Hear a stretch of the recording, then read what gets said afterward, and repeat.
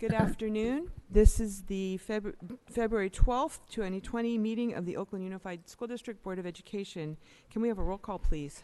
Yes, on the attendance roll call, Student Director Michael Smith-Dahl, Student Director Denison Garibo, Director Ng. Here. Director Hinton Hodge. Director Yee. Director Torres. Present. Director Harris. Vice President Gonzalez. President London. Quorum present. Here. Thank you. At this time, the board is going to recess into closed session where we will discuss labor matters, legal matters, public employee matters, public employee performance evaluation matters, and pupil matters. We anticipate returning to public session at 5:30. We are now in recess.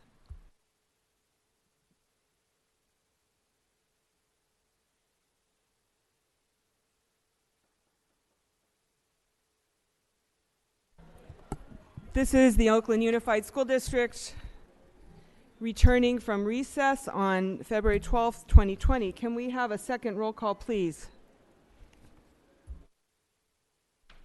On the second attendance roll call, Student Director Michael Smith-Dahl, Student Director Garibo. Present. Director Ng. Here. Director Hinton Hodge.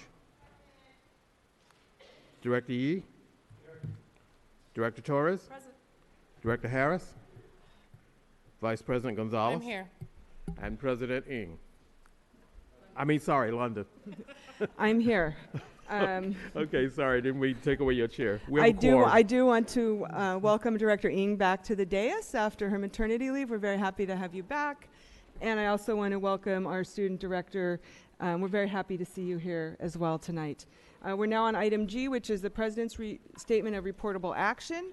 I would now like to report out of closed session for February 12th, 2020. Please note that this information is being offered to provide greater transparency, is made at my discretion, and is more than required by the Brown Act.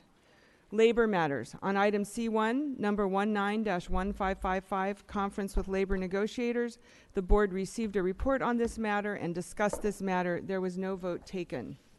On legal matters, on item C2, number 09-0502, Conference with Legal Counsel, Anticipated Litigation, the board did not take up this matter. On item C3, item 19-2487, Conference with Legal Counsel, the board approved a settlement resolving the claims raised in this matter. I believe it was a unanimous vote.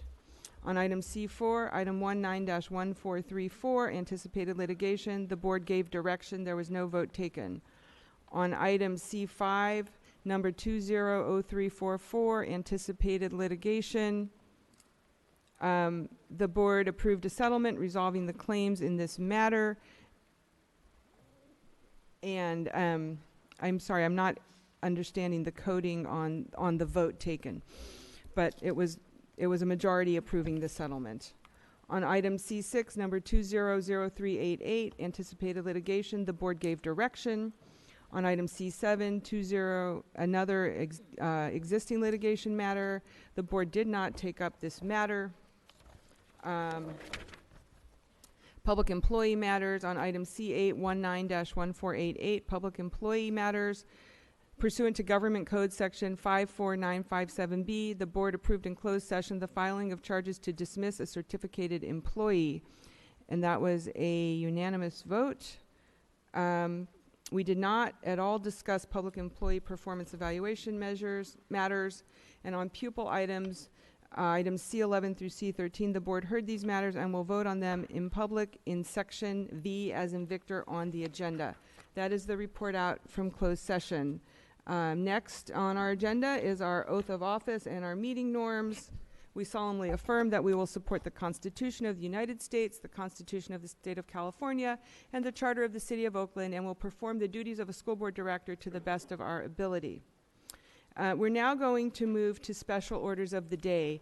Immediately after special orders of the day, we're going to take one of the items that's on our consent agenda and consider it because there are a number of people here tonight to offer comment on that.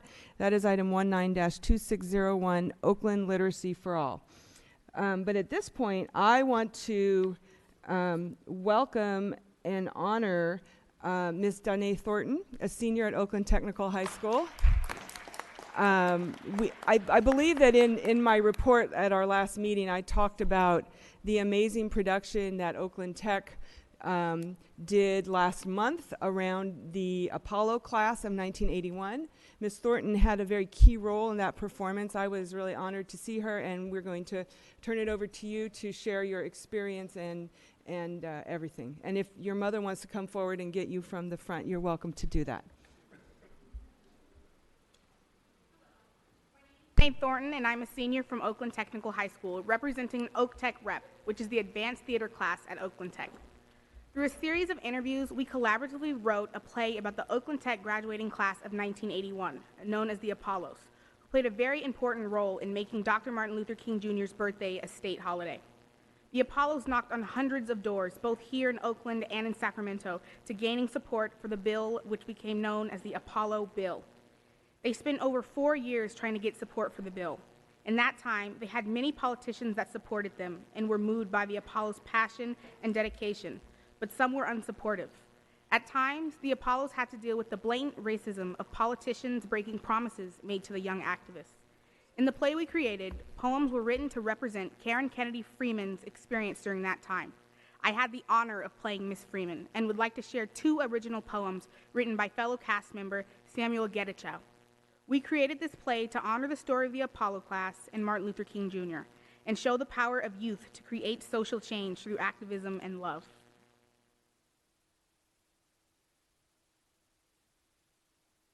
When the man on the other side of the door asks us, "Don't you have better things to do with your time?" part of me wants to leap at him.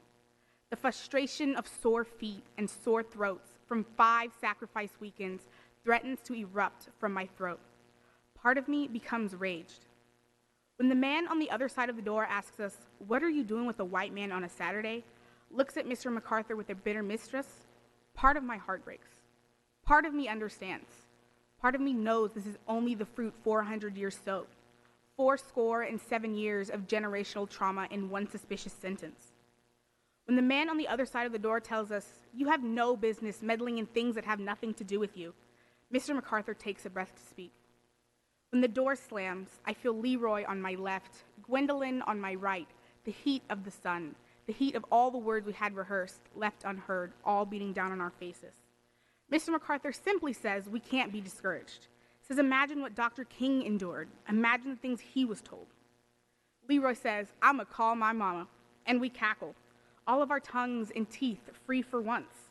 Release all of the things we want to say and giggles that bubble out in place of scorching words.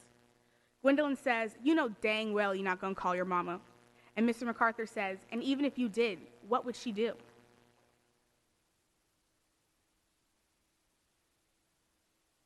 When I was younger, I wanted to be the first Black woman president of the United States of America.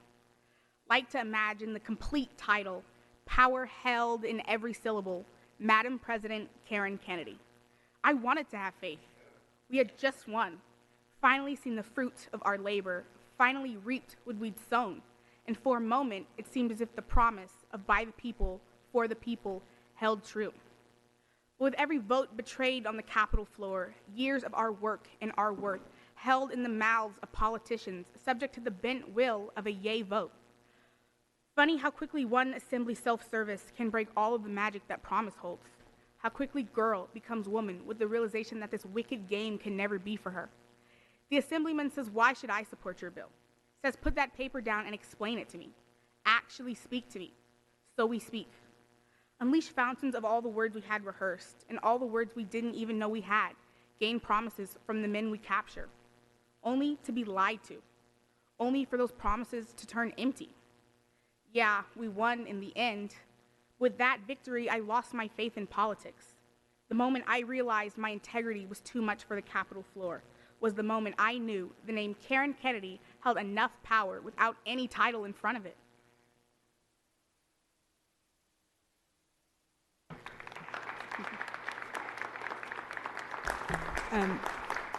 Thank you so much. That was incredible. I also want to recognize Dr. Angela Wheeler. She is a member of the Apollo class. And we want to thank you, Dr. Wheeler, for your support. Colleagues, I am going to move a resolution right now that we will present to Ms. Thornton to take back to school with her. And it says, whereas the Oakland Technical High School class of 1981, self-named the Apollo class, advocated during their entire 4 years of high school for Dr. Martin Luther King Jr. to be recognized with a state holiday, and the Apollo class started their quest by asking why there was no holiday that recognized people of color. And the Apollo class was guided by teacher Tay MacArthur, who we just heard referred to in the performance, who coached the students as they built community support through door-to-door canvassing and lobbied local and state elected officials, even driving them to Sacramento many times. And Assembly Bill 312 was signed by Governor Jerry Brown on September 3rd, 1981, after narrowly passing and after the Apollo class had graduated. And the Apollo class has continued to support students in Oakland and at their alma mater. And the Oakland Technical High School Performing Arts Drama Team highlighted the Apollos for their first production of the 2019-2020 school year in the production The Apollos, conveying the personal and collective challenges their predecessors overcame. And the current students interviewed members of the Apollo class and Mr. MacArthur and used that material to develop the script for the play. And the January 2020 production was entirely student designed and written, including music, sets, lighting, sound. And the Apollos was recognized by a range of local and national media outlets for its storytelling and respect for a historic achievement. Now, therefore, be it resolved that the Board of Education and the Superintendent recognize and thank the Apollo class and the Oakland Technical High School Performing Arts Drama Team of 2019-20 for their collaboration and commitment to bringing this important chapter of local and national history to the stage, and for helping our country recognize one of our great civil rights leaders, and that the Board of Education and the Superintendent acknowledge and honor the Apollo class and the Oakland Technical High School Performing Arts for outstanding service to the students of Oakland. So that is the resolution. It's been moved. Is there a second? I'll second it. All right. Can we call the roll? And please start with the student director, and we'll go to public comment after that. Oh, wait, no, we have to take public comment first. Excuse me. Okay, Ms. Thornton, we're going to take public comment, so if you want to sit down. Is there any public comment on this item? I have 2 cards, Steve Neat, Michael Lowton. It looks like they are waiving that, so let's call the roll, please. On the roll call to adopt the resolution as read, Student Director Garibo. Yes. Director Ng. Yes. Director Hinton Hodge. Yes. Director Yee. Yes. Director Torres. Yes. Director Harris. Yes. Vice President Gonzalez. Yes. And President London. Yes. The motion's adopted. Thank you. And let's just present this to Ms. Thornton and Dr. Wheeler and take a quick photo, if you don't mind, folks. We had no public comment. Did we read into the comment? Well, let's take the picture and then.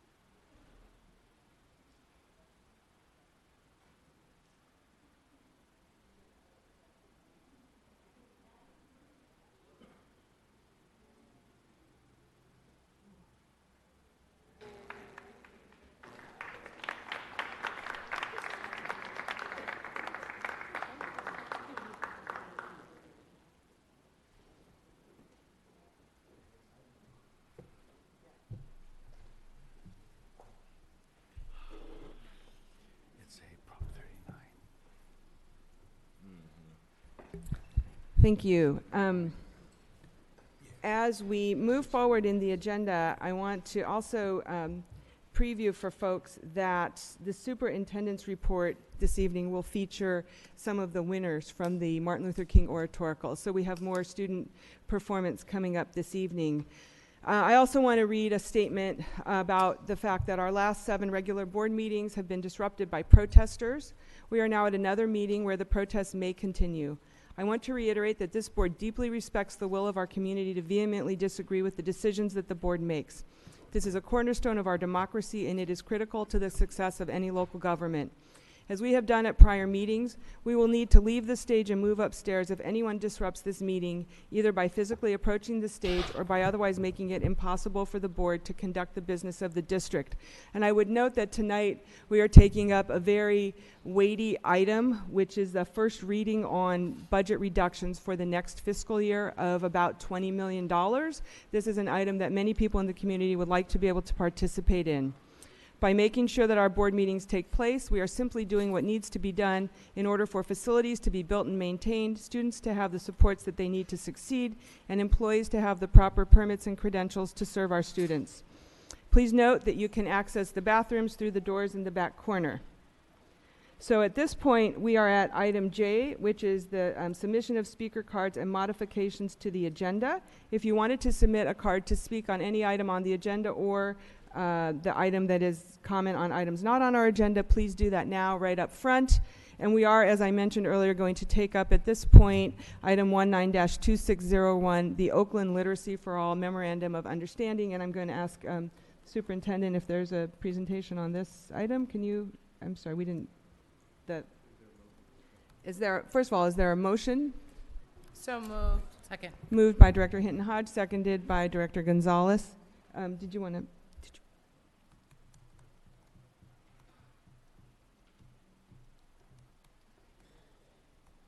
So why don't we go straight to public comment on this? Can you read the speaker cards, please, Ms. Floyd? As a maker of the motion, I'd be willing to. Okay, I would great. like to Can you set explain up. what this is, Yeah. please? Thank you. I thought that you might have, or the superintendent.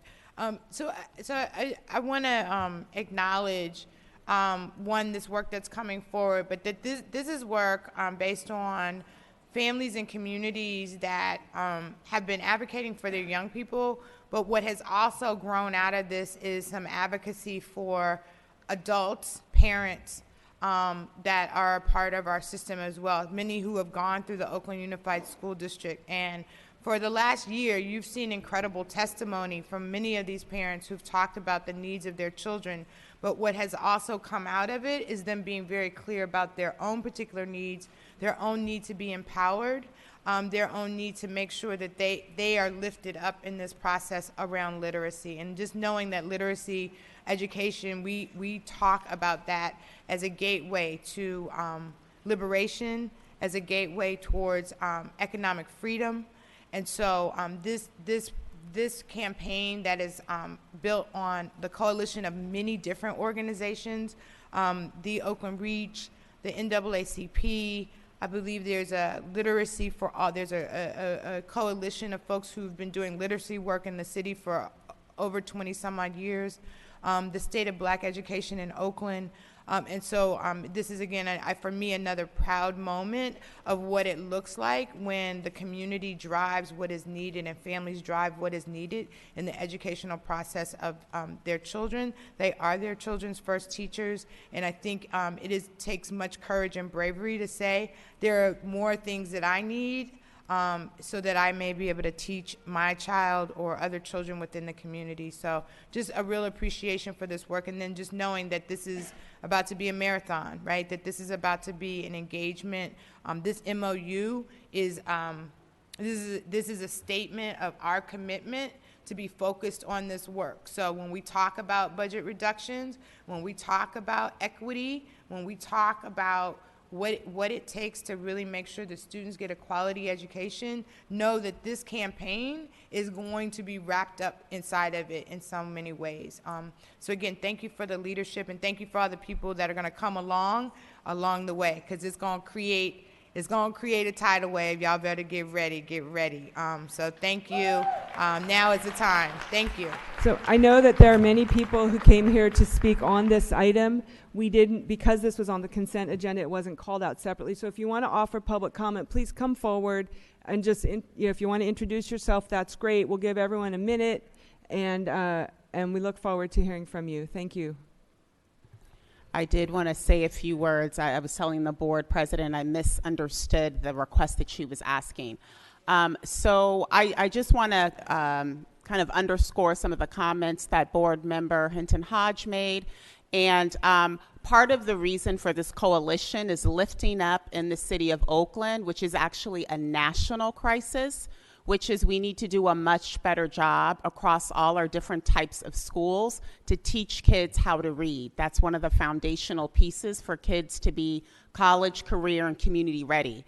And I was at a recent community college event, and one of our former students came to give advice to many of the students. This was at McClymonds a couple of weeks ago, and the student said pretty clearly that they wish that they would have been pushed more in terms of their reading and reading more, because now that they are in college, they're seeing how important it is to have that level of stamina.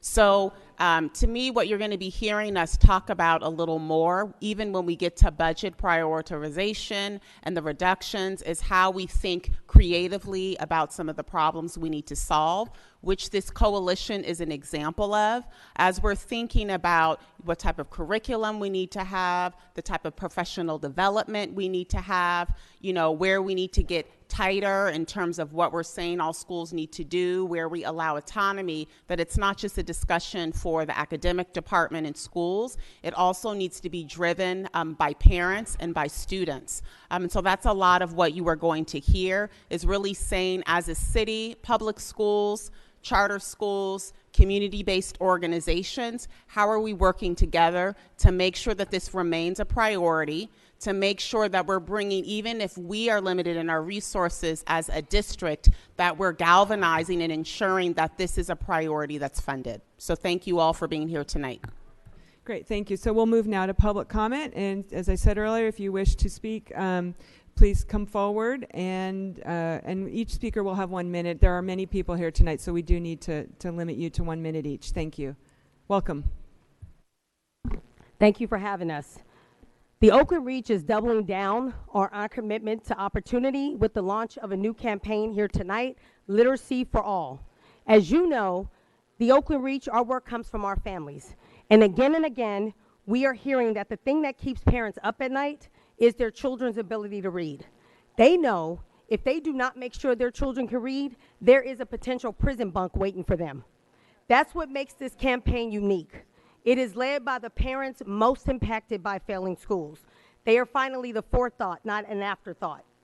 Our parents chose Literacy for All, and we are here tonight to encourage you to pass this MOU and show your support for this movement.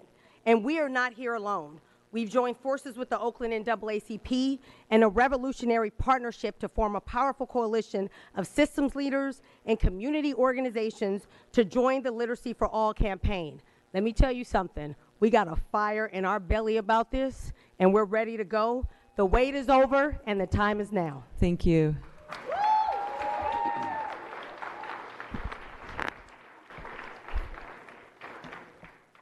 My name is Kareem Weaver, representing NAACP on the Education Committee, led by Cynthia Adams.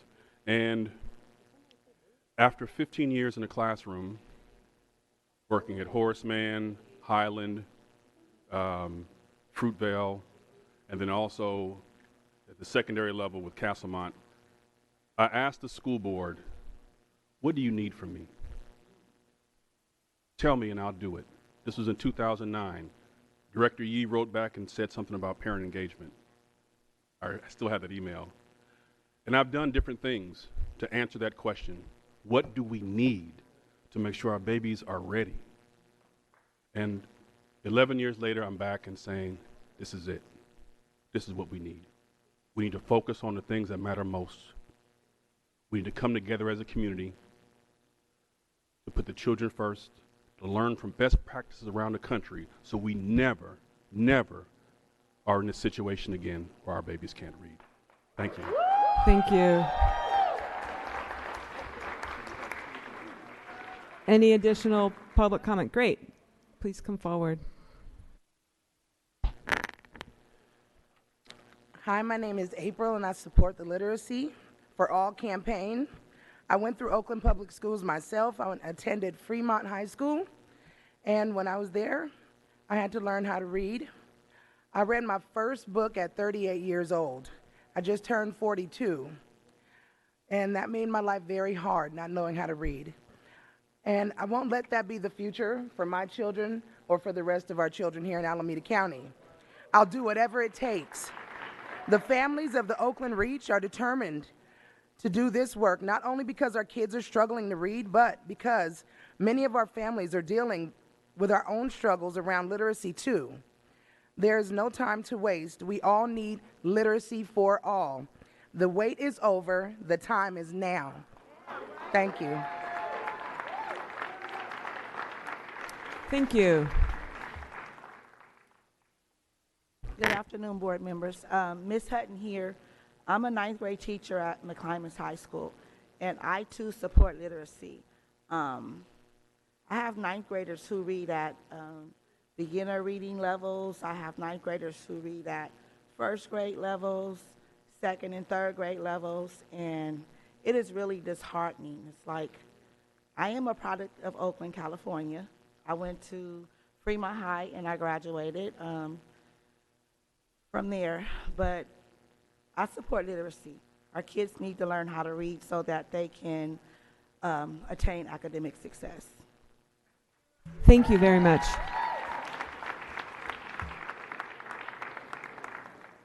Good evening. My name is Laura, and I have children in the Oakland schools, but not only that, I'm an educator. I do intervention. I work with 2 grade levels, but most of all, I support this campaign, the Literacy for All campaign, because I have 6 children, and I have a broad spectrum of challenges I'm facing.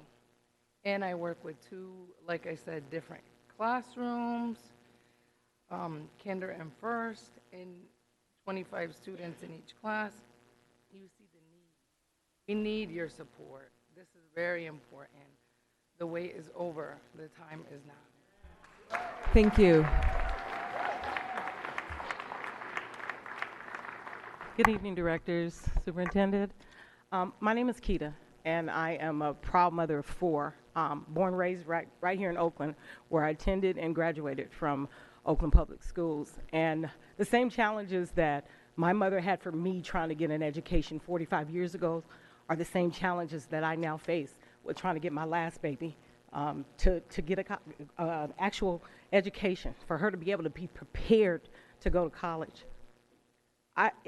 It's hard for me to stand in front of you because I have, like I said, 4 kids. I've already strucken out twice when it came to my kids' education. I refuse to do this a 3rd time, and it is hard for me to stand here and say that. I bear that burden every day, every day. It is politicians that really think that people of color, people like myself, that we don't care. We are here tonight, this early, because we do care. We need you to be with us. The time has got to be right now, not later, but right now. And the wait itself has got to be over. Thank you. Thank you.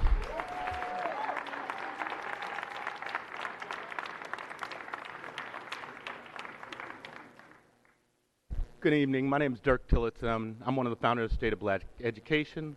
It's great to be here in Black History Month, except I think our ancestors would think it's a cruel joke when 18% of black kids can read in Oakland. 18%. 1 in 5. So if she gets 1 in 4, that's better than the odds in Oakland. That's where we are. And it's happened for generation on generation on generation. Over the last 5 years, the gap between white students and black students has gotten larger in Oakland.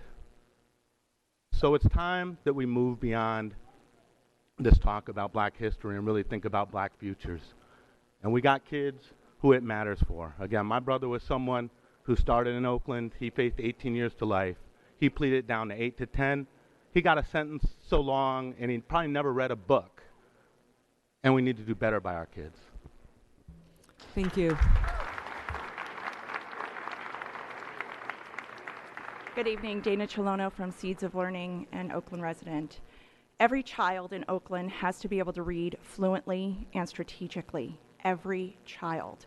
And I could stand here all day long and talk about the ways that we're not doing that, but that doesn't serve us. I actually stand here, and I'm not trying to undermine the challenges. There are so many challenges ahead, but I stand here encouraged, and I stand here empowered, because there is a collective force, a force that's forming and fighting, and it consists of parents and teachers and site leaders and district leaders and nonprofit partners across systems, district and charter, all working together to do better. Please join us in this effort. Please prioritize this work, because the time is now, and luckily we know what to do. We know exactly what needs to be done. We just have to do it, and right now. Thank you so much. Thank you. Hi, good evening. My name is Cassie Parham, and I'm the co-director of the Oakland Literacy Coalition. I'm also an OUSD parent. My daughter Molly is a kindergartner at Laurel. I'm proud to stand here tonight with the Oakland Reach and fellow parents who are advocating and leading the call with the Literacy for All campaign. Recently, I've had the powerful experience of watching my daughter learn to read.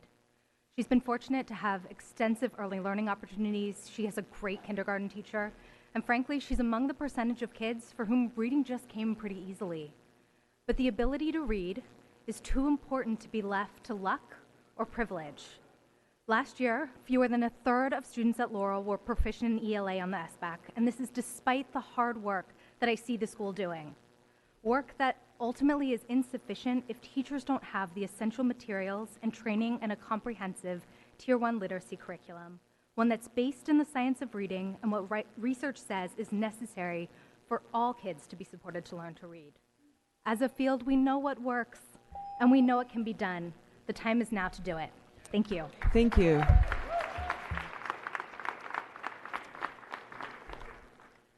I'm the parent of a kindergartner and second grader at Crocker Highlands.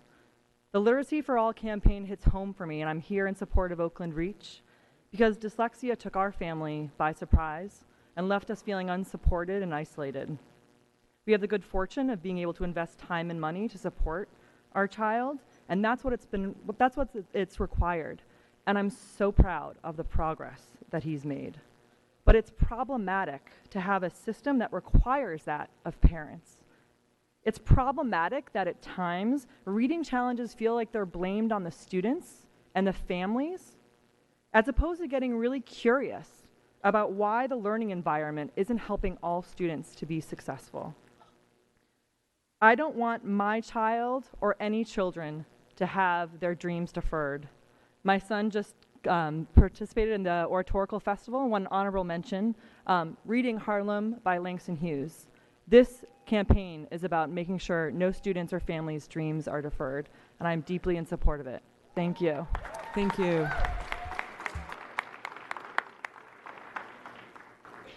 Hello, I'm Michael D'Souza. I'm the Director of School and Community Leadership at Educate 78. And before that, I was a high school principal for 10 years. And as a high school principal, there's days where there was a lot of chaos. And what kept me going, what kept me clear-minded, was a belief that all my kids could make it, that all the students could be successful. And so I want you guys to imagine for the rest of the time I have here, hundreds of families learning what it takes for their children to learn how to read. Imagine hundreds of families going to adult education series so they can support their own children because they know how to read. Imagine hundreds of public school teachers coming together across sector, across the city to talk about what needs to happen for literacy. Imagine principals from across the city talking to each other. Imagine a unified effort, a collective responsibility to make sure that every child, regardless of neighborhood, can learn how to read. The time is now, the wait is over. Thank you.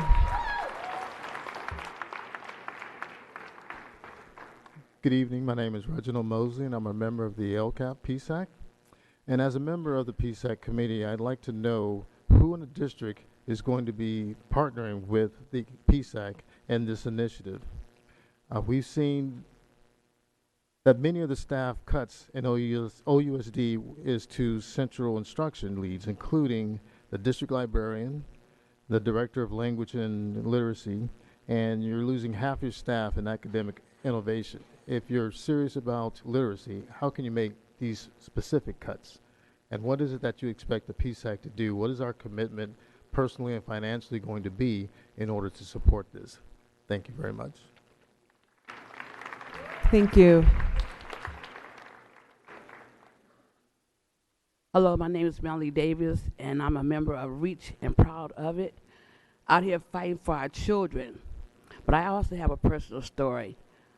I have a great-granddaughter who's 12 years old in the 7th grade that goes to West Oakland Middle School, but she's reading at a 2nd grade level. What happened with that? What are all these little tests where you do the little bubbles and all that kind of stuff? What happened with that? And she went to Martin Luther King Elementary School all those years, and I know that man is rolling over in his grave. She's 5 years behind. How in the hell is she don't get caught up? And I've been making complaints lately this year about that, and haven't gotten nowhere because I'm the great-grandma. I don't have the educational rights, and the mama don't. The mama don't care that she lives with. So the little boy ran home, and he's staying with me now because he wants a better life. But also, I want to put a shout out for John real quick. I want to put him on a hot plate because he's in media. And I want to show a video called Suppress about Stacey Abrams, who lost her election as a governor in Georgia. I have that video. And he refused to let me show it in the high schools. That's a shame. He said, I'm puzzled. He said, I'm puzzled. Why do you want to show that? Because I said it had dishonesty and corruption in it. That's the kind of stuff these kids need to know. They don't need to know about no guns. They need to know about corruption and dishonesty. Where does it lie at? Is it politics or politics? Thank you. Thank you, ma'am. Good evening. My name is Cynthia Adams. I'm the second vice president for the Oakland branch in WCP, education chair. I'm here tonight about what we're getting ready to do. And I'm looking around and looking at all the black and brown students. It is time, it's overtime for us to be able to do something. On Saturday, on the 15th of February, we'll be at Williams Chapel Church discussing everything what we're talking about tonight. Again, James, Jamoka, you look like me. You look just like me. It's time. It's been going along too long. It's time for us to do something, and it's time for us to do it now. We got to get these test scores up, and we got to get them right. We're not going to sit down. We're not going to let it go again. We're going to come back, and we're going to fight for what we're supposed to fight for. And that's all I have to say. Thank you, Ms. Adams.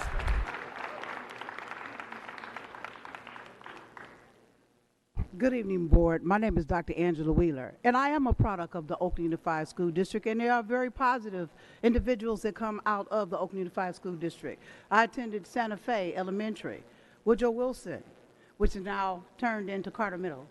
And then we went on to Oakland Technical High School. So as an original Apollo, we are coming back to do positive things. So we want to collaborate with the Oakland Unified School District, which I have a diversity of celebrities and community to come back. And from every areas, we're going to come back and we're going to assist the students because there are positive things if we work together in unity. That's how we made Martin Luther King a state holiday. We worked in unity. And as I came with Martin Luther King III, he approached me and he said, what are the Apollos doing now? And that's how I entered back into Oakland Unified School District to come back and assist. And we're back to make a great impact in national. Thank you. Thank you, Dr. Wheeler. Love life. The reality is the perfect system is we work for all children. And we could potentially have that perfect system if we didn't have Prop 209. because the state of California has identified that there are groups of people or groups of children who have special needs, and they have to be given special assistance. But African American children can't fall under that category because of Prop 209. So we can't reach out to African American children as it relates to literacy because of Prop 209. And until that Prop 209 is rescinded, African American children will be exceptionally challenged in reaching any goals academically. Thank you. I believe that concludes public comment. Board members, are there any comments from any of the directors or anything? Director Hinton Hodge, let's keep, we'll keep these also to 1 minute. Thank you. Sure, no problem. Thanks so much. Again, just to acknowledge that, you know, the time is now. But, you know, Ms. Adams was called Director Harris and I out. And I just want to say that that's what we do, despite what people will say about you or question your blackness, etc.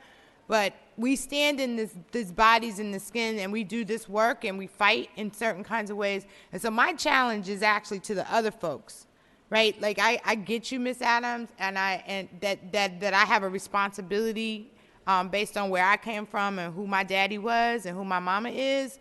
But the reality is that this ain't a black and brown problem. This is a white supremacy problem. This is a problem of America. This is a problem of an American educational system. This is a problem of poverty. And so we all have to actually step into these spaces and interrupt where there's bias, where there's places where the woman said, we know what to do. What is getting in the way? And so I just say that's for all of us to do that work. Thank you. All right, Director Yee. Thank you very much.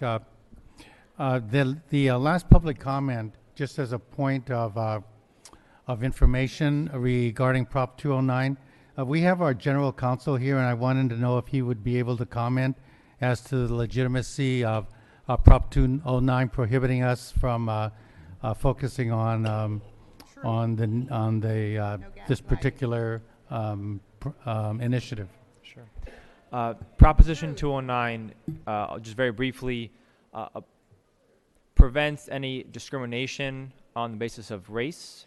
It was passed back in 1994 with the intent purpose of eliminating affirmative action in public agencies such as school districts in the University of California, CSUs. It doesn't prohibit school districts or any other local entity from addressing the needs of one particular racial group. It simply prohibits, for example, in enrollment using an individual student's race and making a determination of enrollment on that basis.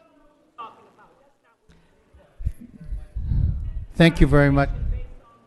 Thank you. So let's call the roll now on this item, please. Oh, sorry, it's Director Smith-Dahl. Oh, Director Garibas, thank you. I just want to say that I really relate to the frustration that the families on this side are having. I myself, you know, my parents don't understand English, so I have to stay up some nights to learn how to teach my own little sister how to read.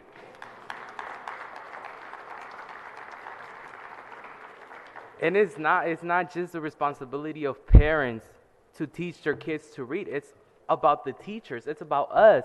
It's our responsibility. It's this board responsibility to be responsible for the kids in Oakland. Black and brown youth deserve better. We need to stop looking at the lives of students of color in Oakland in a political sense. It's time to look at it in a life lens.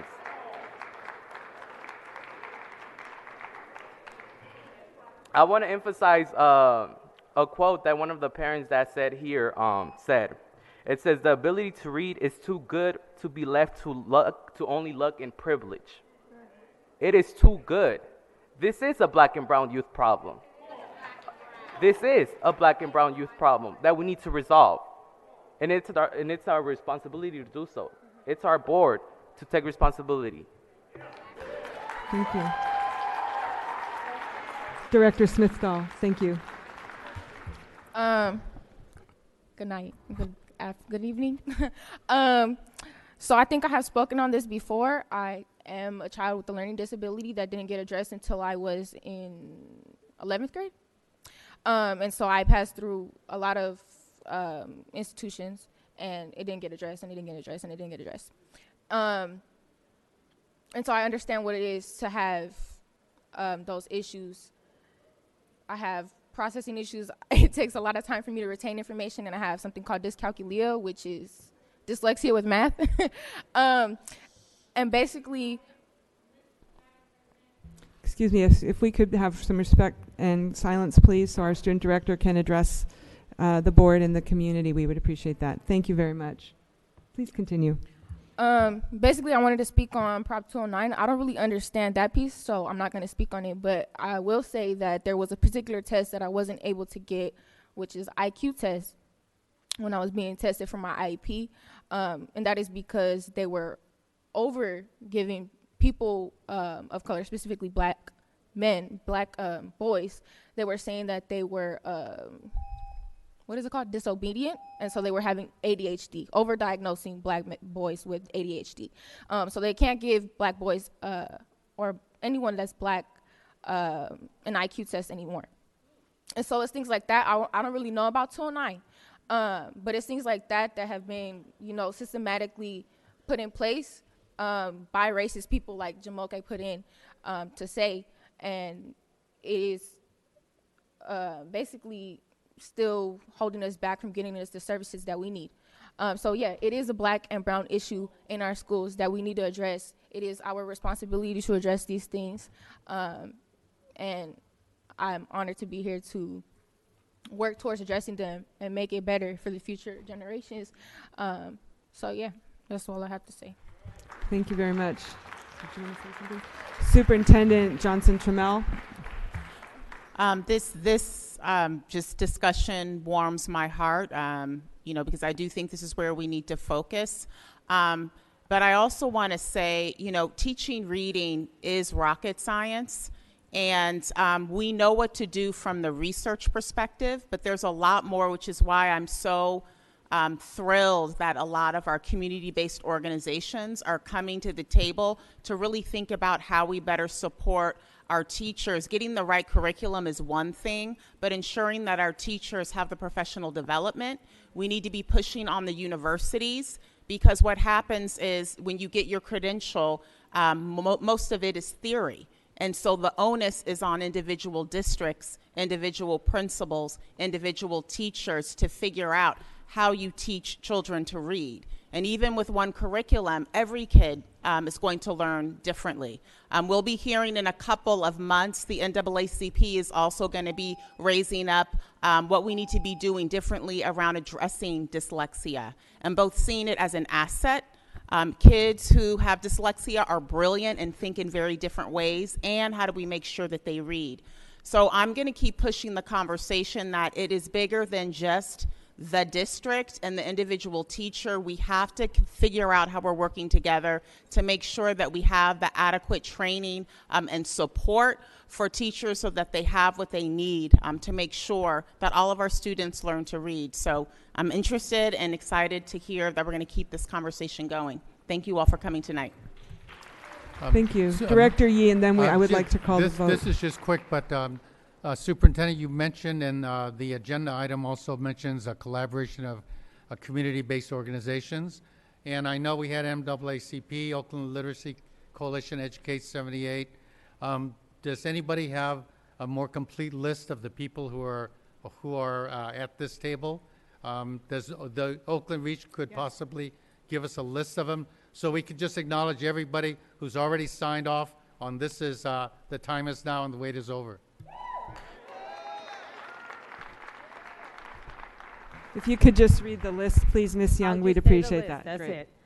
So far, and this list is growing as we speak, we have the Alder Graduate School of Education, Aspire Public Schools, Lighthouse Community Public Schools, Oakland Literacy Coalition, Education for Change Schools, Seeds of Literacy, State of Black Education, Oakland Education Fund, Superstars Literacy, Black Literary Collective, Office of Oakland Mayor Libby Schaff, and Peralta Racial Justice Group. Thank you. Colleagues, if we could call the question, please.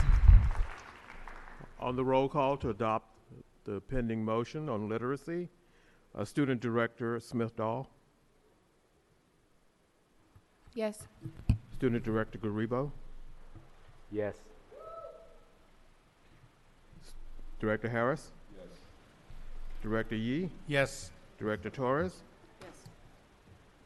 Director Torres, Yes. okay. Director Hinton Hodge, Yes. Director Ng, Yes. Vice President Gonzalez, Yes. and President London. Yes. Motion adopted.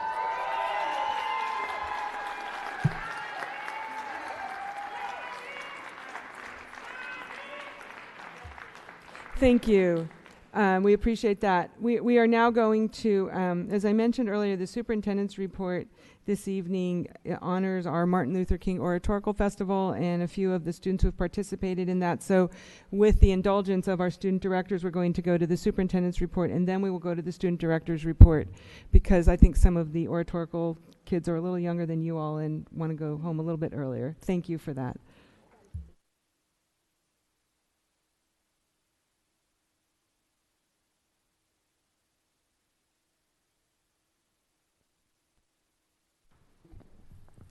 Good evening, everyone.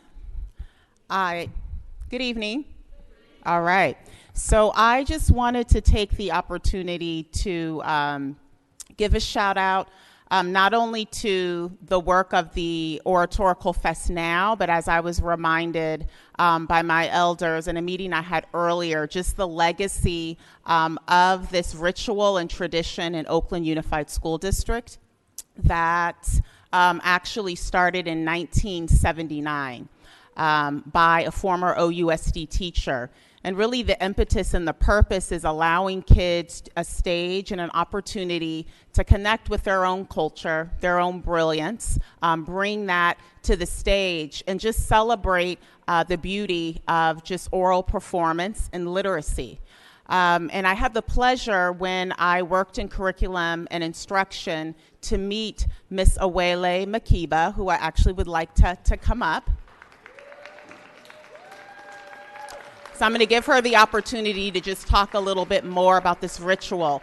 But just observing her and just seeing her spirit and how passionate she is, not only about children, but arts. I asked her if she would take over just supervising and bringing some vision to our Oratorical Fest, and she just took it to a whole nother level. And for any of you who were at the Fox Theater last night, there were over 1,000 families. The Fox Theater was packed to be at the HBO movie premiere, which is basically celebrating this ritual and this legacy that we have in OUSD. So Ms. Awele, I want to just personally thank you for taking on the challenge, for having great vision, running with it, and just allowing so many kids to be honored. If you'd have just seen the looks on so many parents' faces to see their kids that are going to be in this film, that so many people are going to see around the nation and the world, it was priceless. So thank you. Just deeply appreciate your work and your love for our students. So I'm going to give you a little certificate. I'm going to allow you, I'm going to, give you the stage just so some of the students can come up, and then we'll take a photo at the very end. Thank you. I don't need to speak. Yes, it is your time to speak. Oh, thank you. Well, good evening.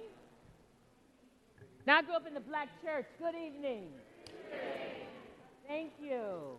We got to recognize that common humanity, no matter what the issue is on the agenda. Okay. So I just want to make visible some things that might appear invisible, that our students, well, first of all, Donald Oliver had this amazing vision that the test score data did not really reflect the brilliance of our students. And so knowing that an oration requires reading, and even if a child can't read and we put the language in their ear, they're processing and comprehending. So listening comprehension. that they're working on interpreting, analyzing, phrasing, chunking words to make meaning. They're making choices about operative words to emphasize so that we understand what is really on their heart. And then as a great orator, they are using the physicality of expression. They're using an emotion that's tapped into what they have to say. And there's this cognitive exercise that goes on. We were asked by pre-kindergarten teachers, how come you guys don't allow us to have our children speak? And so we added that addition within the second year of me taking on the Oratorical Festival. And those students were brilliant to see the 4-year-olds, the 4.5-year-olds, the 5-year-olds speak. And so the documentary, I think, shows oral dexterity. It shows students coming into their own voices, leaning into the power of a voice. It shows them the importance of speaking up to what's on their heart and how to engage an audience. So I'm thankful for the opportunity to be a part of that. I'm thankful that the students, the teachers, the parents, year after year, with excitement, look forward to coming to the Oratorical. And even though it is a competition, it is very much and always a community event. Last night was testimony. Every child that was up on the screen, the audience applauded. The stories, we laughed, we cried, we howled. And I walked out with a glow in my heart. And today I was like levitating all day. My feet didn't touch the ground. And everyone should know that next Tuesday, the 18th, the documentary will air on HBO. It runs for a month on multiple channels, like 10 different channels.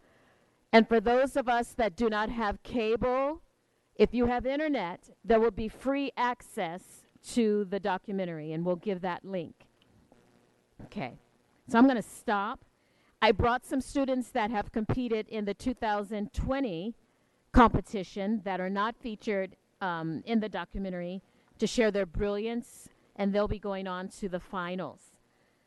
We have students from Oakland Public Schools, and as you know, this is for students that attend a school in Oakland, and so also students that are outside of our public school.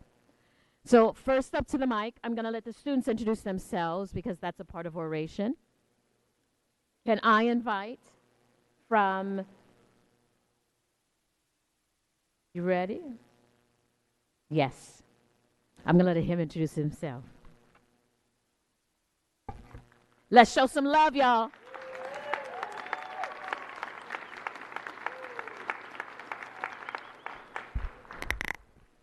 Hello, my name is Adam Sutro. I'm a 7th grader at Hillcrest Elementary. This is, I believe, my 4th or 5th year competing in this competition.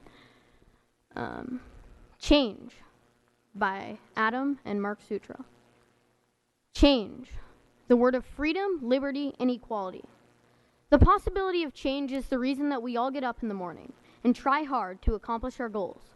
Whether you dream of changing school policy, changing the way your students learn, or changing the way society is built, we all hope to someday see a change of some sort.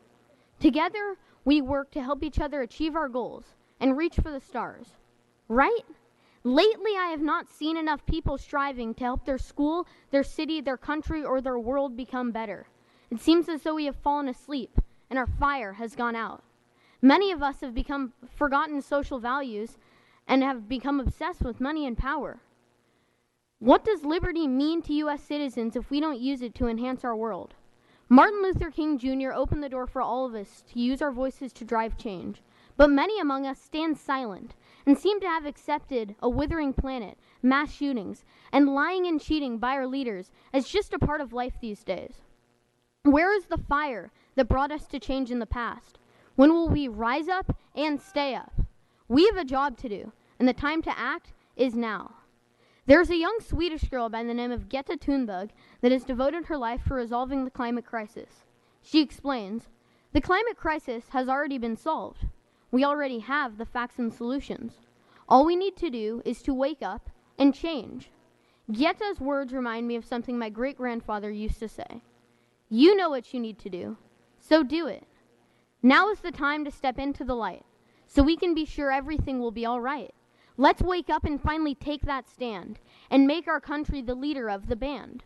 The world is heating up from Oakland to Mumbai. Hurricanes and fires rage, and many more will die. These natural events, which are more than a little strange, should by now have prompted us to demand a big change. Our president can use the money of state to bribe other leaders and make our country great? Did we lose our basic values while singing Home on the Range? We need to find ourselves and demand a big change. From ancient times to present day, civil rights leaders have shown us the way. From Mason to Young to Parker to King, did the work of these leaders really mean anything? Do we back down because what we seek is too hard to arrange, or rally ourselves and push harder for change? The problems we face are massive at best, so it's easy to conclude that we're not up for the test. But this simple analysis sells us way short. Just a pinch of resolve can get us back on the court. If we finally decide to accept our role, our hearts will tell us how to get out of this hole. The words of my great-grandfather are truly legit. You know what you need to do, so do it. Thank you.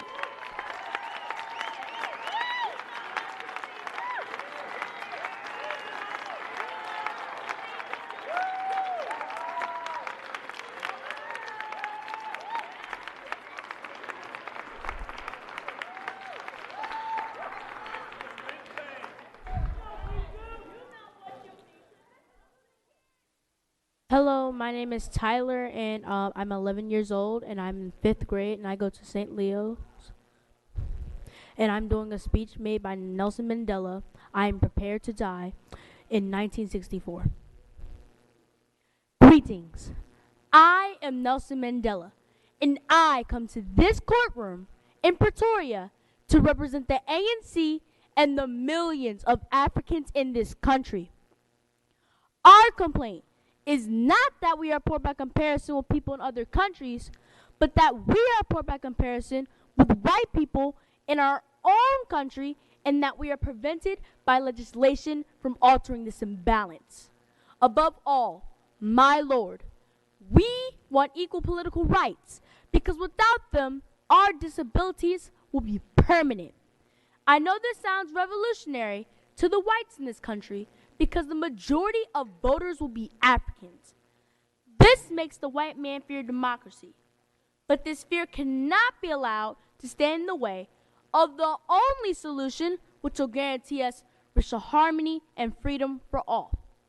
It is not true that the enfranchisement of all will result in racial domination. Political division based on color is entirely artificial, and when it disappears, so will the domination of one color group by another. The ANC has spent half a century fighting against racism, and when it triumphs, as it certainly must, it will not change that policy. This then is what the ANC is fighting for. Our struggle is truly a national one. It is a struggle of the African people inspired by our own suffering and our own experience. It's a struggle for the right to live. During my lifetime, I have dedicated my life to the struggle of the African people. I have fought against white domination, and I have fought against black domination. I have cherished the ideal of a democratic and free society in which all persons shall live in harmony and with equal opportunities. It is an ideal which I hope to live for and to see to be realized. But my Lord, if it needs to be, it is an ideal for which I am prepared to die.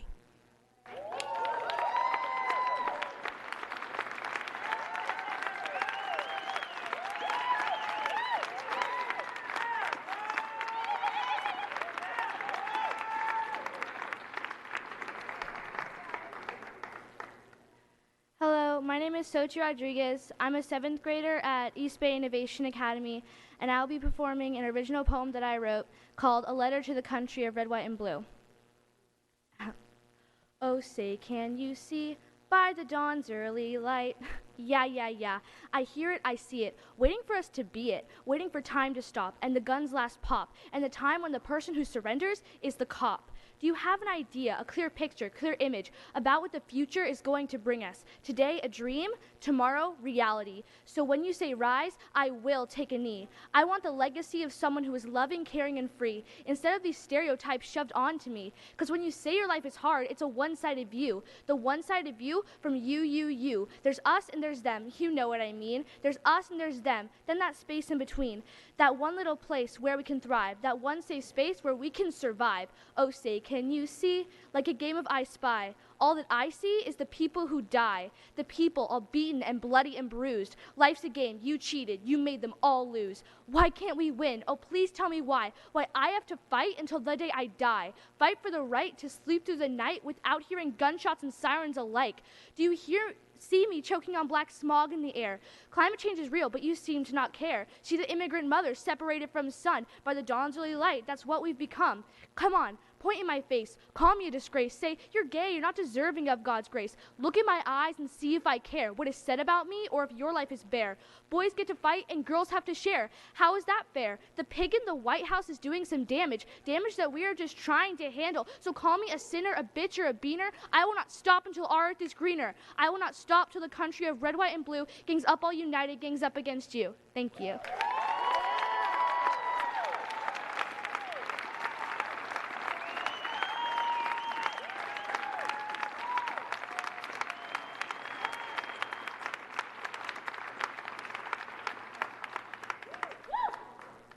Hello, my name is Mariela Jimenez. I will be reciting an original poem, and it's called The Struggle. The struggle for freedom, the struggle for justice, the struggle for rights. The struggle that has been passed down, different shapes to each generation. The struggle that changes but never goes away. The history of America, lies and stories untold. Why is it that the nation decided to tightly pack Africans in slave ships, traveling across the ocean like books on a bookshelf as if they were animals caged in a kennel? The same nation that emancipated enslaved people in 1863 but made an exception in the Constitution to justify slavery in prisons. The same nation that has the highest incarceration rate in the world. Is this all a lie? No. Why is it that an African American can't even walk into a store without getting suspected for a crime? Something as simple as reaching for a hair comb can get a black person killed. They're seen as a threat, a concern, but we're all human. It's a struggle of racist beliefs painted and smudged over in white. The same nation of white supremacy. Are white people superior, or are all men created equal? Covering up its mistakes and trying to paint the perfect image of the United States in stars and blue and red paint. United. You're telling me that manhandling a 15-year-old girl named Claudia Colvin off a segregated bus and falsely accusing her of assault when all she did was refuse to stand up from her seat is united? Oh wait, you probably haven't even heard of her because this nation loves to exclude events in history like these from textbooks. Why? Isn't it my right to know the truth? The struggle of the truth painted by excuses and lies. The same nation that pledges the Statue of Liberty as a welcome to immigrants when it was actually, originally, a gift from abolitionists to congratulate the ending of slavery in the United States. Why is it that we talk about her torch and her crown, but never about her left foot, the foot with a shackle and chain found around it to represent her being freed from slavery? Did you know that? Because I surely didn't. But of course this nation changed it up, so we wouldn't be reminded of the truth, of the hatred that still continues to African Americans. Hands up, don't shoot. January 1st, 2009. Tonight on Channel 2, a 22-year-old African American man under the name of Oscar Grant, suspected of violence towards the officers, has been shot to death by white BART police officer at the BART platform at Fruitvale Station in Oakland. Same story, just different names. Suspected of violence. I heard he was a drug dealer, some may say, but that doesn't make it okay. Is this nation justifying death because of skin color and race? Talk about inequality and the picture that this nation painted of African Americans, because there surely isn't black paint or power on our flag. The struggle that has put black people in unimaginable pain. What happens when they tell their stories, but they rip out a page? Half a story is what remains. If it's an incomplete story, how would change be made? Thank you.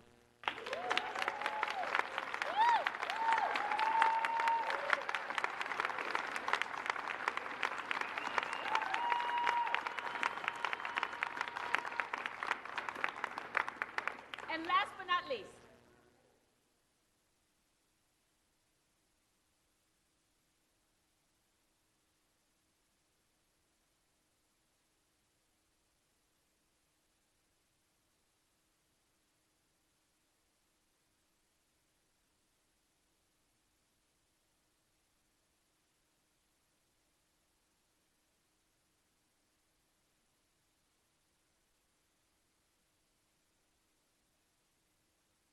outside voice, like your playground voice. Go for it. You can do it. Hi, my name is Julissa. Hi, my name is Ingrid. Hi, my name is Isis. Hi, my name is Brisa. Hi, my name is Estelle. And today we'll be presenting an original poem named Dr. King's Words. Dr. King once said, injustice anywhere, the threat to justice everywhere. Dr. King once said, we must learn to live together as brothers or perish together as fools. Dr. King once said, free at last, free at last. Thank God Almighty, we are free at last. Dr. King once said, our lives begin the day we become silent about the things that matter. Dr. King once said, and then remember, not the words of our enemies, but the sounds of our friends. So this is why we should stop racism, injustice, and war. Wishing bad things upon a friend is starting a war. My message to my high attitude friend and me is this: your luck has run out. Remember, if someone is trying to pull you down, that means that they're already beneath you. I'd rather have an enemy who admits that they're fake than a friend who secretly puts me down. Life is too short to fake butter or fake people. Do you ever feel like you're not your friend to some of your friends? Being racist is the wrong thing to do, so we should stop racism. I think racism is something that is passed on and taught to our kids, and that's a shame. I wanted to use my experience to teach kids that racism has no place in hearts and minds. Hating someone because their color is wrong. It doesn't matter which colors are hating. It's just plain wrong. Racism is a grown-up disease, and we should stop using our people to spread it. We built too many walls, not enough bridges. Do not make the mistake of thinking that you have to get rid of people or their beliefs to defend them from injustice. I guess the only way most people think about injustice is when it happens to them. People don't always get what they deserve in this world. Justice is being allowed to do whatever I like. Injustice, whatever prevents me from doing so. The caterpillar gets all the work, but the butterfly gets all the publicity. So this is why we should stop racism, injustice, and war. There's no honorable way to kill, no gentle way to destroy. There's nothing good in war except its ending. Older men declare war, but it is youth that must fight and die. It doesn't matter what war we are talking about. You won't find winners there. Both sides lose. If we don't end war, war will end us. War does not determine who is right, only who is left.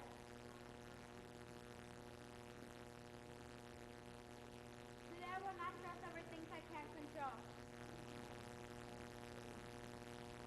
If you get tired, learn to rest, not to quit. You can have it all, just not all at once. The time is always right to do what is right. You may have to fight a battle more than once to win it. The most powerful relationship you'll ever have is the relationship with yourself. Love brings you face to face with yourself. If you could not love yourself, it's impossible for you to love another. I now see how owning our own story and loving ourselves through that process is the bravest thing we will ever do. The only person who can pull me down is myself, and I am not going to let myself pull me down anymore. You yourself, as much as anybody in the entire universe, deserves your love and affection. So this is why we should stop racism, injustice, and war. Thank you.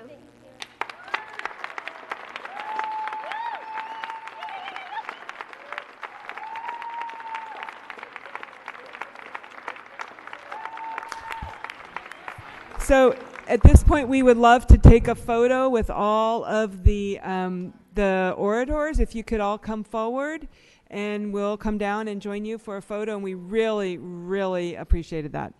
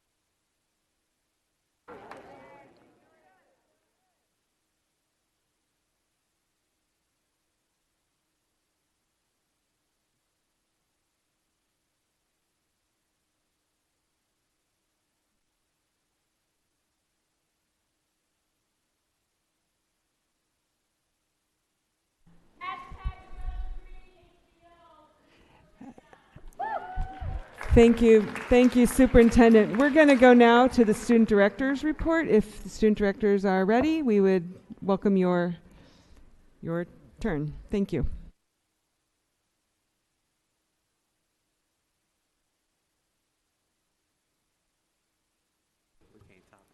I know.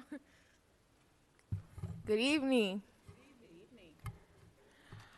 All City Council Student Unions Student Director Report. You gotta say name. Say your name. Oh. Denelson Garibo and Micah Smith-Dahl. Good evening, board members, superintendent, staff, students, families, and community. The All City Council Student Union Governing Board is excited to share with you all what we have been up to and what we're planning for the next couple of weeks. On February 4th, we held a 5th All City Council Student Union General Meeting for middle school students, hosted by Life Academy Student Leadership. During this meeting, 25 to 30 middle school student delegates and adult allies showed up from Moms, Edna Brewer, Westlake, Bret Hart, Life Academy, and Melrose Leadership Academy. These students took part in working in the theme for the upcoming 23rd Annual Middle School Ethnic Conference, which also marks the 50th anniversary of ethnic studies. Students continue to work on the theme and types of workshops that will be held. We also want to thank our network superintendent from middle schools, Mark Triplett, who presented to students about the upcoming budget cuts. Students had time to process and think about what their questions, concerns, and priorities for what they need to succeed academically. Each meeting, we receive school reports from the delegates. We then compile those reports to present at the board meetings. The following is a list of concerns and opportunities at the school sites. During our February Middle School All-City Council General Meeting this past week, we were able to obtain 4 reports from the upcoming middle schools, which is Westlake, Edna Brewer, West Oakland Middle School, and Life Academy. Some improvements delegates mentioned from Westlake are their music, drama, and choir are sponsoring the Play the Wiz as a school-wide opportunity for everyone to participate. They will also be able to create level agreements with administration. And Edna Brewer's current remaining concerns are vandalism, litter, and students cutting class too often. Their student leadership are very excited to organize harm restorative circles by RJ peer leaders. Some upcoming events for our delegates from WAMS mention our graduation. The improvements of the facilities is that it's currently looking better, cleaner, and not many fights have been happening. Last but not least, Life Academy students are thrilled to receive more science materials, and students are concerned about their bathrooms looking very messy and their school lunch not improving. Delegates highlighted they are very excited for their Day of Solidarity that will be happening really soon. And thank you again, Life Academy students, for hosting this meeting. For other upcoming ACC events, we are excited to announce our All City Council Student Union meeting for high school students is coming up on Thursday, February 27th, and will be hosted by our Councilman Leadership students. We would like to invite 3 to 4 student leaders from each of our high schools, along with their school site's leadership teacher or student engagement staff, to accompany the students. Please RSVP by February 21st. Also coming up is the highly anticipated Oakland Middle School Ethnic Studies Conference, taking place on the March 24th at Mills College. This conference is open to all OUSD middle school students. Please sign up and pass it on to any information to anybody that you guys do know. In reference to the budget cuts, we want to take a moment to thank Superintendent Dr. Kyla Johnson-Trammell and her team for meeting with our All City Council Student Unions Governing Board to share updates on OUSD budget cuts. The components of the presentation including framing overview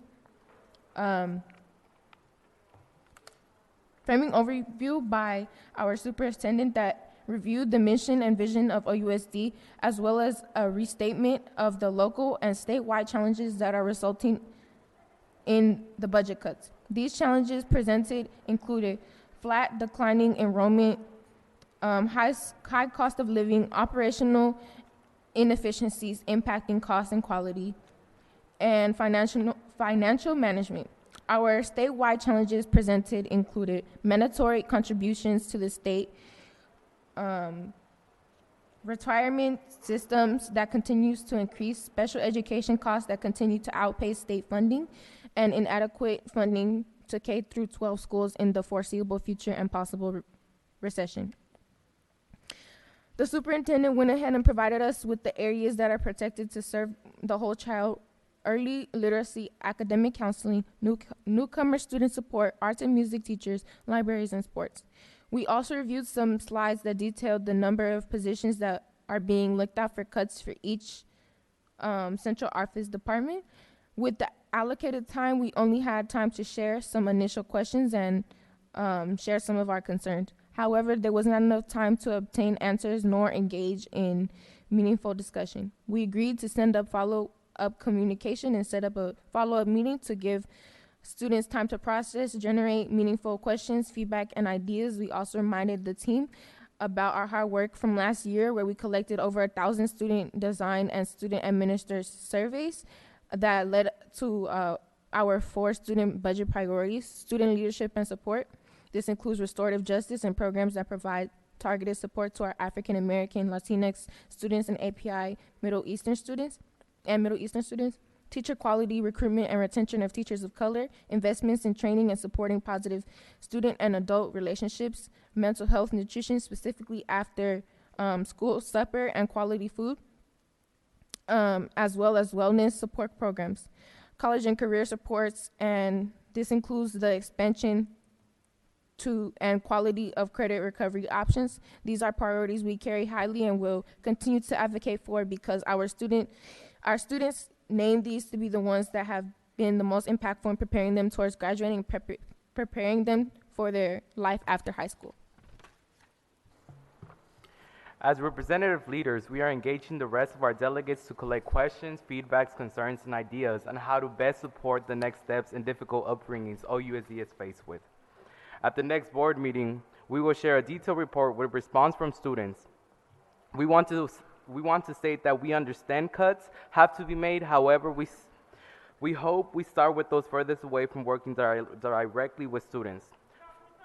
For now, as representative leaders, we are engaging the rest of our delegates to collect questions, feedbacks, and concerns and ideas on how to best support the next steps in the difficult upbringings OUSD is faced with. At the next board meeting, we will share the detailed report with response from students. We want to state that we understand cuts have to be made. However, we hope we start with those furthest away from working directly with students. For now, our biggest question is around what criteria is being used to make decisions around budget cuts, and what is the plan to protect the quality of the programs and services that will be impacted by the cuts. As students, we are concerned about the impacts of any financial instability to our education, and we recognize that there is an attack on public education nationwide and even globally. We also know that there is so much work we have to do here in our hometown, in our schools, and in this board to get to a better place. We need to take a real look at how we are spending the district's money that students generate, because cuts in any impractical ways of spending will hurt us the most and the needs of our low-income students of color. Our commitment as student directors is to continue to bring the voices of students to the forefront. We want to encourage students to share ideas, concerns, and questions. Unfortunately, we feel conflicted about inviting students to attend these public meetings because we don't want their voices to be silenced, nor their safety to be put in jeopardy, similar to what we've experienced as student directors in these meetings. Our ask to our entire community, from school board to teachers to parents, is to not forget why we are all here. To put students first. There are so many ways to put students first, but some include not interrupting or questioning when we try to get our point across, and recognizing us as more than youth. As leaders who should be giving the space to express our thoughts, ideas, and most importantly, solutions to the problems we face every day, because this is our life experience. For flyers, permission slips, or more information on any more announcements, please contact All City Council Student Union via Instagram at All City Council, or email us at s_denelson.garribo@ousd.org and s_micah-smith. Our meaningful student engagement, Aurora Lopez at aurora.lopez@ousd.org. Thank you. Thank you very much to our student directors. The next item on the agenda is the President's report. I do not have a report this evening. President Lund, could I just ask a quick question for the students? Very quick, Director Yee. Okay, I really appreciate the sincere effort that you're making to gather information. One group that I didn't see mentioned that came up last year when you weren't here as board members, are homeless youth and foster youth. And I know it's very difficult for them to identify, but I would appreciate it if you would raise the needs of these groups, because you can't tell them by what they look like or how they are, and they may be frightened or difficult to disclose. And so if you could elicit some response about what we can do in terms of serving them in the budget reductions and so forth, I would appreciate it. Thank you. Most definitely, and I think it's important to mention that every year there's more and more people that are becoming homeless, and this looks a plethora of different ways. I have a lot of people that are close to me that have recently become homeless, and it can be couch surfing, it can be staying in the car, it can be a lot of things. And so with prices of housing going up and all these issues, and shout out to Moms for Housing, I believe they're called. It's just like all these issues that are being brought up that affect students in our district. Well, and you can most really definitely help us by understanding the student voice Yes. in these issues, and you can Okay. really give us the human reaction. I'd Yes. appreciate that. Most definitely. Thank you, Director Yee and student directors. We're going to move now to item N, which is comment by collective bargaining units. This section of the agenda provides an opportunity for the leadership of the district's recognized collective bargaining units to address the Board of Education on issues or matters of concern other than is provided for in the respective collective bargaining agreement and or state law. I do see a couple of our bargaining unit partners here tonight, and I welcome you to come forward. Thank you, Mr. Brown and Mr. Phillips.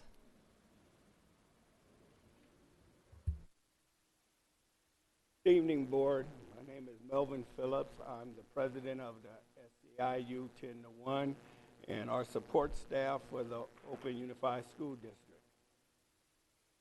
Good evening, Keith Brown, teacher at Bret Harte Middle School and president of the Oakland Education Association. We're here just to let you know that we're in solidarity with each other. We have the teachers back as SEIU, and the teachers have our back. Oakland Education Association and SEIU, we stand united for Oakland kids. We stand united to make sure that our students have the necessary resources to succeed, and that means fully funding community schools in Oakland, keeping our schools open, and we say no to cuts, and we say no to school closures.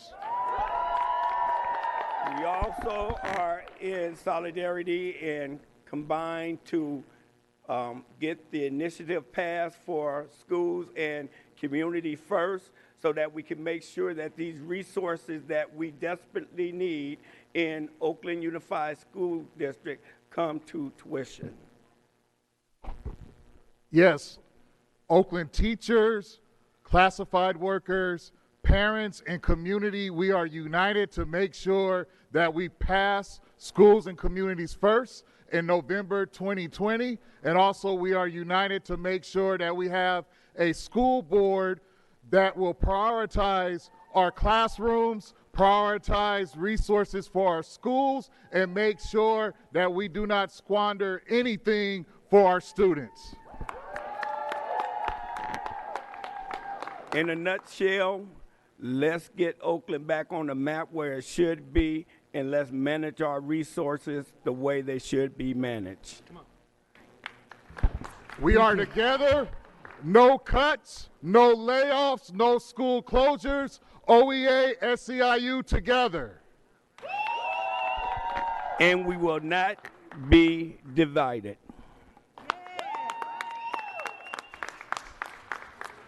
Thank you.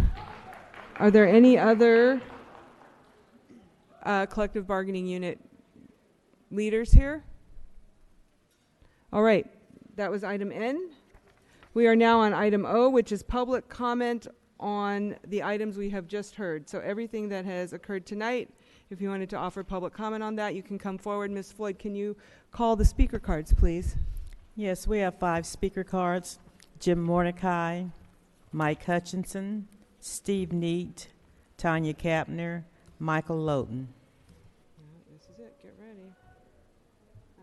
Students, this is probably where they're going to do their thing. We'll call recess. I invite you to join me in the hallway if you don't want to listen to their chances. Mr. Mordecai speaking as an individual who wants to address the student representatives. When you learn about critical thinking, one of the things you have to pay attention to is a phenomenon called framing, and what you fell victims to, student leaders, are you listening to me? You fell victim to was that you accept the frame of the superintendent, that we have to have budget cuts. No, we don't. The President of the United States exists because the father of the President of the United States was not premature.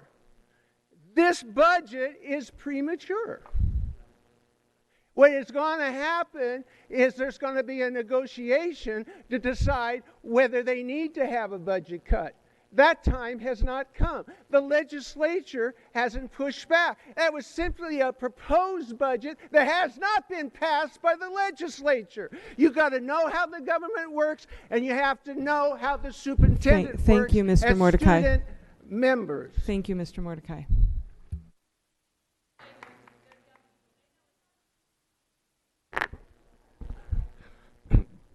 Mike Hutchinson, proud graduate of Oakland Public Schools. First, I have a question. Today, the budget discussion was agendized as the first reading. Superintendent Johnson Trammell sent out an email saying that tonight would be a discussion and the first reading wouldn't be till the 26th. And then the presentation, which there's no copies of tonight, also lists tonight as a discussion. So which is it for the budget? Is tonight a discussion or the first reading? It's a first read. So that's not what it says in the documents tonight, and then that's not what you said in your email, Superintendent Johnson Trammell. I'm very disappointed that we get a different story. Now, we see in the documents you have later tonight that there's a $71 million ending fund balance from last year. If you look at the very bottom of the page, there's $8.3 million unassigned. That means you have that money sitting in accounts right now to use however you want. So why are you proposing cutting $6.2 million directly from our school sites when you know you have that unassigned money sitting there?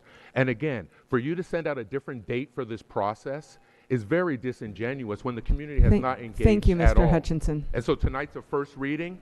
I would really like you to address that, Thank you. Superintendent Johnson Trammell, why you sent out a different message and why Thank there's you, something Mr. else Hutchinson. in the presentation.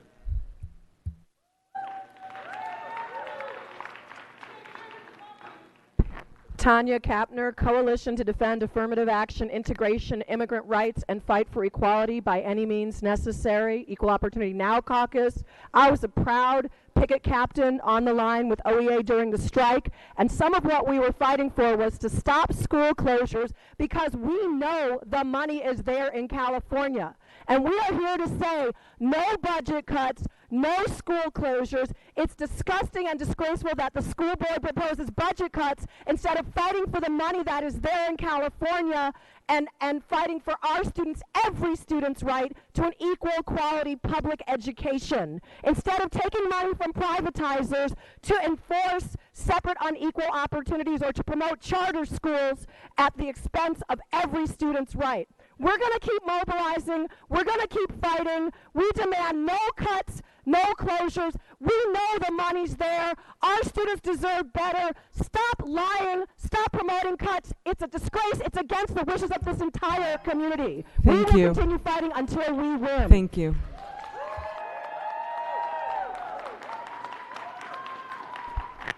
My name's Deirdre Snyder. I did put in a card about an hour ago. It's fine. Please continue. I'm deeply concerned that you've gone to, I believe in literacy, but what's happening now, and one of the reasons kids don't learn to read, is because the schools are so disrupted. We have oversized classes. We are given absolutely horrible material to work with. There's been a whole series of harebrained schemes that do not teach children how to read.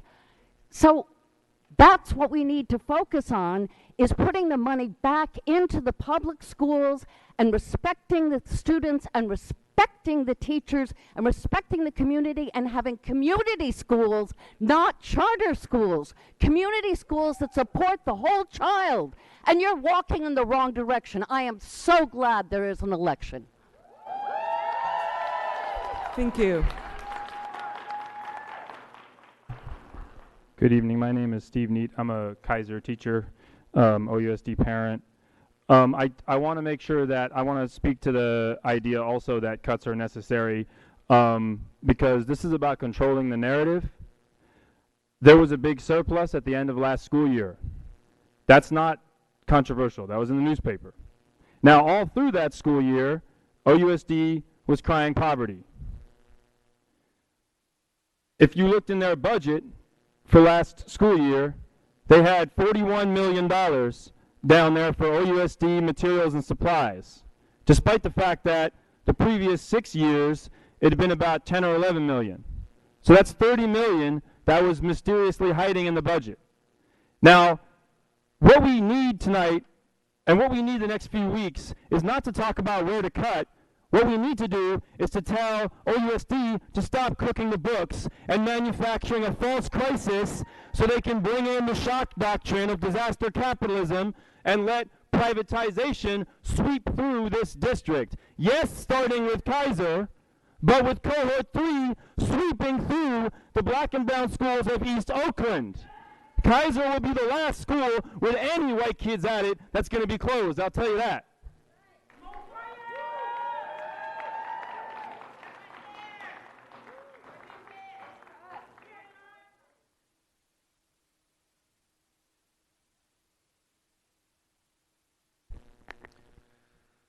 My name is Cheshire Isaacs. I'm a parent of an OUSD student.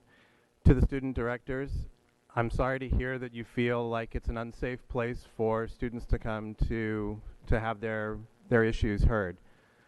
What I want to say is we had a bunch of kids come up tonight with their oratory and talk about the value of protest and the value of speaking truth to power. And you're in a tough situation because you have a bunch of colleagues here who are beholden to the charter school interests, and they're dead set on closing schools in an unfair way. And we know that what they're doing is wrong. And it's tough for you in that position to be with a bunch of people who we know are acting wrong.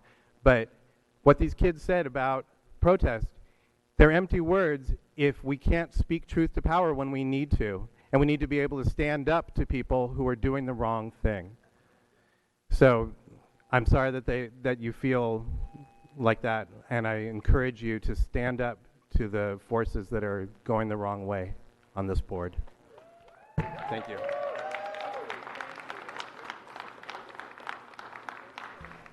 Thank you. That concludes item N, item O, excuse me, that was public comment on the prior items. We now move to item P, adoption of the general consent report. Do we have a motion to approve? I'll move it. What? Second. We passed that point. Do I have a motion to approve the general consent? I made a motion. Is there a second? Second. Second by Director Yee. Can we call the, what? We're going to recess this meeting. This meeting is now in recess.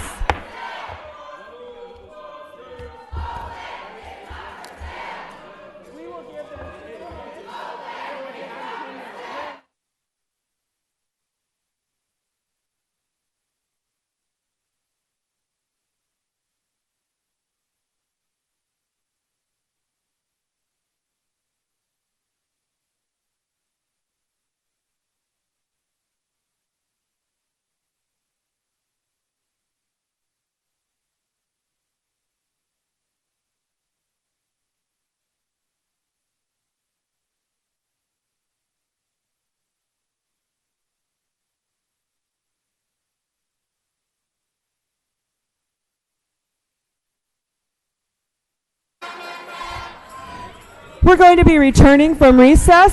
If we could ask our friends to please take your protest outside so we can continue our board meeting, we would appreciate that.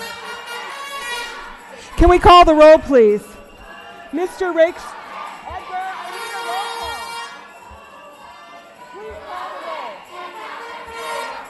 Mr. Seychow, can you call the roll, please? We need to establish quorum. Can we call the roll, please?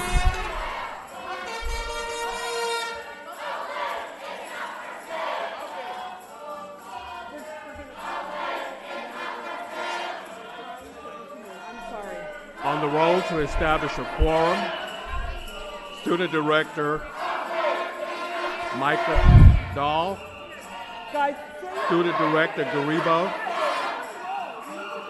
Director Ng, Director Hinton Hodge, Director Yee, Director Torres, Director Harris, Vice President Gonzalez. I'm here. President London. Here. Quorum Once again, I would ask the protesters to please take your protest outside so we can continue our meeting.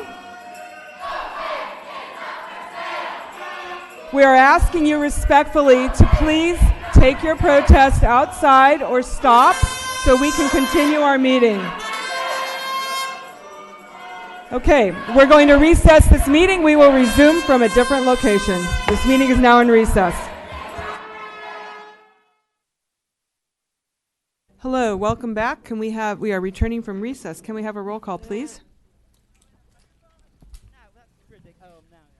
On the attendance roll call to establish quorum, Student Director Smith Dahl.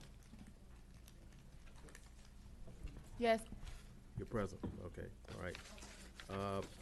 Student Director Garibo. Present. Director Ng.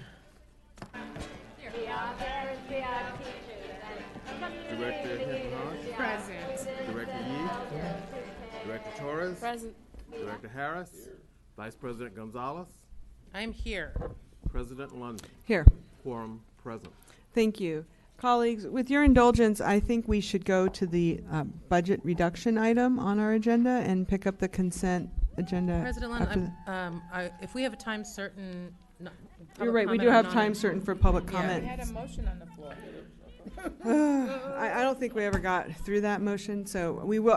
Thank you for the reminder, Director Gonzalez. We will at this point go to public comment on non-agenda items.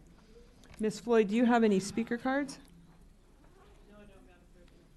There are no We do not have any speaker cards. If there's anyone in the audience who would like to provide public comment on items that are not on the agenda, please step forward. You will have 1 minute.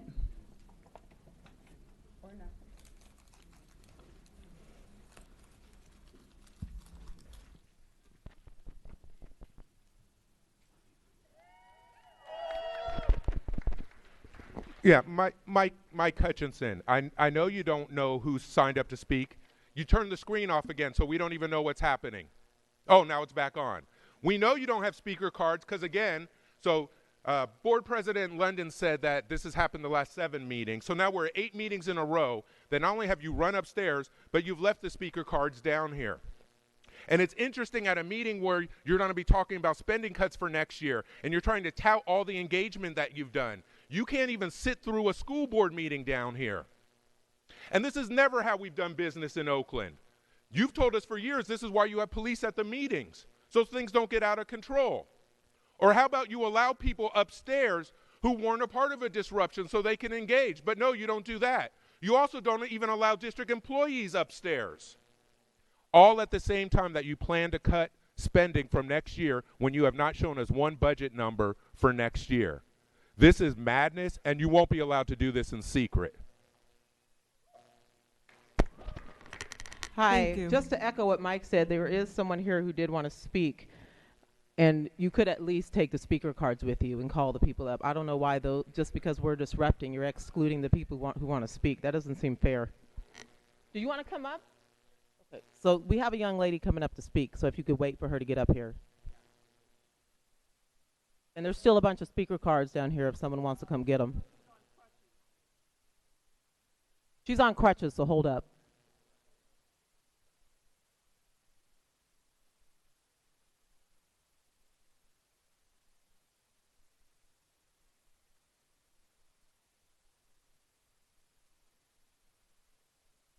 My name is Barbara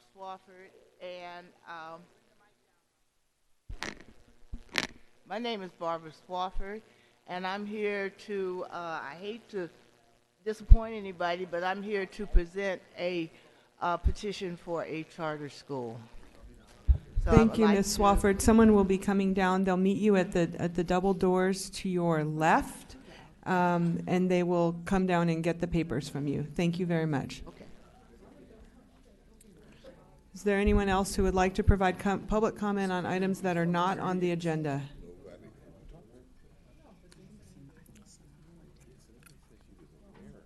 Sonali said.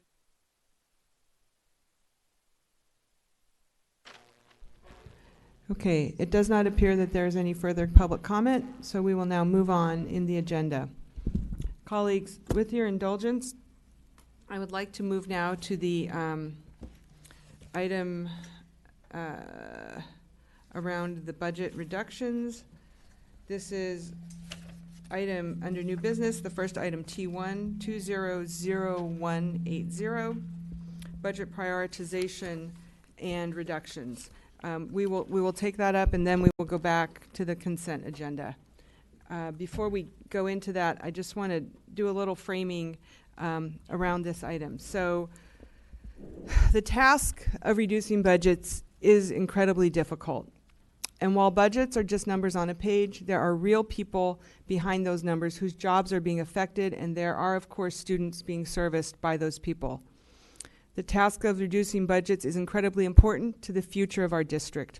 We cannot pass the difficult decisions on to a future board, and we cannot burden future Oakland students because we failed to make difficult decisions. Fiscal solvency is not an option, it is a mandate. I note that many, many districts in California are making similarly difficult decisions right now. Every time I get an e-news blast from any media outlet in the state, there's another school district that is making decisions around closing schools and reducing budgets. Just this week, the California School Boards Association is surveying its members for data about the budget challenges public schools across the state are facing. Second, in December, we, this board, directed the superintendent to identify sufficient reductions so that the district could maintain a 3% reserve. I would like to thank you, superintendent, and your staff for doing exactly what we have asked. You've done your part, and we will continue to do ours. The task now passes to us, the board. Moving to the item before us this evening, I'd like to provide an overview of how our conversation tonight will be structured. It is obviously a very important issue, so I'm going to stick closely to what I'm about to outline. First, we will hear from the superintendent and staff. We will not take questions during the presentation. Next, there will be an opportunity for all board members, including the students, to ask questions or request additional information. Please focus your questions and or requests for additional information on those things that will help you make a decision on budget reductions. After that, I will ask each board member to identify those reductions that you are comfortable with at this time. Nobody likes it, but there might be things that you can tolerate better than others. Last, I will ask each board member to identify those reductions that you are not comfortable with at this time.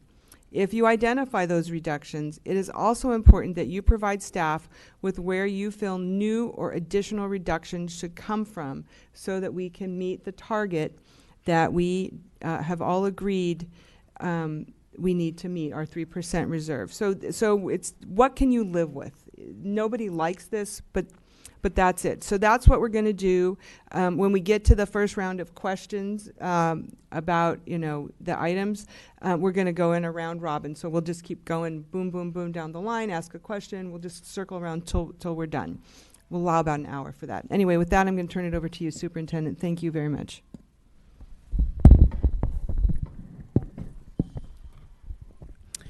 Thank you, Board President London. Good evening, Board. Good evening, community.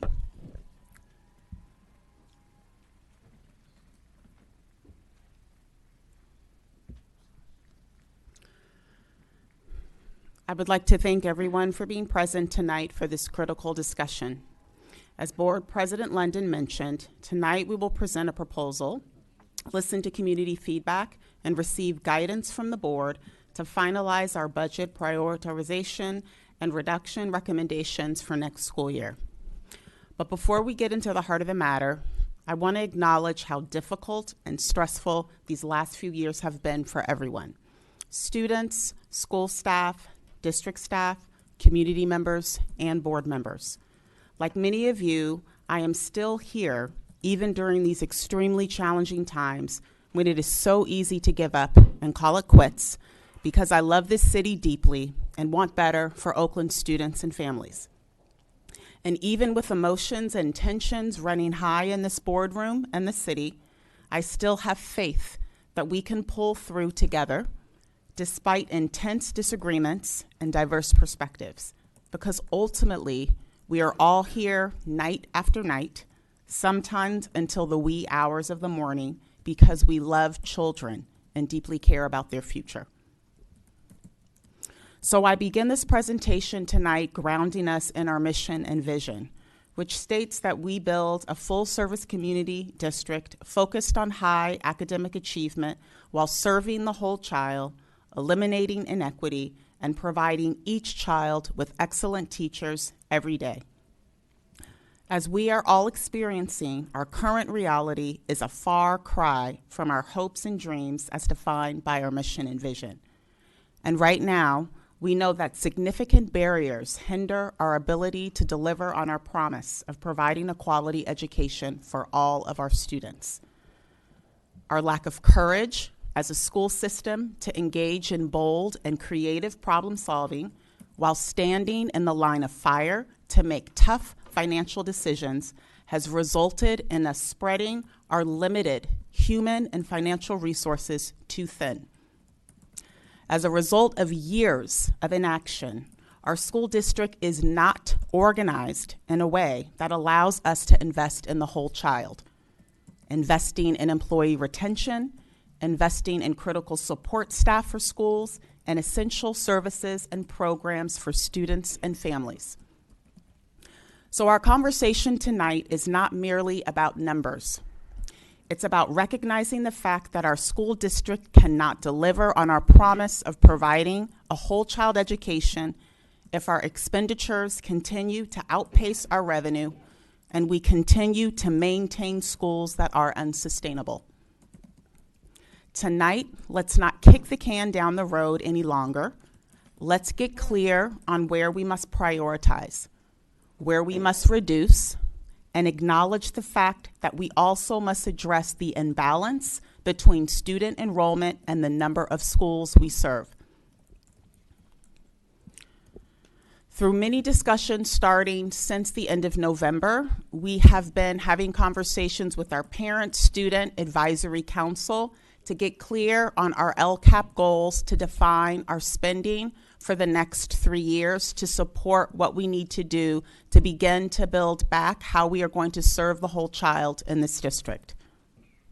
You will see here the 4 priorities, and I want to stress the word prioritize because it does mean we cannot invest in everything.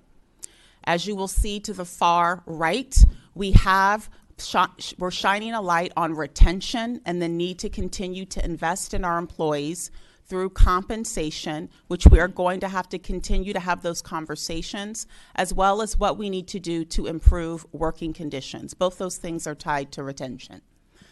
What I want to say now before we get into the heart of our discussion, and I'll be passing it over to our interim CFO momentarily, is we have put some stakes in the ground around where we want to continue to invest. And some of those investments are continuing to ensure we have music teachers, art teachers, library supports, sports, many additional staff that our schools cannot support with the budgets that they have to ensure kids have A to G courses, middle schools have electives. So these are things that for the most part will not be touched. Academic counseling for our high schools is another area.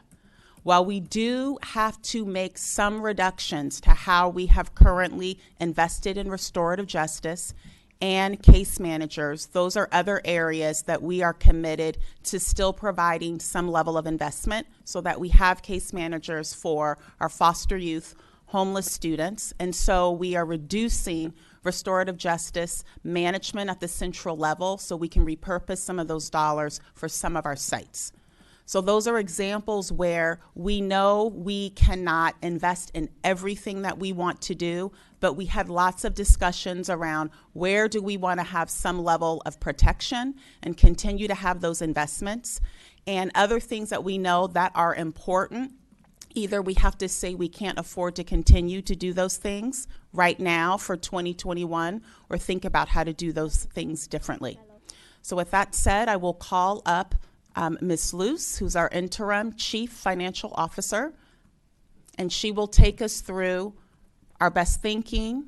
She will highlight some of the feedback and lead us through the proposal before the discussion by the board.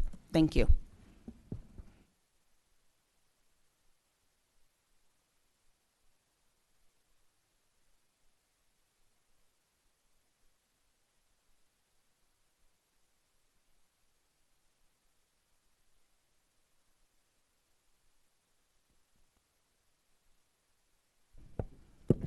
Forgot the last and most important slide. I wanted to put in here also the 4 priorities that our students have prioritized, which helped us in terms of guiding what we know we would like to prioritize for this year. And you will see the 4 priorities listed on the slide: student leadership programs, college and career support programs, mental health, nutrition and wellness, and teacher quality. And in our discussion, I was very honest that I cannot promise that we will be able to invest as deeply as we have in the past, but that we're working hard to prioritize as much as possible. And we talked about the fact that we are starting with ensuring that we have the same level of support for academic counseling. So I just want to make sure that this is information that's continued to be lifted up, both for the board and the public. Thank you.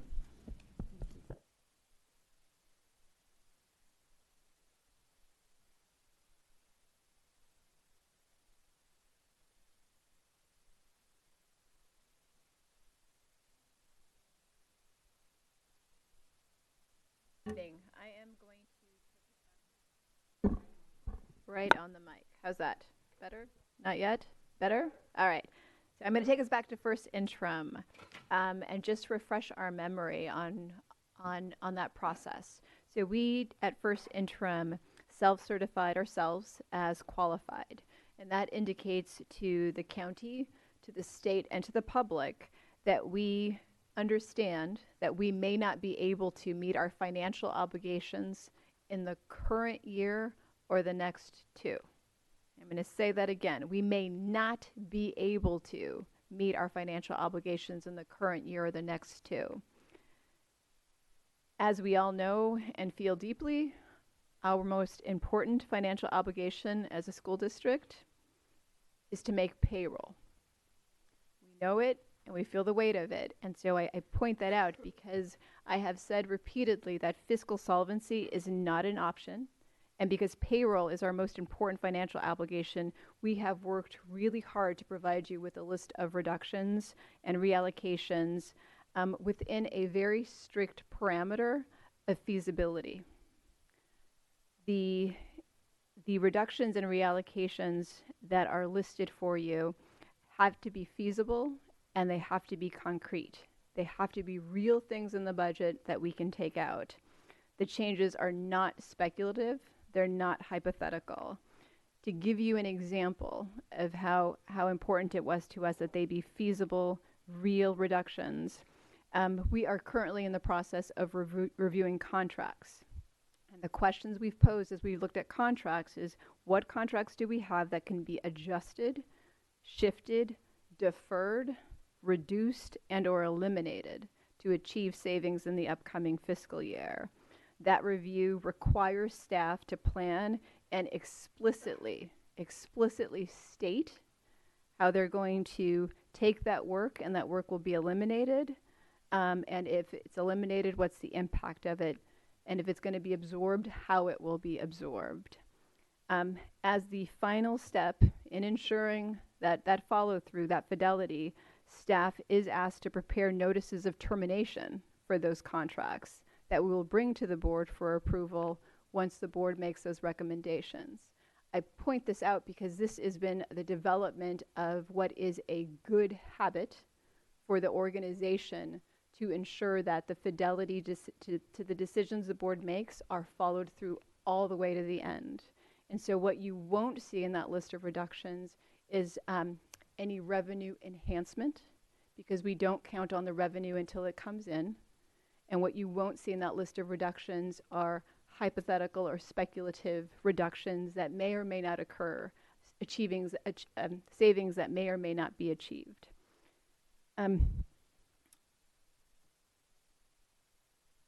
Again, as a refresher to first interim, lost the slides. There we go. I want to just point out a couple of things that I think are really important and I think might cause some confusion out there. So a lot of numbers on here, and I'm just going to highlight a couple of them. So as a first interim, what we learned is that if we make no changes to our operations, if we just continue the status quo, that status quo obviously costs more year over year because we have step and column year over year, we have inflation year over year. So if we maintain the status quo, it's going to cost us more. And if we do nothing, we will end up with a negative ending fund balance by that third year out. By FY 2022, you can see that ending fund balance is negative. We don't have to wait till FY 2022 to understand the severity of our financial condition. If we look at the end of FY 2021, that's next year. So by the end of next year, again, if we make no changes, if we maintain the status quo, and again, the status quo will be more expensive next year than it is this year, we see that we cannot meet our 3% reserve. That's our 2% requirement and our 1% of additional reserve that the board has stipulated we keep unless we make that $15.5 million worth of reductions. By making $15.5 million worth of reductions for this upcoming fiscal year, we end up with an unassigned amount there at the bottom of $16,084. There have been some references to prior year's ending balances. And so in FY19, we had an unassigned amount of $8.389 million. That was at the end of FY 2019. It is not what's available now. Want to highlight one more piece that I think just warrants some understanding. In FY 2021, you see about $19.2 million in legally restricted. Those are parcel tax dollars. Those are parcel tax balances. Our parcel taxes have been voted on by the public. They have specific ballot language that we must follow, and they are not available for spending on anything and everything, despite how much we might want to spend it on something else. The language is very specific, and we have our legal requirements to follow with those parcel taxes. Since first interim, we have had some changes that I do want to update the board about. And these were the ones we highlighted for you back at first interim, noting that we were keeping our eye on them. So one, the governor's proposed budget. With the governor's proposed budget, he released information sharing with us an update to the estimated statutory COLA. And it was less than what we were projecting as of first interim. As of first interim, we were expecting a statutory COLA of 3%. It is now calculated at 2.29%. For us, that means $2.6 million less in revenue than we were originally anticipating as a first interim. Since first interim, we've also recertified our CalPADS enrollment report, as well as our P1 attendance report. Some good news, our CalPADS report, our recertified one, actually shows a slight increase in enrollment of about 65 kids. It's not very much, but I'll take it. And more notably, there's an increase in our underserved pupil percentage. If you might remember, back at first interim, we noted that there had been a notable drop in our free and reduced lunch eligible kids. We are now back to where we typically stand historically. Yes, Hugh, that's exactly right. So those were good news for us, and those will flow through in the multi-year projections. The one downside we experienced is our P1 attendance report is actually lower than our most recent averages, and that seems to be the impact of the PG&E power outages. And one of the observations that we've made is that we had the day of the school closures, and then the day following, we had lower than typical attendance rates. And so it's something we're mindful of and keeping our eye on. Staff was also working on some multi-year projections, some multi-year budgets for you. Central Kitchen was one of them. To date, the preliminary budget we have shows a potential impact of about $1.7 million to the general fund. That dollar amount feels untenable, and so we are continuing to work at it to see how is it we can create a program that will be self-sustaining and not have to rely on the general fund, because it would be $1.7 million on an ongoing basis. And so we're working hard at figuring out how we make that work.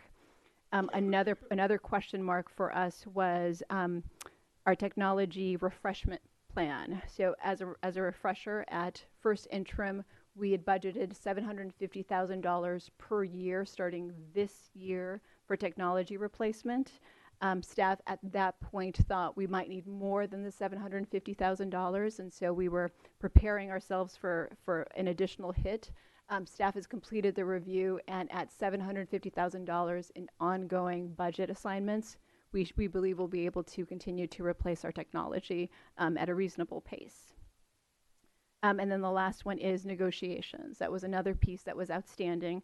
As of today, we still do not have any new board-approved TAs, and until we have new board-approved TAs, we won't include them into the multi-year projection. But once we do, we incorporate them.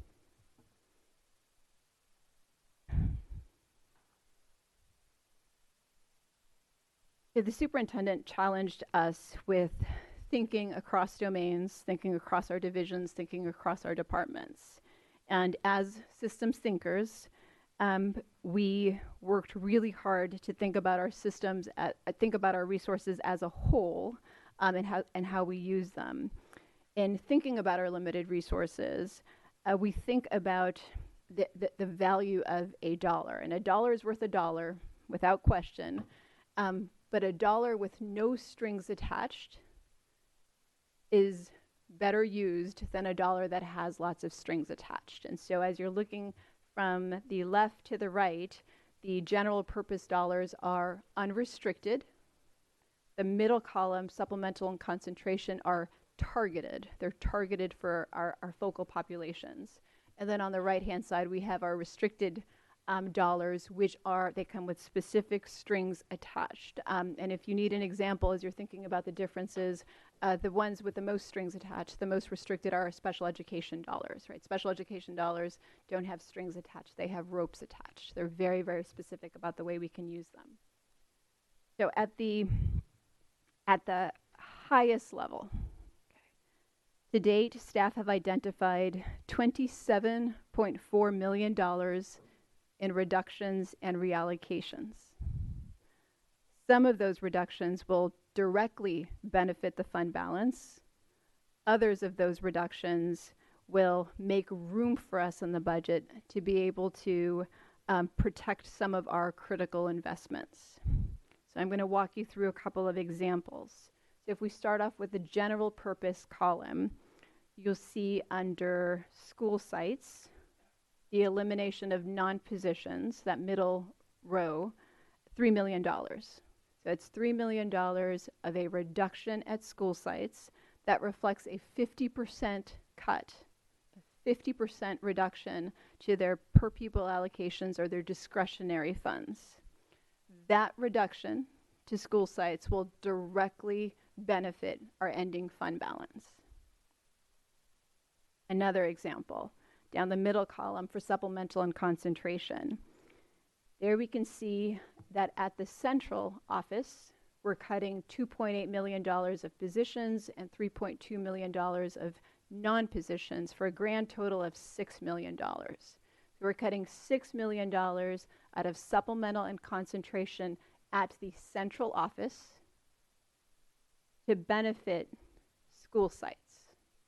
So those $6 million of reductions at central office make room for some of those investments that we've prioritized at the school sites. One more example on that far right-hand column are restricted dollars.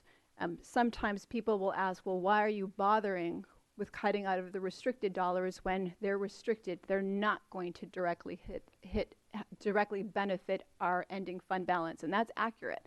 The reduction that you see there on that far right-hand column will not directly benefit our ending fund balance. The reason that we look at all of our resources as a system is because that $0.9 million that you see, that's a cut at central office on the restricted side, helps us reprioritize the use of those dollars. And so a specific example of that $0.9 million in restricted funds that we're cutting from central office, almost half of them are coming from the elimination of restorative justice management positions. With those savings, we can redirect support to school sites for restorative justice facilitators. And so it's a reduction that, no, it doesn't directly help the bottom line, but it does help enhance our priorities to ensure that we're investing dollars in the way we want to invest them, because we approach this as thinking about a system, thinking about our resources as a whole.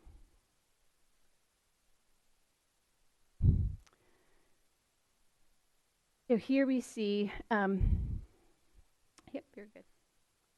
We see some, the distribution of those reductions. And I want to go back to a couple of high-level thoughts here. So one, everyone has heard me say fiscal solvency is not an option. Another high-level point that is critical to just keep in mind is that as a school district, as a system, we can do anything that we want. We just can't do everything that we want. And so we have to land on some priorities in terms of investments, as our superintendent noted. And as we think about that, as we think about the fact that we can do anything we want, but not everything, we all understand conceptually it's because we have limited resources. And an observation that I make is that the limited resources we have are spread thinly across many, many, many, many school sites. So we spread them thinly. And as the board makes those really hard decisions about reducing the number of school sites we have, right, as we start to deal with that mismatch we have between the number of students we serve and the number of schools we serve them in, as we start to align those two things, we will have opportunities to go from spreading those resources so thinly across so many school sites, just investing deeply in some of those priorities that we have in each of those school sites. And I offer that as an observation because we do have that mismatch between the number of kids we serve and the number of schools we serve them in. One more high-level observation I do want to note is that this is going to hurt. And I don't want to sugarcoat that. About 77% of our budget is on people, which makes perfect sense because we serve kids, we educate kids, and it takes people to do that. So it makes perfect sense that such a high percentage of our budget is spent on people. So when it comes time to making these reductions, there will be an impact on people. It's going to hurt. One of the things I've been sharing with people is we've picked up some bruises over the past couple of years. This next one, we're going to pick up some scrapes. This one's going to hurt. It's already hurt. It's going to hurt more. So what you have next are some of the impacts of some of those reductions. First, central office. We go division by division, as well as some of the impacts to the school sites. I won't read off any of the impacts to you, but I want to just note some of the things that are in your packet. Your packet, of course, has that executive summary, and you have several handouts as well in your packet, including the very last one, which walks you through item by item the reduction and a description of where we are currently and what we're proposing, to give the board a sense of what those reductions look like at the central office level and at the school site level.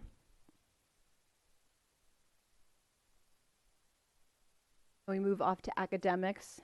I will note, obviously, there's a lot of impact on the academic side. There are a lot of resources here, which makes sense given that we are a school system and we educate kids, and so there's lots of investments there. The other observation I will note here is you'll notice a lot of them begin with reducing management, and that's because we tried really hard to protect those investments, and where we could protect the investment, it was in eliminating positions that were overseeing some of those.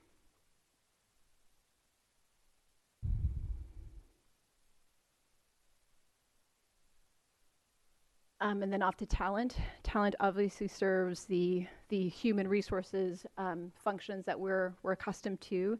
And in addition to that, they do a lot of work to retain and recruit staff, as well as to provide assistance to our employees who are requiring assistance, particularly our teachers. Business and operations, again, we've got some notable shifts and consolidations that we're bringing forward to the board on how to provide the service, how to improve a service level by doing things differently than we have in the past. And then we've got the list of the school site budget changes. Again, it's in the handout. There have been some specific questions asked about impact and about how we compare, and so we did our very best to compile as much information as we can, and that's all included in your board packet. And then I'm going to hand it back to the superintendent.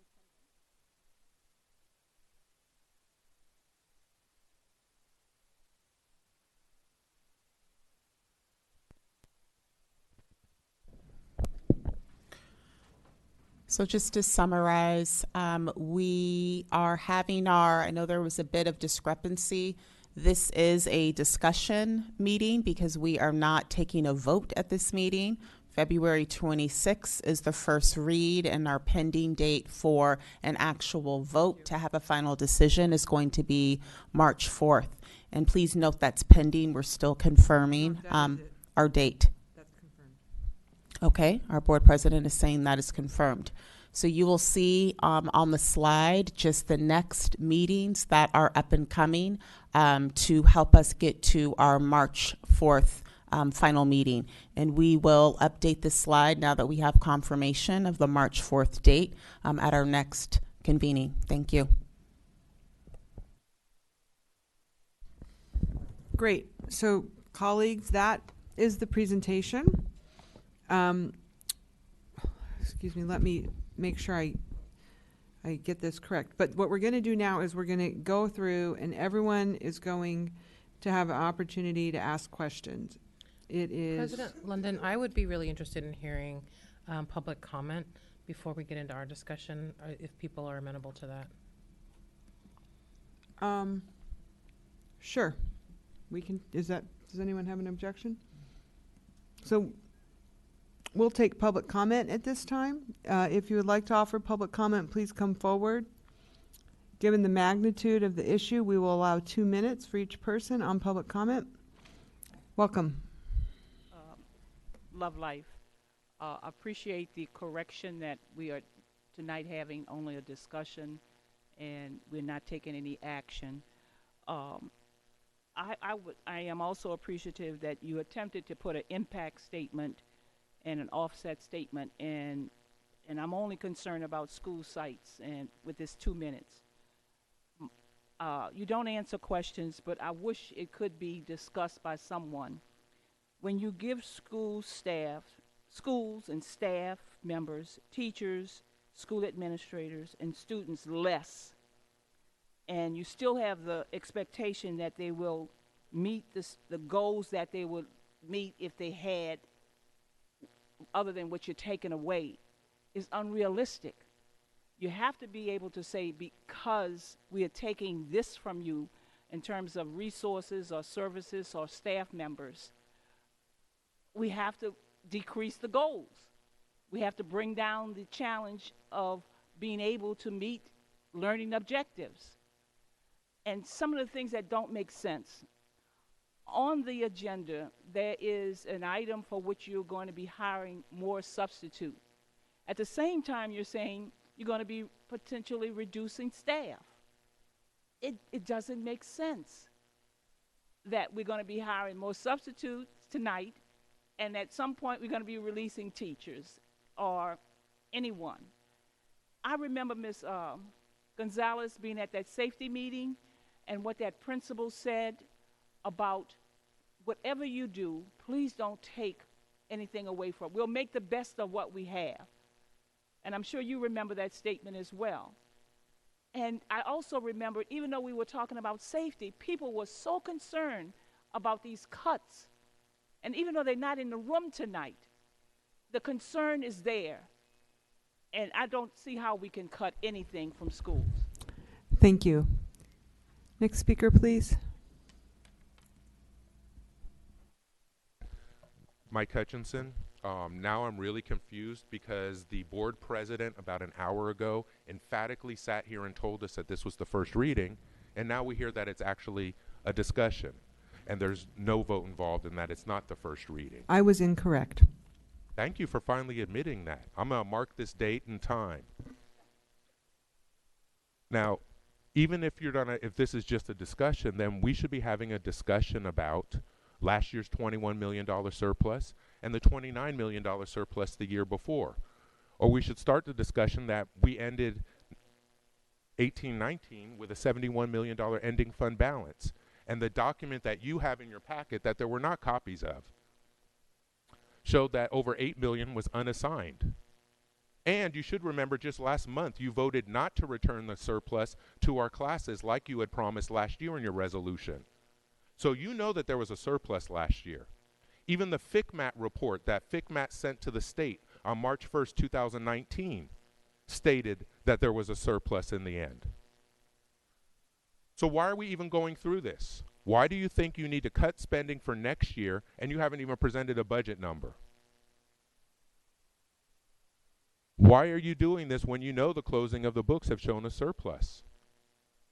And so what this board is doing now with the numbers that you are showing in your own packet is instead of using the unassigned dollars and returning that to our school sites, you are voting to cut more money from our schools by choice, even though you know we have the money right now. And you know we will probably get an increase in state funding again next year, like we have every year for 6 years. But you know we have the money now. So instead of returning the money to our school sites, you're actually voting to cut more money from our school sites, all to put in the bank account you call the reserve. $6 million from our school sites means about $200 per pupil. And we know that the students with the most need will have the biggest cuts because they rely on these services. That's why we say failure by design. That's why we say erase the board. And that's why we're all starting to say OUSD must be investigated to prove where the money is, where it's been going. Thank you, Mr. Hutchinson. Because you won't be allowed to do this anymore. Thank you. Next speaker, please. Eric Pettengill, Oakland teacher, resident, parent. I have to echo what's already been said many times, and specifically to the student board members. I really wanted to thank the student board members who made it at the point earlier of that it is this board's responsibility for the lack of and loss of, or I should say the poor literacy rates and the high school graduation rates, and many of the problems are still on this board. I'm surprised to hear Superintendent talk to some of those things when she was in LCI and while watched this board and their mismanagement lead to the dismantling of those systems. We had those programs. Before I became a teacher, I was working in intervention. We had programs that worked. It's this board's mismanagement which has led to the constant shuffle, reorganization, and restarting the same programs over and over again without actually any follow-through. So I know the superintendent has witnessed this very process firsthand from being downtown and seeing some of these things that the board has chosen to do. So I'm still concerned about the continued push for this blueprint plan without having righted the ship yet. The grand jury report shows just how poorly many of you have mismanaged this. In particular, Director Hodge and Director London, who've been the ones who've been voting on many of these budgets, many of these decisions. Director Yee is back to do more of the same, funded by the charter school PACs that support him. So at some point, I would like to see, again, you talk about kicking the can, most of you are going to be gone. And another year from now, we're supposedly, according to our interim CFO, going to have to cut another $10.5 million. That $6 million from this year is going to work out to, on average, be about close to 40 grand per site, which means every site is going to have to lose a teacher. Thank you. And that is going to have a direct impact across the board, and that is on you, this board, and your continued mismanagement. Let's have the next speaker, please. Thank you.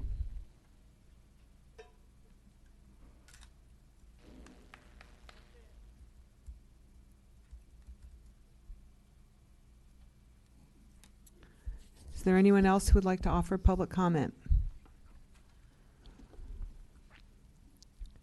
Okay, at this time then, we're going to move to board member questions. Okay, so we would now, what we're going to do now is ask, everyone's going to have an opportunity to ask questions. I know some of us have a lot of questions. What we're going to do is each person will ask a question, and then we'll just keep going until everyone's questions have been asked. If someone asks your question, great. You don't need to ask it. So would anybody like to start? Anybody want to be the first one?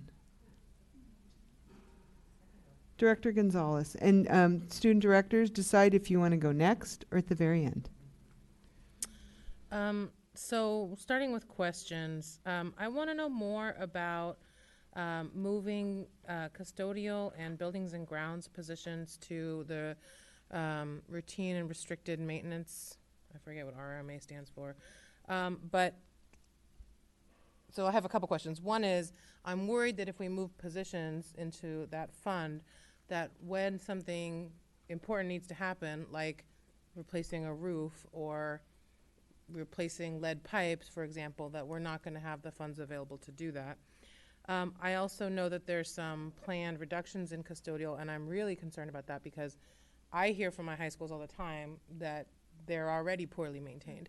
And so I don't, especially bathrooms is what I hear a lot of complaints about. And so I'm really worried about that. And then I had a conversation with our state trustee yesterday. It was really helpful because we're hearing a lot of comments from members of the community. Why can't we use one-time dollars to avoid as many layoffs as we can? And so I had a conversation with him about the use of one-year contracts and whether we could expand our use of one-year contracts. He said that it's fine as long as everybody's clear, both the employee and the district, that this is a fixed-term contract and that people are being noticed appropriately at the end of the term of that contract. And so I really want to understand what positions do we have that could be converted to one-year contracts so that we could avoid as many layoffs as possible, and how could the use of one-year contracts help us to mitigate the budget reductions that have to be done? Those sounded like a few questions. Director Gonzalez, we're trying to do one at a time, one topic at a time. Okay. Can you start with the one-year contracts? So we're going to, that's fine. We'll start with that one, but we want you to ask one topic at a time. Thank you for giving us the example to clarify. One question, and then we're just going to keep going. So you may have multiple questions. We'll keep going until you've been able to ask each question, but we want each person to have a turn to ask the topic. Okay. Topic is one-year contracts. Is the first one you want to cover. So the so I'm going to cover sort of just holistically the idea of using one-time dollars, and then I will ask for assistance on the one-year contract. So on the idea of using one-time dollars, right? It is so long as we're using one-time dollars on one-time expenses, right? And so what Chris would have described as actually something that some school districts did during the Great Recession. So when the times were the worst across the country, even globally, right, when we were in that Great Recession. So it wasn't specific like this, where we've got multiple school districts in the state feeling the impact. But in that situation, it wasn't uncommon for school districts to be able to do things like have their foundations raise specific dollar amounts. So I'm going to give you one specific real example. We had a foundation at my last school district that chose to fund technology specialists.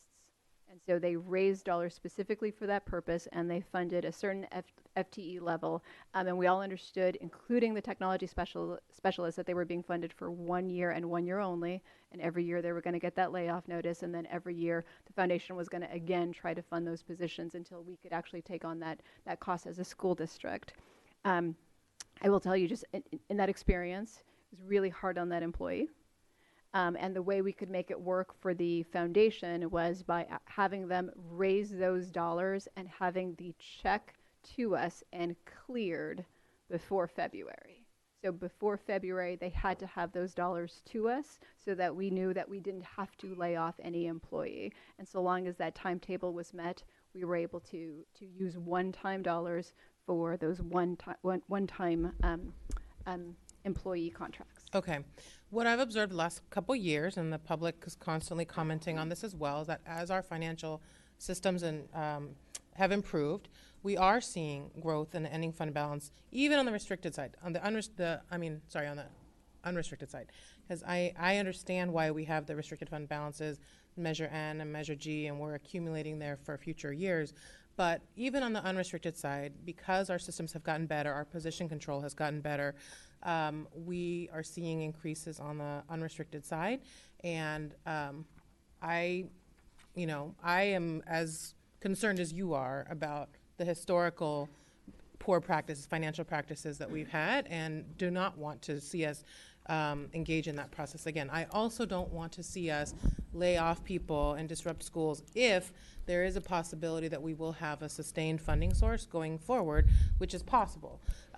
We obviously don't know what's going to happen in the election in November, but if we can use that one-year contracts to get us through 1 year, and if we don't win, an increased revenue source from the state, then we will have the option to terminate the one-year contracts that we've created, but it could help us prevent a lot of disruption. Thank you, Director Gonzalez. So just to remind everyone of the process we're going to use, everybody is going to have an opportunity to ask a question. We'll keep going.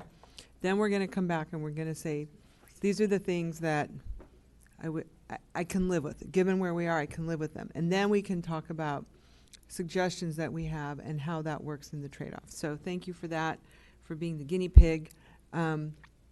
Student directors, would you like to go next, or would you rather wait till the end? Okay, so Director Torres, we're going to go to you next. And I did ask board members in advance if you wanted to bring your questions in writing. You can do that. If you want to share them with everyone so everyone sees what you're asking in writing, that's fine. Or not. It's up to you. But do, after the fact, please take note of the questions you're asking and be sure that you share them with staff so that staff can be sure they're addressing everything when they come back to us in 2 weeks, because that's when we're going to see what this is going to look like. So Director Torres, your turn. Thank you very much for your patience.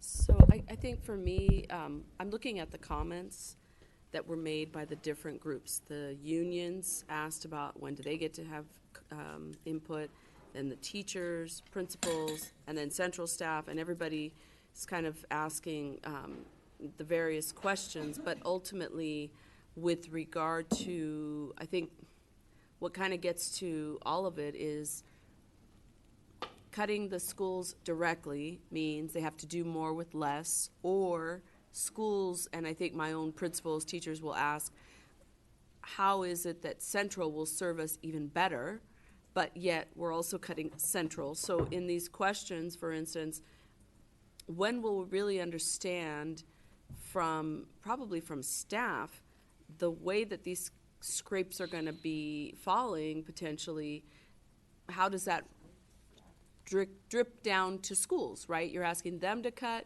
you're cutting central, but then you're reorganizing. So is there anything that will look different in regard to services that schools receive from central? Or is it just going to be, there's going to be gaping holes, in other words? Because one of the questions that jumped out for me, for instance, central people said, you know, you're doing these cross-department approach and making shifts and reductions, and then is this going to be timely enough so that the departments are ready for it with fewer staff? What is that going to trickle down like to schools? Because in the end, I'm always wanting to know who gets the bigger scrapes. If we're all going to take some scrapes and cuts and bruises, are we really talking about our students feeling it the worst, or the adults coming in and time is just of the essence to get their work done? You know, there was something on the radio the other day that said people go to work and they get about 3.5 hours worth of work done. They spend time on email that's personal. They spend time going to get coffee, going to smoke, going to lunch, sitting around talking. And so I just kind of laughed because when I get to work, in 10 hours, I work 10 hours. I don't spend 3.5 hours working in. So Director Troy, can you clarify the question? How is this going to trickle down to schools if you even know? And if you don't, when are we going to get more depth of what those cuts are going to look like? With the consolidations in particular, yes, we have been thinking. Can you make sure your microphone is on? It is on. Okay, thanks. Okay, so I'll just closer to it. With the consolidations in particular, that has been one of the specific questions we've been asking ourselves: is how will this benefit specifically benefits, so not just impact, but how can we make this benefit school sites? An observation I've made here is that we have principals who spend a lot of time on operations. And we don't want operational leaders, we want instructional leaders. And so in thinking through about those consolidations, that has been one of the goals, is how do we think about how we centralize some of these things that isn't the best use of that brain power and that skill set that our principals have, so that we can just do it centrally. And so we're very mindful of it, and we're thinking through those pieces to understand what are some of those tasks that we can take off of a principal's desk and bring it centrally. Thank you. Director Ng. Thank you. Thanks for providing the school level analysis in the board packet. That's something that was requested at the budget committee meeting, and I know it was a quick turnaround. Really appreciate that analysis. So my question is around the school site discretionary budget proposed cuts and the AP and clerical cuts, because it wasn't clear to me from either the school level analysis or the proposed changes sorry, I'm just trying to bring it up here, how those are going to be allocated, or there must have been some assumptions that were made that went into the total amounts that are, so how will that be distributed across the school sites? And then for the AP and clerical, and then on the discretionary side, it was a little confusing to me because sounds like two changes. There's the grade span change, and then there's also a reduction. So if you could just walk that through one more time, because I've heard it a couple times, but I'm still a little confused about the bottom line. And when I look at the school level analysis, I see the 50%, but I'm not sure if it also, I'm not sure how to read it from the grade span adjustments that might also might also impact it. Sure. So let me start with the grade span adjustment, just because that's the easiest one. The grade span adjustment really isn't tied to savings. I think if we implement that one, it's like a $7,000 difference in total allocation. So that's really not achieving anything. What it is achieving is a level of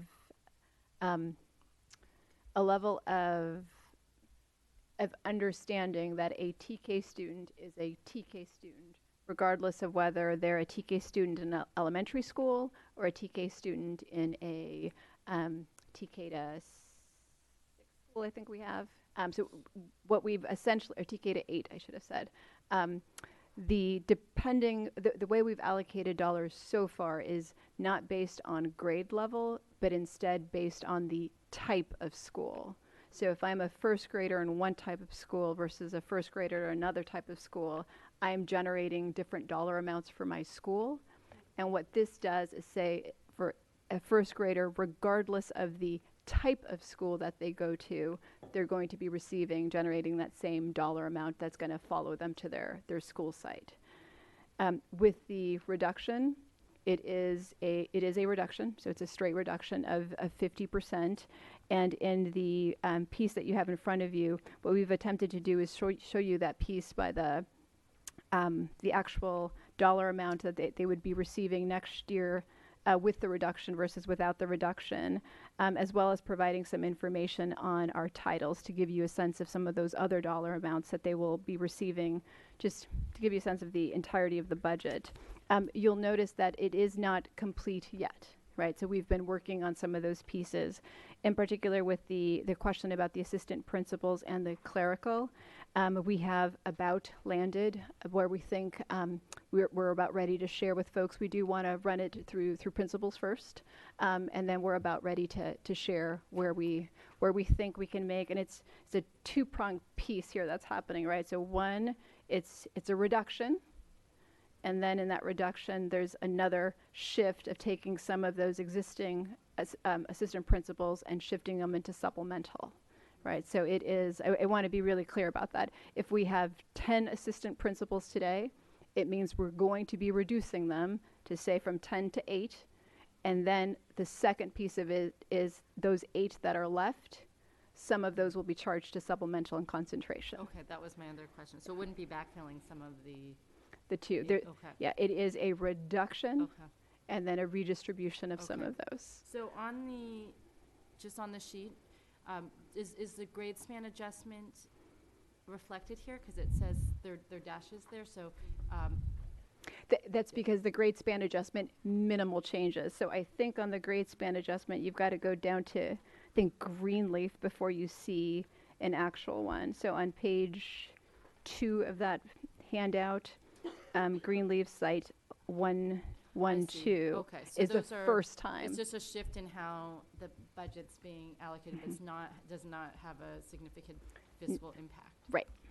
Okay, so the main impact will be on the 50% reduction of discretionary, which is reflected in the discretionary rate reduction. Yes. Okay. Thank you. Thank you for that clarification. Thank you, Director Ng. Director Yee.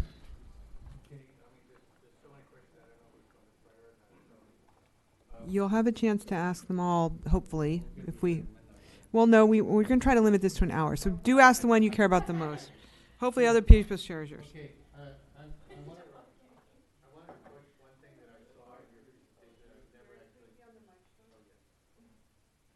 actually... I want to address something that I've never seen in any report to date, ever, about the budget. And that is, since we have a per pupil allocation strategy, the more kids you have, the more budget you have. You make a case there, I think, that you want to optimize the number of kids to a school so that you fill up every class to its maximum in the school. That becomes a challenge with enrollment management and choice, because you're basically saying a populous, and we know that in the district, schools that have every seat full never worry about their budget. It's only schools that have 12, 13, 15 kids in a seat in their classrooms that are having this challenge. So that, to me, is the elephant in this whole discussion about defined autonomies, about budget allocations and discretionary cuts to the schools, because there's going to have to be a policy shift and a management of that particular event. And we're already rolling down that hill because we've had the choice, what do we call the process? The lottery, opportunity ticket, and all the rest of this is going to always is always going to prioritize or favor schools that are attractive schools and penalize schools that are unattractive. So is that what you were trying to address in this? And are we going to have that is the most difficult decision that I think we can make, but none of this kind of balancing works if we don't solve that problem in this coming year and the outgoing years. Are you referencing specifically the item, the $400,000 item? Right. Yeah. Because it only shows us 400,000, Mhm. but it's millions that we're talking about in the allocation of site-based monies. Research. Yes, so that item there is, it's a continuation of the work that the team has been working on already. So last year, the team thought through how do we do this at the secondary level and implemented those changes at the secondary level in the current year. And so for the next round, we're working on the elementary school piece. And just in principle, the idea just recognizes that kids do not come in nice, neat packages. And so this is our way of essentially trying to shape a nice, neat package. And so if we can have 24 kids in the classroom, we want 24 kids in a classroom. That 25th kid comes, we don't necessarily want to open a new school because now we have 2 really small classes and we don't have that guarantee of being able to fill in all those empty seats. I'm looking at the other side of that, Mhm. and that is the impulse, if I'm a principal, to take as many kids as I can to augment my budget at the expense of other schools.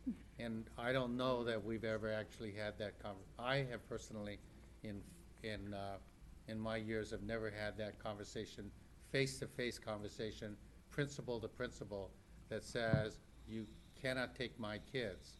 And you can't actually prevent that because the parent can say, well, if I don't get Montclair, I'm going to Abia or Knox. Mhm. And so, but if you don't solve that problem, I don't see how the allocation is going to actually be fair. Okay. Well, point taken. We'll think about it and see if there. I mean, do I have this as a significant problem, Ms. Aguilera, or not? And this is only one question. Good evening, Sandra Aguilera, Chief Academic Officer for our district. So we do have these conversations with principals because there is that spirit to try to go out and attract more students to a particular school. And we do have to have the conversation that we have to sustain our other schools. So we can't just draw from attract into one school by damaging the level of enrollment at other schools. So we do have this discussion during the projections conversation. And once those are set, we do expect for our Welcome Center to enroll to the projections. But it is a very difficult task because at the onset of the year, you have a huge influx of families coming into the Welcome Center, either looking for a new placement or perhaps new into our district. And so we are really trying to accommodate first and second choices. We do, when it comes to our 20-day count, often support school sites that lose a lot of students, so that way the education experience for students is not highly impacted. So at a school like Brookfield, Prescott, where they do tend to lose enrollment, we have been, instead of downsizing their staff to their actual enrollment, we have been supporting those schools to still have a decent education program. But it is something that we do struggle with because for certain schools it is hard to maintain the level of students at that school site. At one time in my history, that was called a balancing pool, and it had about $6 million shift in the budget. Is it at that level today? No, it is not at that level. It has switched and changed into our appeals teachers. So how much would you say that costs? For what I described? I say we probably do between 4 and 5 positions each year to sustain certain school sites, because if we were to take one teacher away from like a Brookfield, they could potentially have combination classes for every single class on the campus, and we just don't feel that that's a good education experience for all students. So we do sustain some school sites with staffing, even though their 20-day count, and according to contract, reflects that we could actually decline or decrease the number of staff at that school site. Can you give some examples of sites this year? So again, Brookfield, Prescott, Madison Park, Lower Campus. Those are the ones that come to mind, and they're consistently the same schools that we're supporting. Right, and this is my last part on this, but with the pressure on the budgets at the school site, this is going, I mean, my prediction is only natural that people are going to try to enhance their own school budgets. And so the capping of the school at a certain size has to be something we all agree on, including the enrollment office. When somebody goes into the office, supposed to be going to Brookfield, wants to go to Joaquin Miller, what are we going to say? You can't go? So that's What is your second choice, perhaps, is the conversation that would happen with the families. And I know that the Welcome Center does do that a lot. They do often work with the school sites to see how, like, what's the impact of an additional student, but in all cases, we can't say that we are able to accommodate a family's first choice. Okay. Thank you. Director Hinton Hodge. So I came. You're welcome. No. So I came into this really like I don't have any questions because I feel like there's this the themes for me is that we have a structural deficit and we've had it for over a decade, and we are not addressing the structural deficit. When you have schools like Prescott, and before that it was Lafayette, in some ways it's a McClymonds. I wanted to bring up the amazing report that our staff did a couple of years ago. Is it Nana? That gave us a blueprint and gave us a sense of the numbers, the math around what we're doing. So I'm just exhausted of this kind of circular, empty process that we're doing. You hear people say cut from the top, and I know that it has a direct impact on everyone inside the organization, in particular young people. The acting CFO literally stood here tonight and I do want to do an appreciation for folks doing like one-on-ones over the last week and a half around the budget, but literally sat here and suggested that we decentralize, that we need to look at differently results-based budgeting or budgeting that happens down at school sites. I mean, I could almost quote it. And I'm actually okay with that, but there's been no board direction around that. There's been no conversation.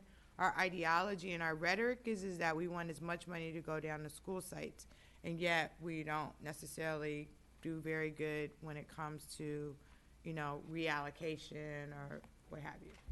So this feels like a bamboozle to me. This feels like we're not having like the very real conversations, one, around right-sizing the district, the number of schools that we have. And, it is so difficult for me to think about Prescott not getting what it needs, but it has 90 students. It has 90 students. And so the general fund is the only way that school will survive. So, so the idea that we're gonna argue about roses and concrete, that we'll close a school that actually has potentially some practice that we could actually merge with another school that has some other similar there is not that level of creativity. There is not that level of leaning in to figure out where it is that we can be leveraging around this. So this exercise to me is just, I'm tired of it. I'm not voting on it in any kind of way. I specifically asked from the state receiver trustee guy, to other folks, you know, they're always comparing us to other districts. We're not other districts. Hayward doesn't have 87 schools and 37,000 kids. So why do people keep telling me that I need to have the same fiscal department as them when they don't have the same number of schools? I'm just like, I asked for, give me the real comparison. And if you want us to be Hayward, then we have to not have 87 schools. That means larger class sizes. That actually means higher salaries for teachers and much higher salaries for custodians.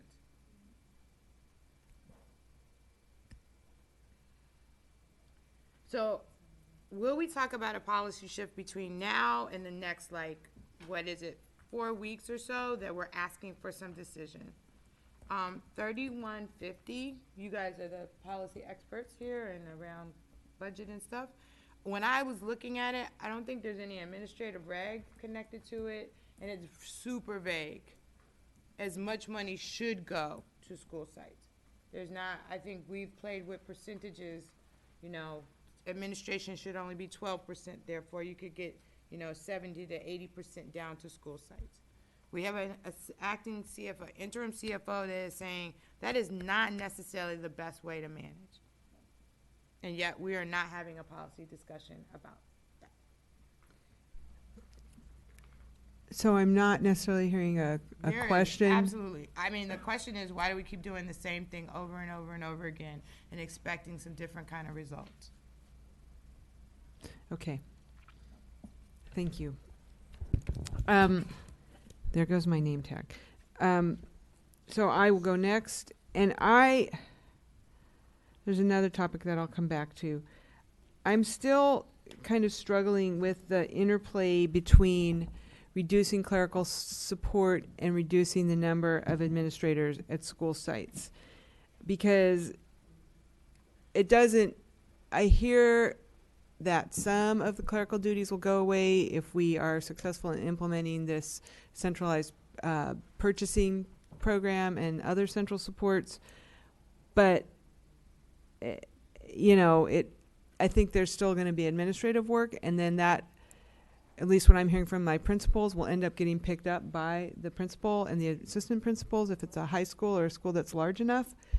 And so, and then we're also reducing the number of assistant principals. So it just feels like I'm not sure how that administrative burden is going to be carried. And I'm also curious about the comparison districts that were provided in the materials. It's not clear to me that either West Contra Costa or I think Fremont was the other one that was provided are running wall-to-wall pathway programs in the high schools, because at least the way Oakland Tech, which is the high school that I represent, operates, the assistant principals are actually the head of the pathway programs. And so removing an assistant principal basically means that someone else now has to be the head for 2 pathway programs, or somehow do more, and yet they have less administrative support to help them.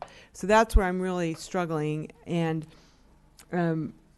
so I guess my question is, can you talk about that tension and how the work stays manageable for someone when they're asking to do more with less? And also whether these are the right comparison districts, whether they're running wall-to-wall pathways in the high schools. Sure, so let me do some initial thoughts here. So one, with the clerical and the AP piece, I think we're about ready to offer something for you to contemplate. And so I'd like to be able to do that once we can actually show you sort of site by site what those impacts are. 2, I just want to note, what we call clerical is classified support at a school site. And so it's broader than that concept of a clerical position. And then 3, on the school sites, I don't know specifically the answer to your question, and it may be that someone else in SLT does, but I will note we did our very best once the request was made to go out there and start seeking information from some districts to get some comps on. Some were responsive, some were a little slow to respond. So as we continue to compile information, we'll add that question to the list to ensure that we can able to answer that. But we're anticipating to be able to show you more in terms of comps. It just takes a minute for folks to be responsive. Right. So I guess my request there would be that if you can, you find other districts in California that are running wall-to-wall pathway programs. And I will say that at Oakland Tech, not every kid right now is in a pathway. So the principal ends up being the lead administrator for the students who aren't in any pathway. So she's doing that on top of everything else. So I just think, you know, if we're going to have fidelity to measure in and the pathway build out, which I do think is showing good results for us, although I'll let the students correct me, then I think that would be an investment I would really want to continue in a meaningful way, but we'll come to that later in the evening. We'll go next to Director Harris. Are we still at one question? Is that the We're still asking one question, if you can keep it to one. Yeah, well, this is for expansion later. It's still unclear to me how the reduction in academics is going to impact school sites. So I see it here. Discipline and attendance continue to stand out. How are we going to understand how schools can operate with these cuts? And then, like a more specific question I have, I don't understand the way the AP allocations work. So if a middle school has 800 students, how do they get an AP? They get one AP.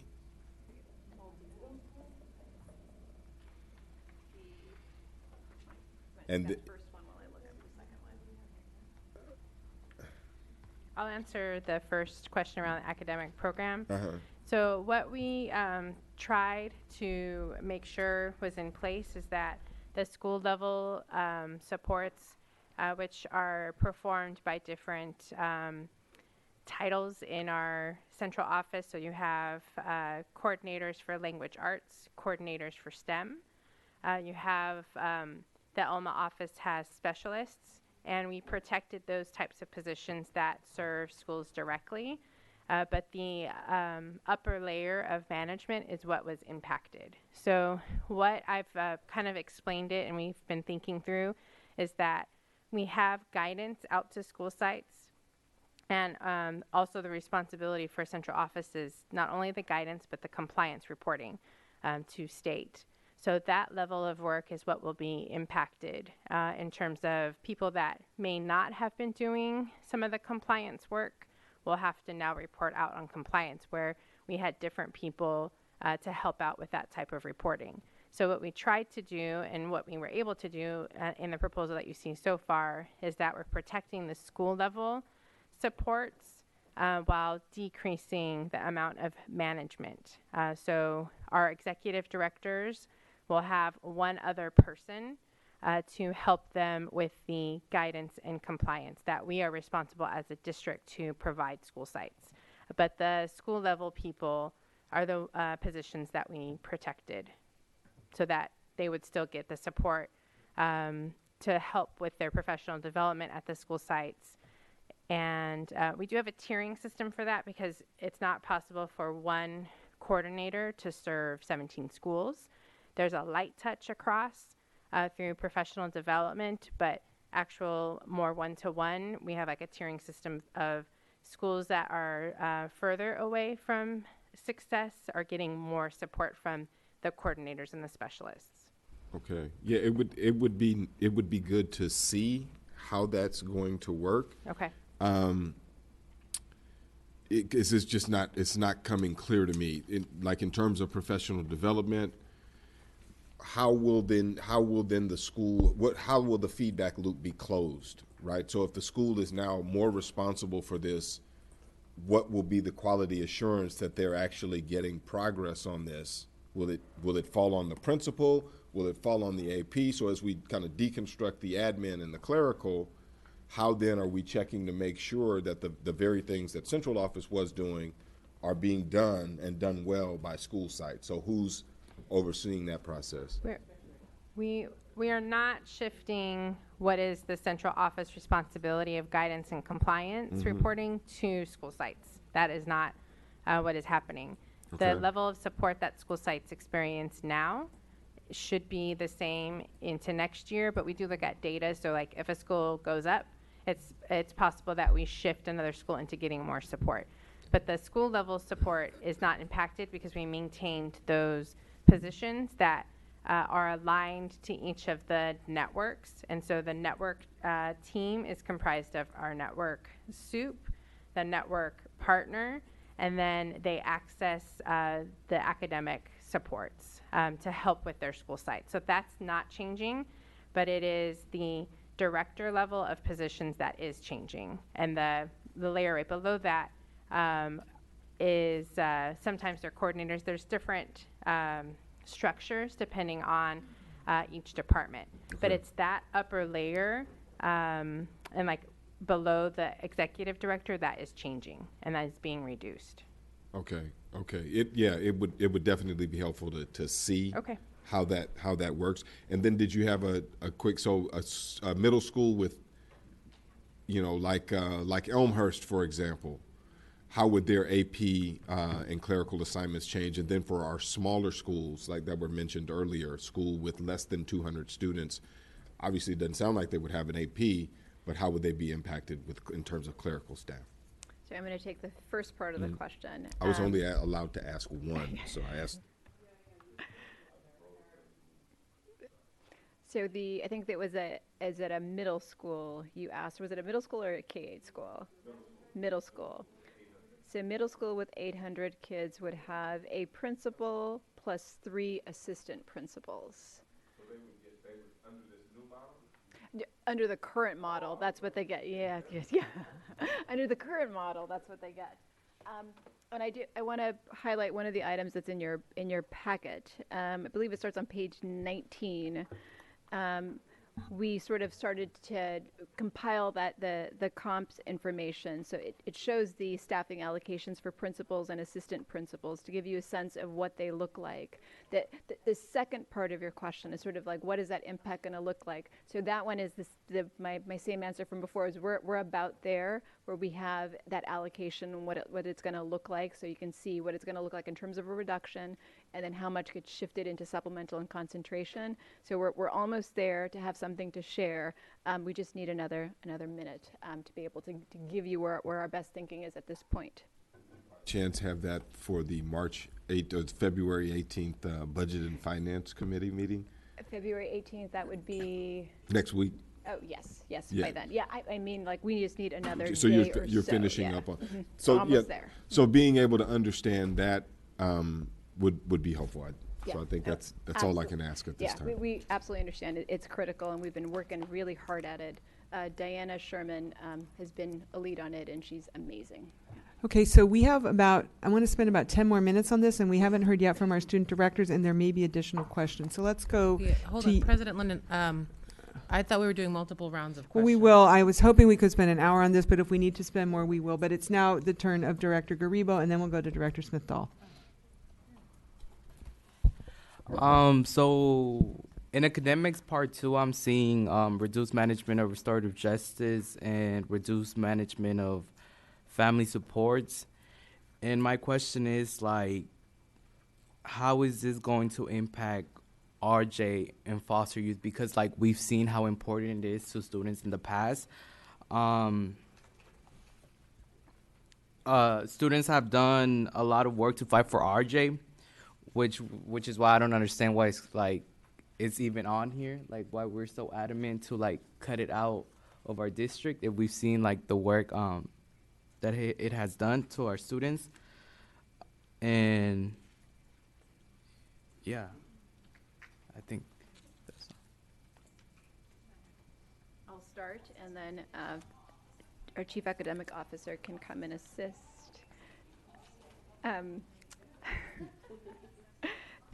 So those are positions that are actually on the management side. And so their thinking there is we would be reducing some of the management positions And those are restricted dollars. And so the idea is those savings that we would have from eliminating the management positions, we would take those savings and then we would redirect them to the school sites to be able to support the restorative justice facilitator positions at the school sites. How we're going to do that, we haven't exactly figured out, but that's our thinking at this point. Ms. Casares, it might help to clarify, are these positions people who are working directly with students? No, I believe not. No, they're not. She's saying that the people in the office that oversee.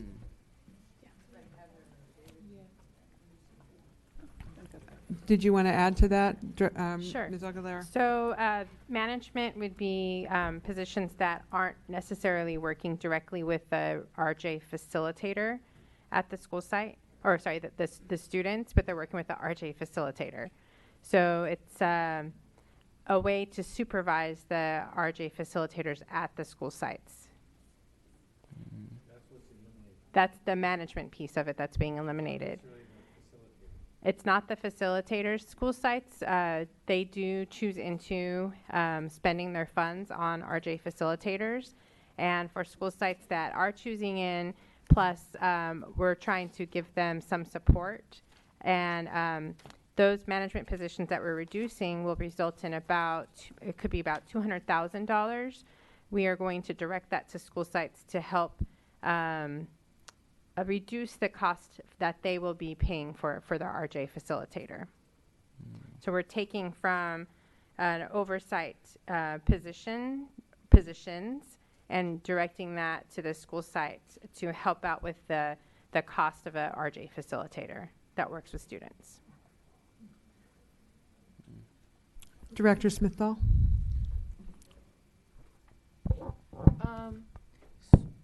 So I wanted to ask about the reduced teacher support, less coaches, reduced individualized education plan support while teachers are on leave, and reduced clerical position impacting operations. What was it? This right here, prioritization and grounded in LCAP goals. It says teacher retention is really important, and so I feel like if it is what I understand it to be, coaches are like the support systems for teachers and helping them become better teachers. I'm just not understanding how reducing them will help a teacher become a better teacher and making them, perfect their skill and their craft. So I would like to know more about that.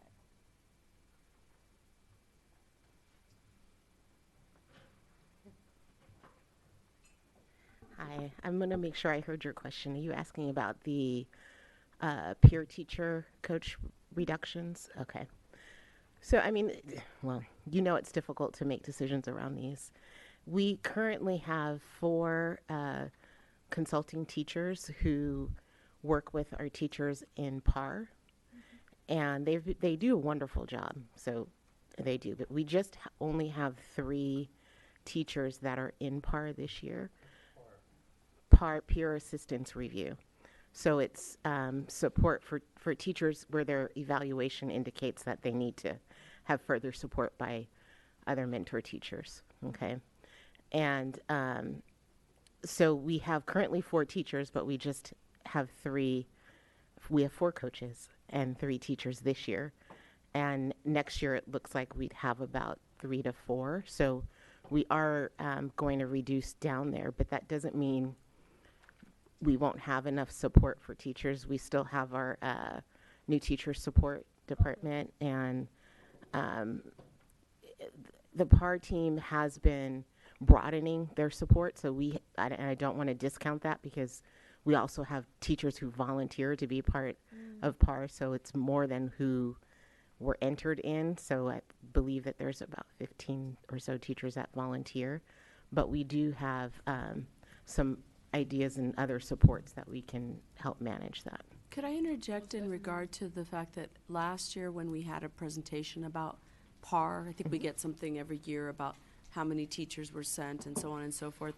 I remember OEA was here, and then I met with OEA, the people who are asking for us to increase opportunities for teachers to self-select that they want more assistance because they're new or they're at a new school or a different grade. And so I feel like in the process of dealing with this budget and this item, it's another opportunity to, again, hear from OEA about how they wanted to make the change, but maybe financially there's not an impact, and yet we have a huge turnover of teachers, and so usually they end up at schools in the flats, and then those students who are English learners or newcomers need more qualified teachers, but they don't get them. So I just felt like that was a move in the right direction, and then nothing really took off. So I just wonder if this could be a conversation once again around PAR for OEA to lend their support and input on this tough topic that could really help students in their performance as well. So I don't think we should have lost sight of that. Yep. We can certainly bring them into that conversation. But we do also pay, and what we're trying to do a little bit more of is pay our current teachers stipends, and some of them want to do that to support. So then we're not paying for the FTE, but we are figuring a way of which we can still support teachers differently. Director Smith-Dahl, did you have more on this topic? No, I just wanted to offer if maybe we could present a topic as like just a whole, and then we just ask our questions about that topic. I think it's kind of. This is too scattered for you. I think it's really scattered and okay. Yeah. So, that is another way to divvy it up. How many? Let me just do a poll, board members. How many of you have additional questions? Several of you. How many of you trying to respond in the moment to your request, Director Smith-Dahl? How many of you have questions about teachers? I'm not even sure how to categorize all these. So, I hear what you're saying. She's saying let.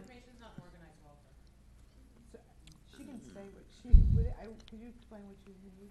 Basically, I need.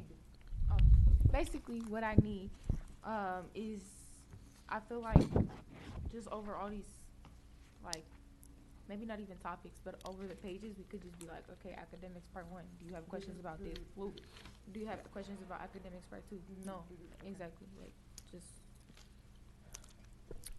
Okay. Let's. I'm sorry, I'm stymied because I was organized to think about this a different President way. London, what if I share one question and then other people who have questions around that can chime in? That would be great. Okay. So I have a question about, this is from Ms. Casares, I think. I want to understand why we can't account for potential savings or potential revenue enhancements in any case, because I understand in the past there have been times when we said, well, we were going to do this and it didn't happen. But there have also been times, for example, with Facilitron, where we said we were going to implement a new space rental system, and actually it was very effective, and we've generated over $1 million from that, I believe. So I understand the hesitation, but I also believe that there are some things that are low-hanging fruit. I know in the past when we coordinated bell schedules with Skyline and Joaquin Miller and whoever else is up there, that it actually saved over $1 million on transportation costs. And so there are some things to me that are just like, I believe they're not unrealistic, and I don't understand why we can't account for those as a way of potentially reducing some of the layoffs. And so here's some examples for me. Coordinating bell schedules, planned savings due to a reduction in energy consumption. I believe staff are already working on that. And then there are sites that are going to be vacant next year: Oakland Soul site, Kaiser site, Santa Fe site. The power is going to be off. We should be able to account for what that might save. And then where there are duplicative staff whose positions are reduced because of the mergers of schools. So, for example, in my district, Futures and Q's are going to be one school as of August. So how are we accounting for, same thing with Frick and Soul. And so in those cases, and Kaiser Sankofa, where are we seeing the savings from the closed site and the positions that will be eliminated? For example, if there used to be 2 school secretaries and now there's 1, or there used to be 2 principals and now there's 1, where is that showing up? So it is not showing up as a first interim. So that was a question or comment actually raised not that long ago. And so I'm now working with Yvette on solidifying those. But to give you one example of where it has been accounted for, and you asked about it previously, you noted you were concerned about the reduction in custodial staffing. That reduction in custodial staffing is because we're having, it's impacting it's from the school closures that are happening. Okay, so in that one position, it is reflected here, but there are other positions that are not reflected yet. Right. Okay.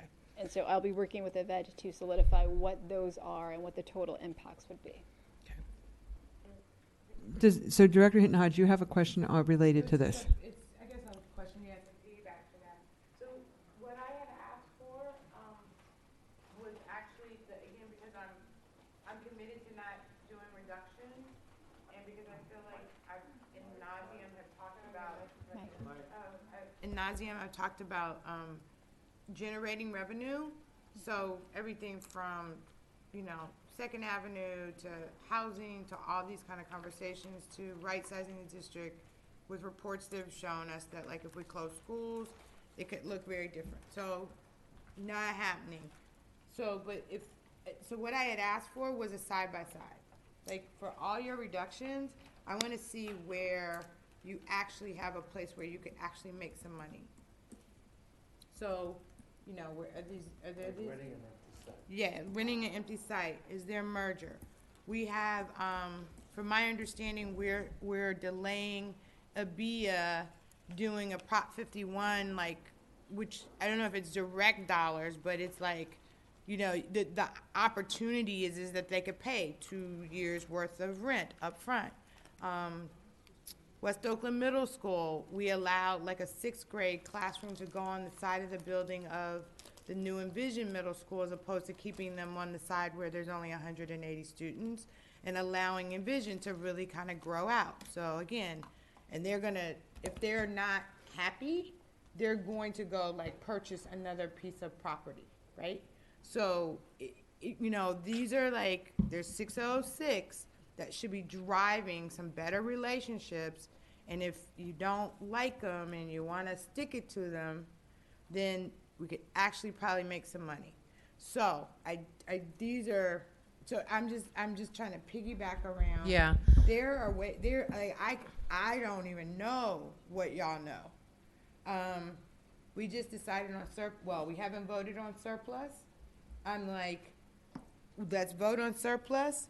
I want an estimation of how long it takes me us to put Shands on the market. Yeah. I want to know how long it takes us to do the CDCs and put them on the market. And I believe that if we acted efficiently and we were as invested in generating revenue as we are as cuts and staying away from the hard stuff, if we put that same amount of energy, I believe that by May, we could have a much clearer picture of maybe, again, not $6 million cuts, maybe it's, $2 million at school sites. I don't know. I think that there could be a real reduction in that.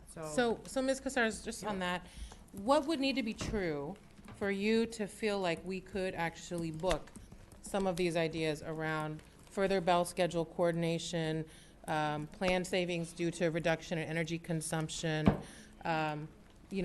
potentially leases, so what would need to be true for us to be able to book some of that stuff so that we wouldn't have to make the same level of layoffs? Right, so for me, it's a measure of feasibility. And there's a risk in taking that approach. There's egregious risk, and then there's responsible risk. And so what you're asking for is what would put us in a package of responsible risk. So we know we have we've coordinated bell schedules before successfully. That doesn't seem like an egregious risk to me. It could be a responsible risk, and you can ask staff to have that prepared and ready for the next board meeting. Have it ready for those next round of 2x2s so that we can see this is what we would be implementing, this is how it would be implemented, and so that everyone has clarity that it's not speculative, it's not hypothetical, and it will be implemented. Okay, are there other questions related to revenue generation? The topic right now is revenue generation or savings. Director Yee, then Director Ng. So there's And Director Yee, I'm going to give each person 2 minutes. The cliff is in the third year out. I mean, we are actually, yes, I'm sorry. I'm quite aware in the discussions with the public and so forth that they see this big amount and they don't realize that the projection is going to hit us in the fiscal year 20. Well, just to be clear, Director Yee, I don't think we make 3% next year. Excuse me, let's let Director Yee have his time. Okay. Everyone's only getting 2 minutes. So, I'm on yeah, the clock so, now. So you know, one of the things that many of us politically find unsavory is monetizing Kaiser, let's say. You know, because, you know, it's obvious that it could be a charter site, it could be a private school site. I mean, there's all kinds of potential there that could be stretched out that we wouldn't be able to solve, we wouldn't be able to book this year, but we could theoretically book in 2 years or 3 years down the line. So I think those kinds of things are important for us when I'm looking at the negative balances. You know, we're okay I'm not saying okay, but we are more or less there. So that's one thing that I'm trying to encourage on the revenue side, being realistic, but at the same time laying it all out there. People don't want, you know, you could see the demonstrations, no cuts, no school closures, and by the way, we're gonna be in contract negotiations again. We're gonna have to say, yes, there are cuts, yes, there are closures. So that's one thing.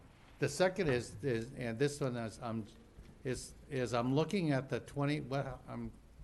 what is the amount? This 15.5 million and 6.2 million. Those are the cuts. So if I look at the 6.2 million site cuts, I'm looking at around 75 positions. I mean, that's the way I conceptualize it. And so the question I have for the schools is, could they absorb 75 position cuts, knowing that there's Measure N money, which I'm very protective of, but I just happen to see Life Academy spent $26,000 on a trip to Puerto Rico with Measure N money.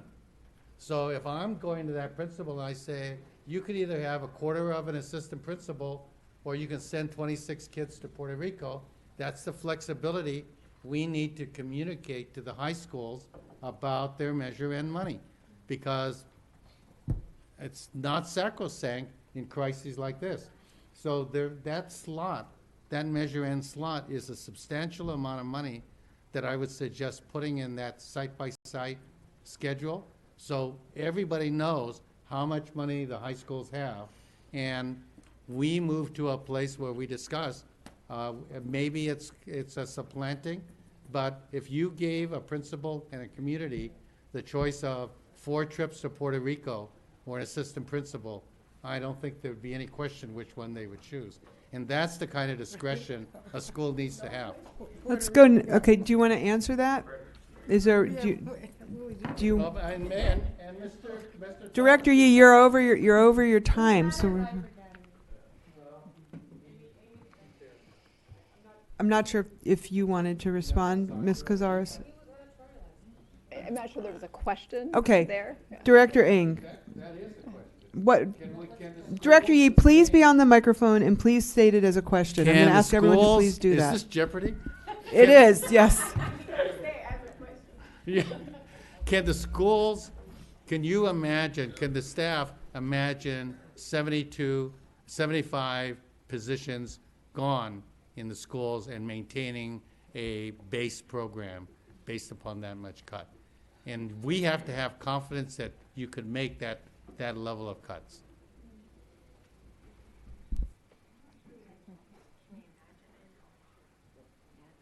I'm just looking at 6.2 million. Because 80% of the money is personnel. So I'm just using that as an example. I do think that we have to be realistic that if we are making reductions to people, that some work streams would not continue, or we would have to better focus in on what's the highest priority.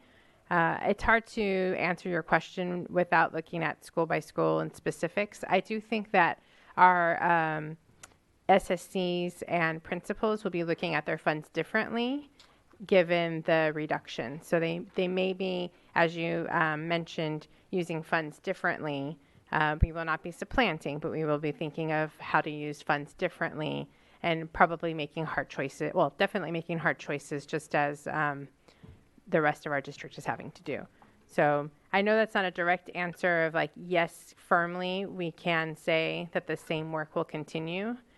I I'm do think basically it saying, prior. do we have enough slack in our system So I that we think could eliminate I some think funding? this is a good topic for you to discuss with the staff in between this meeting and the next. Director Ng, we're going to go to you now. You indicated you had a question on this revenue issue. I have a couple questions that are related to revenue generation.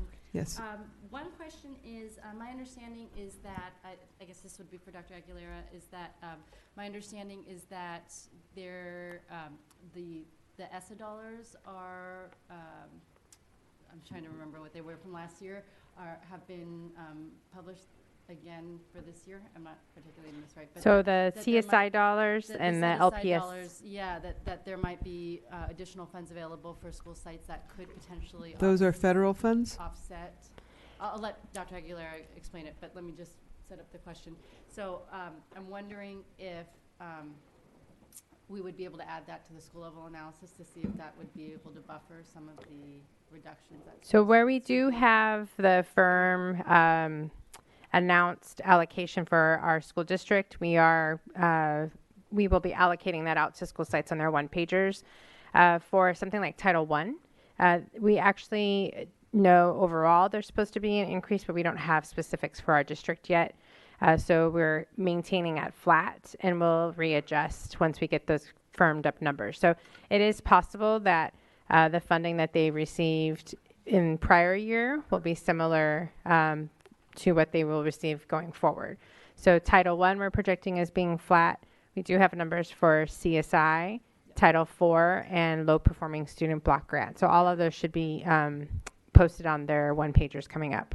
Okay, could we add that to the school level analysis? Because I know last year we had the CSI and the We had can. some of those. At the time of publication for our submission, we did not have that information, and we have gotten new information, and our state contacts have been helping us work through the specific details on the allocations going forward. So we will be able to add that information. Yeah, both the CSI and the other. LPS, low performing student block grant. That would be great. It's continuous school improvement dollars. It's for low performing schools. They're provided some additional supports from the state. Yes. Are there other questions for staff about revenue enhancement? So my other question was about ensuring that we're, I know that in the past the free and reduced lunch percentage in the district has been decreasing, and better understand, I don't know who the best person to answer this would be. I know we are experiencing a demographic shifts, but also that there might be other reasons why families are not enrolling in free and reduced lunch. So is there any thought around strategic outreach that we can ensure that we're maximizing our free and reduced lunch counting?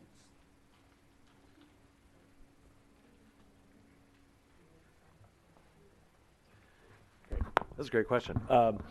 One of the things that there's a couple different elements to answer your question about free and reduced lunch. It is a revenue stream for the district, right? And so there are multiple different entry points. So definitely getting families to apply and qualify for the National School Free Lunch Program is a way to increase our revenue. But probably the bigger area, and with the central kitchen coming online and kind of really putting some focus in the nutritional services, and I would just say Irene Reynolds is here tonight, the Executive Director of Nutritional Services. Really the opportunity for this district is around increasing participation rates of our students. Many kids qualify for for the free lunch program, but they don't actually access the food. And so we're doing a lot of planning right now, and we would like to bring that to the board at some point where we're at around the planning for for really a complete revise of the way that we're doing lunch in Oakland, lunch and breakfast programming. And so the biggest opportunity for us is to really look at the participation rates of students, because that is where the revenue is, and it's significantly more than even like a marginal increase in the number of kids participating in the program. But we're absolutely looking at both. Thank you. Other questions from directors or Would any of around that revenue impact enhancement? Next year, is that a long-term plan, or would any of that potentially impact or be cost savings for next year that we could? It is short and long term. I mean, we're not waiting, we're starting now. So, I mean, we're implementing exactly with breakfast after the bell, supper programs, expanding some of those different, those different strategies across the system now. Those are going into place as we speak. Then next year with the launch of the central kitchen, we'll go even deeper. And then probably, I would say over the next 3 years, as we roll out, more improvements across the system, we're looking to get increases at each phase. And so, hopefully by the end of this year, we'll even have an increase in participation rates. And this is one of the things, like, we're very clear as to where we have low participation rates, and we are low relative to other districts. So there's a tremendous upside there, right? And so we're hoping to recapture some of that toward the back end of this year, and then really launch with a robust effort in the upcoming year, and then really picking the low-hanging fruit in that schools with low participation, high percentage of students that qualify for free and reduced lunch, and really working on both the breakfast program and the lunch program and the supper program. Okay. Other questions about about revenue enhancement? So money in terms of Director Yee, is this something we need to answer now? So can you please be on the microphone? What are you estimating? What is your revenue goal? Right. So what in terms of, and a lot of this is moving because we're launching new things in different places and learning from them, right? As we bring schools online, we're piloting things to understand and learn from what is the best practice to implement. So just the consultant that's working with us, who is really top notch across the country around, nutritional services, is projecting a 5% increase in overall revenue. If we go beyond that, at a 19% increase in reimbursement rates from the federal government, I don't know if I get this wrong, you can jump up and correct me. Is about a 19% increase in revenue, which that would be about $1.5 million. So, but that requires a lot of collaboration across the entire district, right? Like, you need to get buy-in from schools, you need to get buy-in from, when you were talking about lunch, the bell schedules, some of the districts are moving to lunch and recess and separating them so that kids actually have time to eat. So there's a lot of system change involved with that, and we do have some of the top people in the field that are working on it, and Irene and her team have been doing an amazing job at that. Okay, folks, I just want to let you know, it is 10 to 10. After this, we have several additional items on the agenda, including the consent agenda. So please think about whether this is a question you need to ask tonight, or whether it's a question you can email in and get a response. Director Hinton-Hodge. So it's a bit of a process. It is a process question in part, so that I don't have to we don't have to keep going. But I just kind of want to know that, like, I think we've had some ideas. And so I guess I don't know if I need a little bit more staff response to, I see Mr. Tadashi here. Like, can we move Prop 51? Ms. Renteria is here. What gets in the way? And I think those are my questions. You know what I mean? So, to you, Madam President, I can clearly put all these things in writing, but I'm just trying to, what is the staff's real capacity or conviction to actually kind of help push us in these particular, answer some of these questions. Maybe our ideas are really horrible. She was saying, it could be so risk averse. I don't know. I feel like we've been holding out on some charters to, do some upfront rental to us. And is it because we ideologically don't like charters that we just kind of screw them around and don't do the business? You know, it's that kind of stuff that I don't know if there's a bias that exists that we're not confronting. So, like, what is it that gets in the way? Please, somebody. Is that a question? It's a real question. Okay. What gets in the way? Like, we asked for an ABI at least 2 years ago. We couldn't get it. There's resources out there. What gets in the way? Okay, President Lynn, I'm not saying a response to that. I do have some other questions. Right, so we're gonna see if there's a response from the superintendent, and then we're gonna move on. And here comes Mr. Nakatagawa. So you all decide who's gonna respond. Good evening, Tadashi Nakatagawa, Acting Deputy Chief for Facilities. I'm a little confused with the question because Prop 51 is a capital program. It has nothing to do with operational funding. So if there's some nexus here's where there. Here's where it might, to me, and again, I have crazy logic here. They're doing a Prop 39. I don't have a problem with Prop 39. Some staff have a real big problem with Prop 39. I think it's cool because you can actually get some rent. But Prop 51 was an opportunity for you to build your own school 2 years ago. And there was, we haggled them around, you have to pay rent on a property that's not even built. That's rent you were supposed to be collecting. So why, you see what I'm saying? Like, you see what I'm saying? There are actually opportunities. Maybe you weren't involved in that. I don't know. Yeah, I wasn't. I wasn't aware that So anyway, we had an ability here's to the whole charge thing. rent on There's Prop probably 51 someone, development. if they took the time, could actually look at how could you don't have to screw every charter, but could you figure out a way to generate resources and money? And I don't think anyone's willing to do it. Either you don't like them, you know what I mean? Like, so it is not a rhetorical question. It's just it's a tired question for me. But we can move on. Well, I'd just like to offer a brief response. Thank you, Tadashi. Is, again, back to the purpose of tonight is a discussion to get feedback and guidance.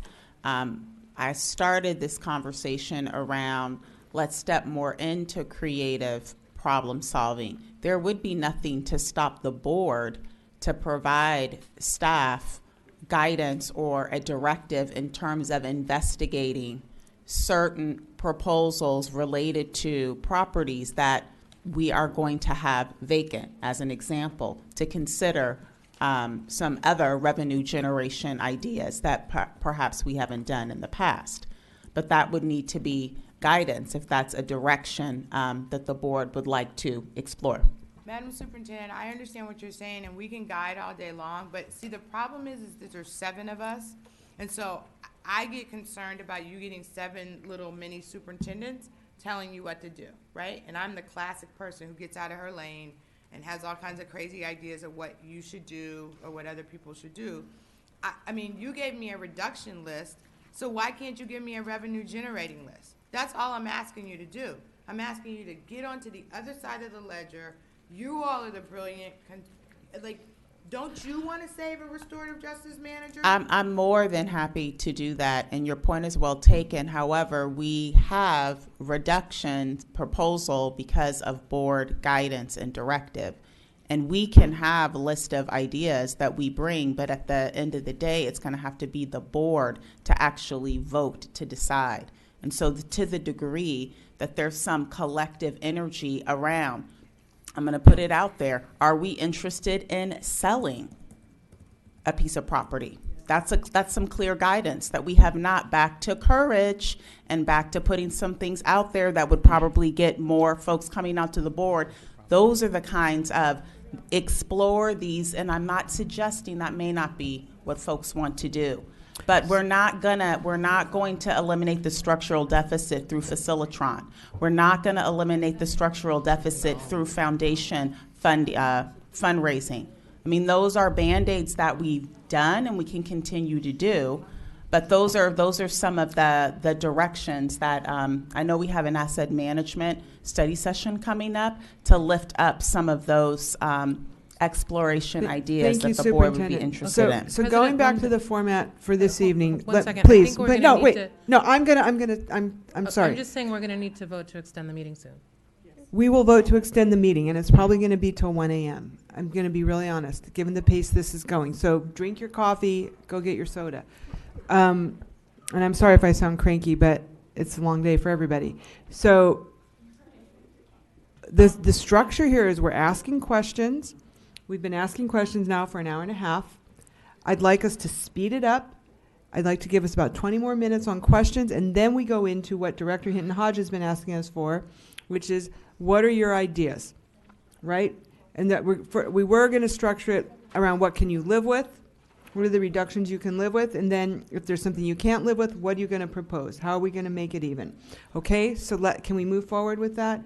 Do I have a motion to extend the meeting to 1 a.m.? Move it. Yes, move extension. I will second. Till tomorrow. Till tomorrow. Okay, Director Gonzalez, please take us to another topic.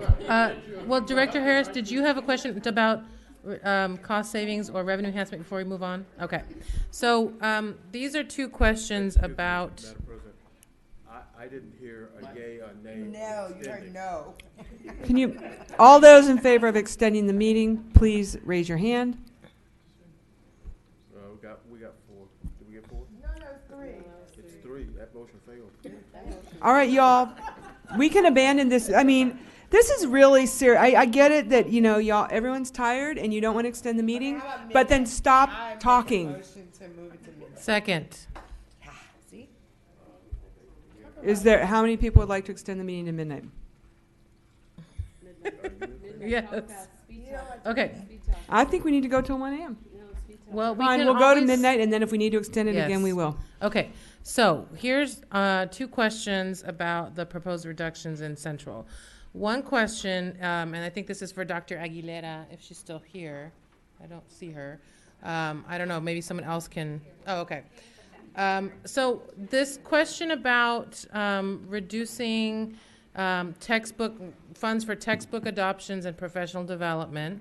I'm really, it was a disaster when we didn't have funds set aside for textbook adoption. And I remember 2 years in a row where you guys came to us in June and said, oh, we really need textbooks.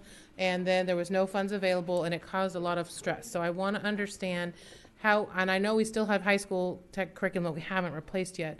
And so how are we going to do textbook adoption if we are basically rating that fund?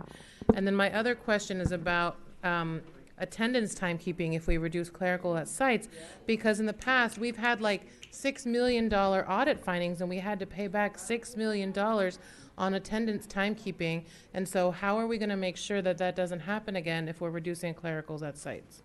So attendance specialists are not an item that is being reduced. It is the, once school sites hit a certain number, there's the other category, and that we always have protected attendance specialists. So it's the base program is a principal, administrative assistant, and then attendance taking for that reason that you just described. So it's possible that a school might purchase more attendance taking ability, but the base program that we're saying is what you need to do those basic functions is protected. That's part of the base. And then the other position was about textbook adoptions. So the textbook adoptions, what we are still protecting that fund, but not as much is potentially needed. We also have had a shift in the lottery funds because that revenue has increased. I probably need to defer to Luce on why it has increased, but what I understand is that our projecting of that amount was less than what it should have been. And now that we have adjusted, it was a pretty big increase, about, I think, $700,000.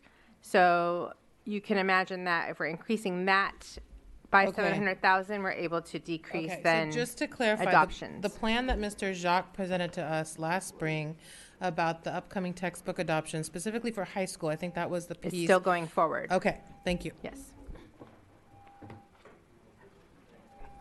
Okay, Director Smith-Dahl and then Director Garibo. And then I'm going to just tell you that we are only going to do this for 15 more minutes, and then we will ask you to submit your questions in writing. I want to make it really clear, folks. This is the last time, tonight and tomorrow, when you submit your written questions, to submit questions. On the 26th, what staff is going to be bringing us is what we direct, what we're going to talk about in a minute.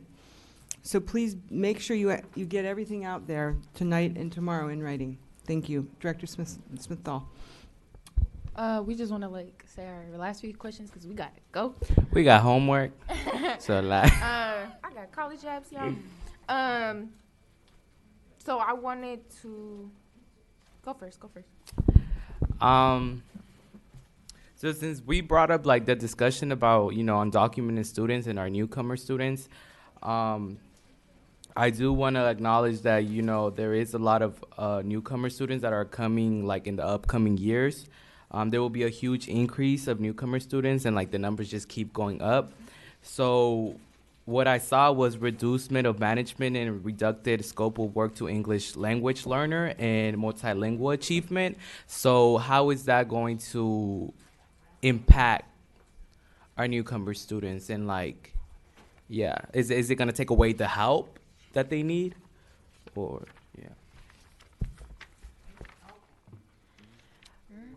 So we have a couple of different supports that are helping our newcomer students. We have school sites receive a projection for what we call late arriving newcomers. So it's space for when students come, they have a space to go to.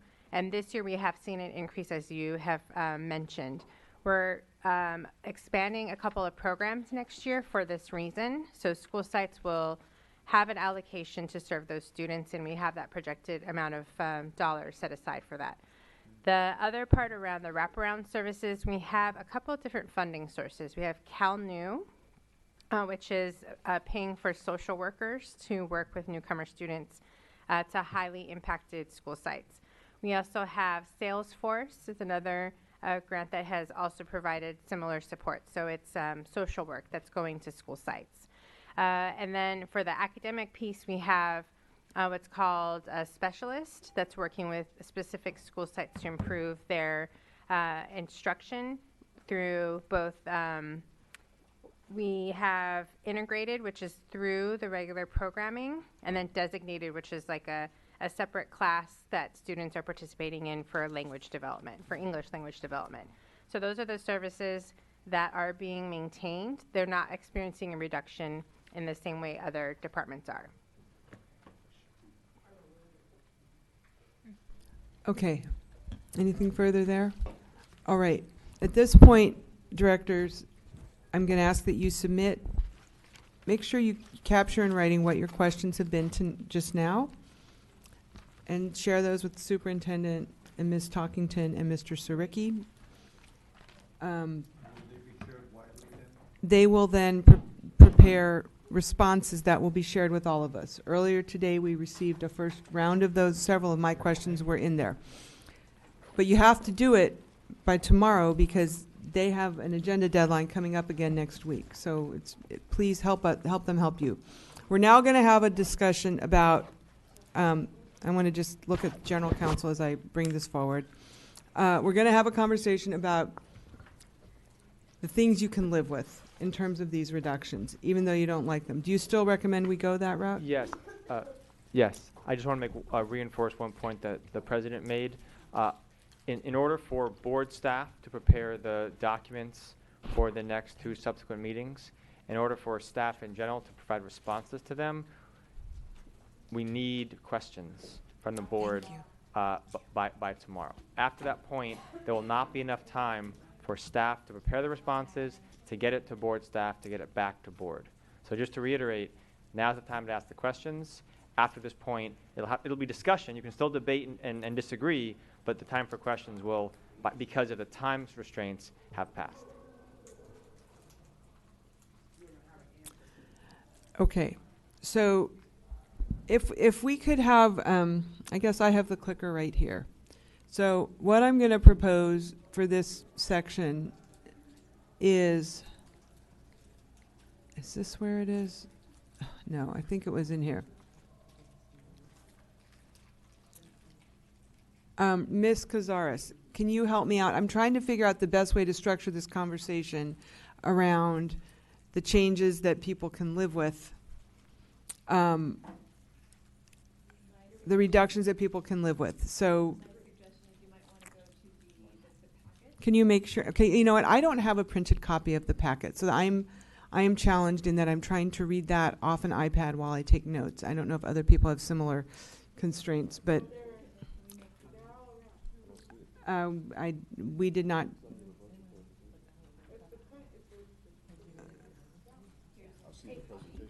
Yeah,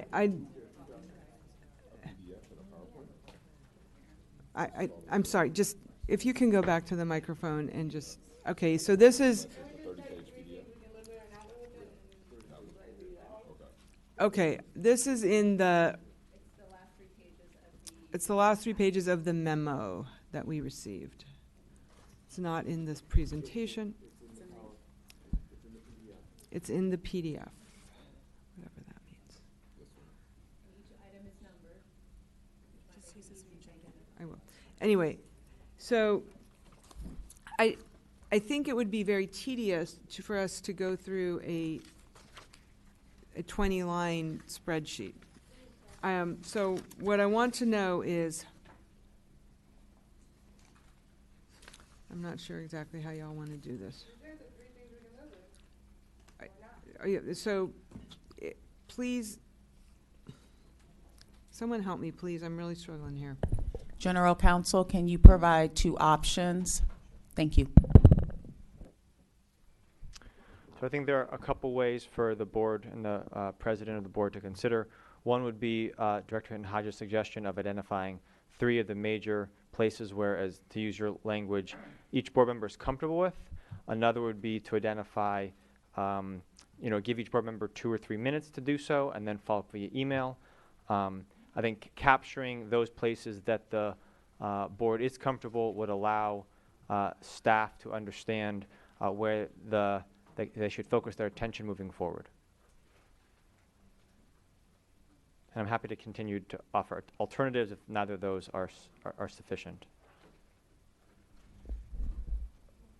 President London, are you ready for us to? Okay. Director Gonzalez.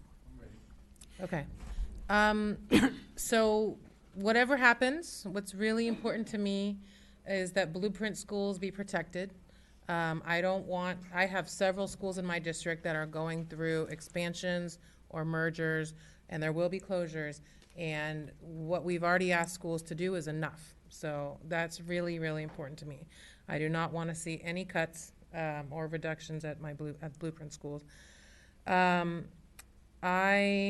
think it's time to explore disbanding our police force and things we haven't done before and staff don't want to do and are uncomfortable with, but I think we need to look at furloughs for non-instructional staff. It's a common practice school districts and cities use during times of fiscal stress. It prevents layoffs and losing valuable staff while allowing us to meet our obligations. And if we're in a different fiscal position this time next year, then everybody goes back to their full-time pay. But it allows us to minimize disruption. The other thing is I don't believe that our schools can handle all the reductions that are being proposed. I don't believe they can handle both the AP and clerical reductions and the cuts to discretionary budgets. I think we should do everything we can to prevent any cuts to schools, but definitely not do both of those things. And our theory of change as a district is that we maximize resources to sites. And so if we do both things, if we cut discretionary budgets in half and we reduce APs and clerical, then schools don't have any way to respond to that. And if they have discretionary dollars, they can at least figure out, okay, well, if I don't have an AP, but then how can I deploy some other position differently? So we can't do both of those things. So thank you for those comments, and we will come back to you before we leave this item to ask you for your ideas on how to fill those gaps. Director Yee, did I see you were ready to enter this conversation? Yeah, I think the central office. Be on the microphone, please. I think the superintendent and staff have made the appropriate central office cuts because they come up to 15.3 million, right? So I think the part that's anguishing us is we have no idea how the 6.2 million will be deployed. We know that it's on the discretionary side, and we know that there's reduction in APs, but we also know we've got defined autonomies coming. We got other pots of money, and so I would really say take a look at the 12 million a year in Measure N, and deploy it, and for the high schools, and put that in the mix where they can consider that among other resources. But until we see how the schools are going to do 6.2 million, we don't know whether they're going to be able to find the school trips and so forth and offset the assistant principals. The second thing is, personally, I would fund schools to say 24-1. And if you get 30 kids in your class, you still get funding for 24-1. That's one way to do it. So you don't get funding for every kid, you get funding to your enrollment projection. And yeah, I guess those are the kind of things that come off the top of my. Oh, and then the thing about the APs, I would index the value of the AP. So it's not like if you have 795 kids, you don't get an AP, and if you have 805 kids, you have an AP. You get a dollar value for the AP depending on how much money you have. That's the third thing I would do. So if you could cobble together, if you only had 700 kids, you could cobble together some of your other money and get enough to pay for your AP. Because you've got 7/8 of your AP paid for. Those are the three things I would do. But those all have to do with the site people being able to release themselves, knowing that they've got to make 6.2 million in cuts together, not separately. It's not an individual site protecting his own future. It's all of us as site people have to come up with 6.2 million in cuts. And that I believe is a culture shift. Thank you, Director Yee. Director Torres, Director Ng, Director Harris, any comments on reductions you can live with? Or Director Hinton-Hodge, thank you. Okay. I thought you weren't going to support this, so I wasn't. Who, me? What do you Based on mean? your earlier comments, you said you were. I was got something to say. No, so, but no, the question, I thought the question was what you can't live with. Right now we were on what you can live with. Oh, what I can live with.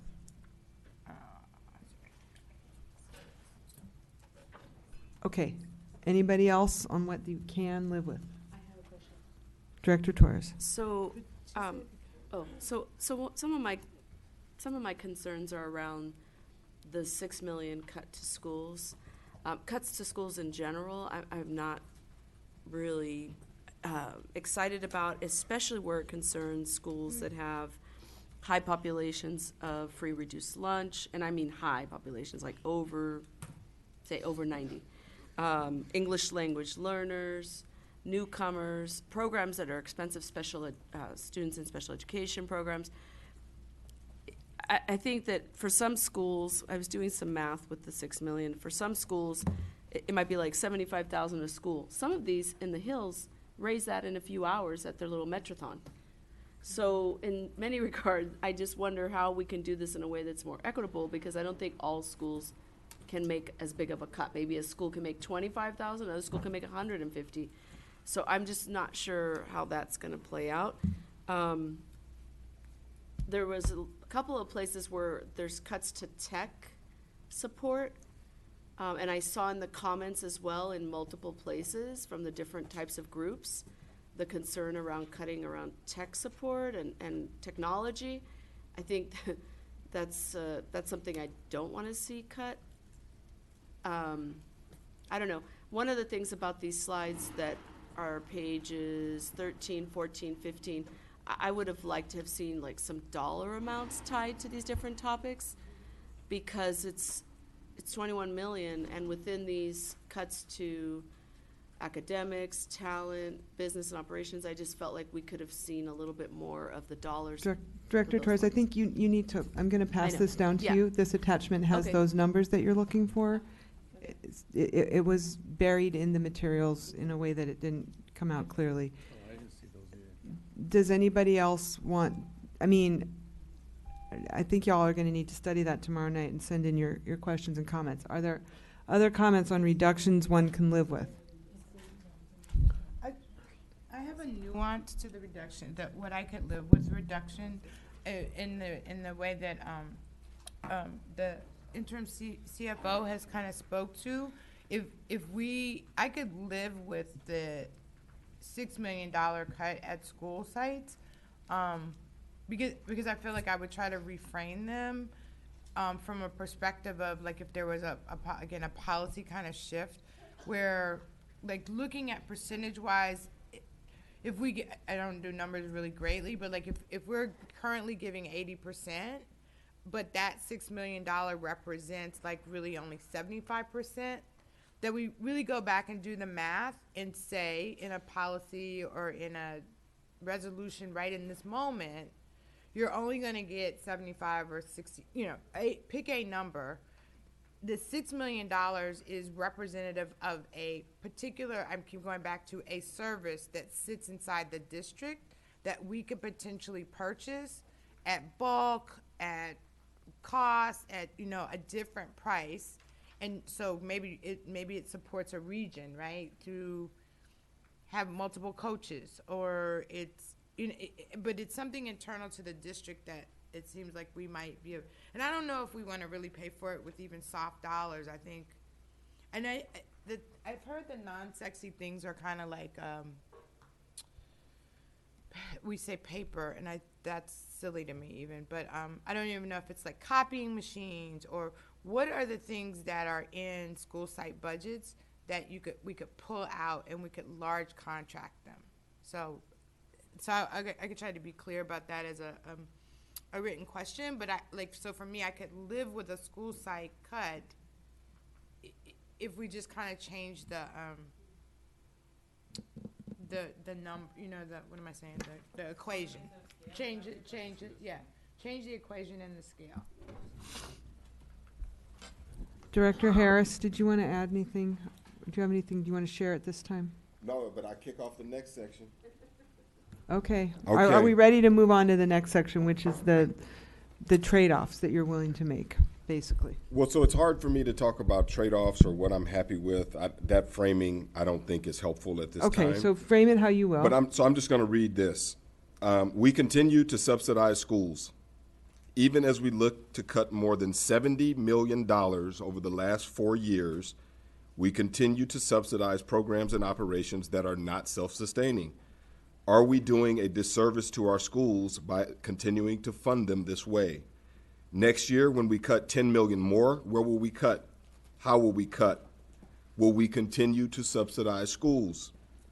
Why do we not look at the fiscal impact of reducing the number of schools we operate starting next year, where the blueprint and citywide plan meet this budget conversation that we're having?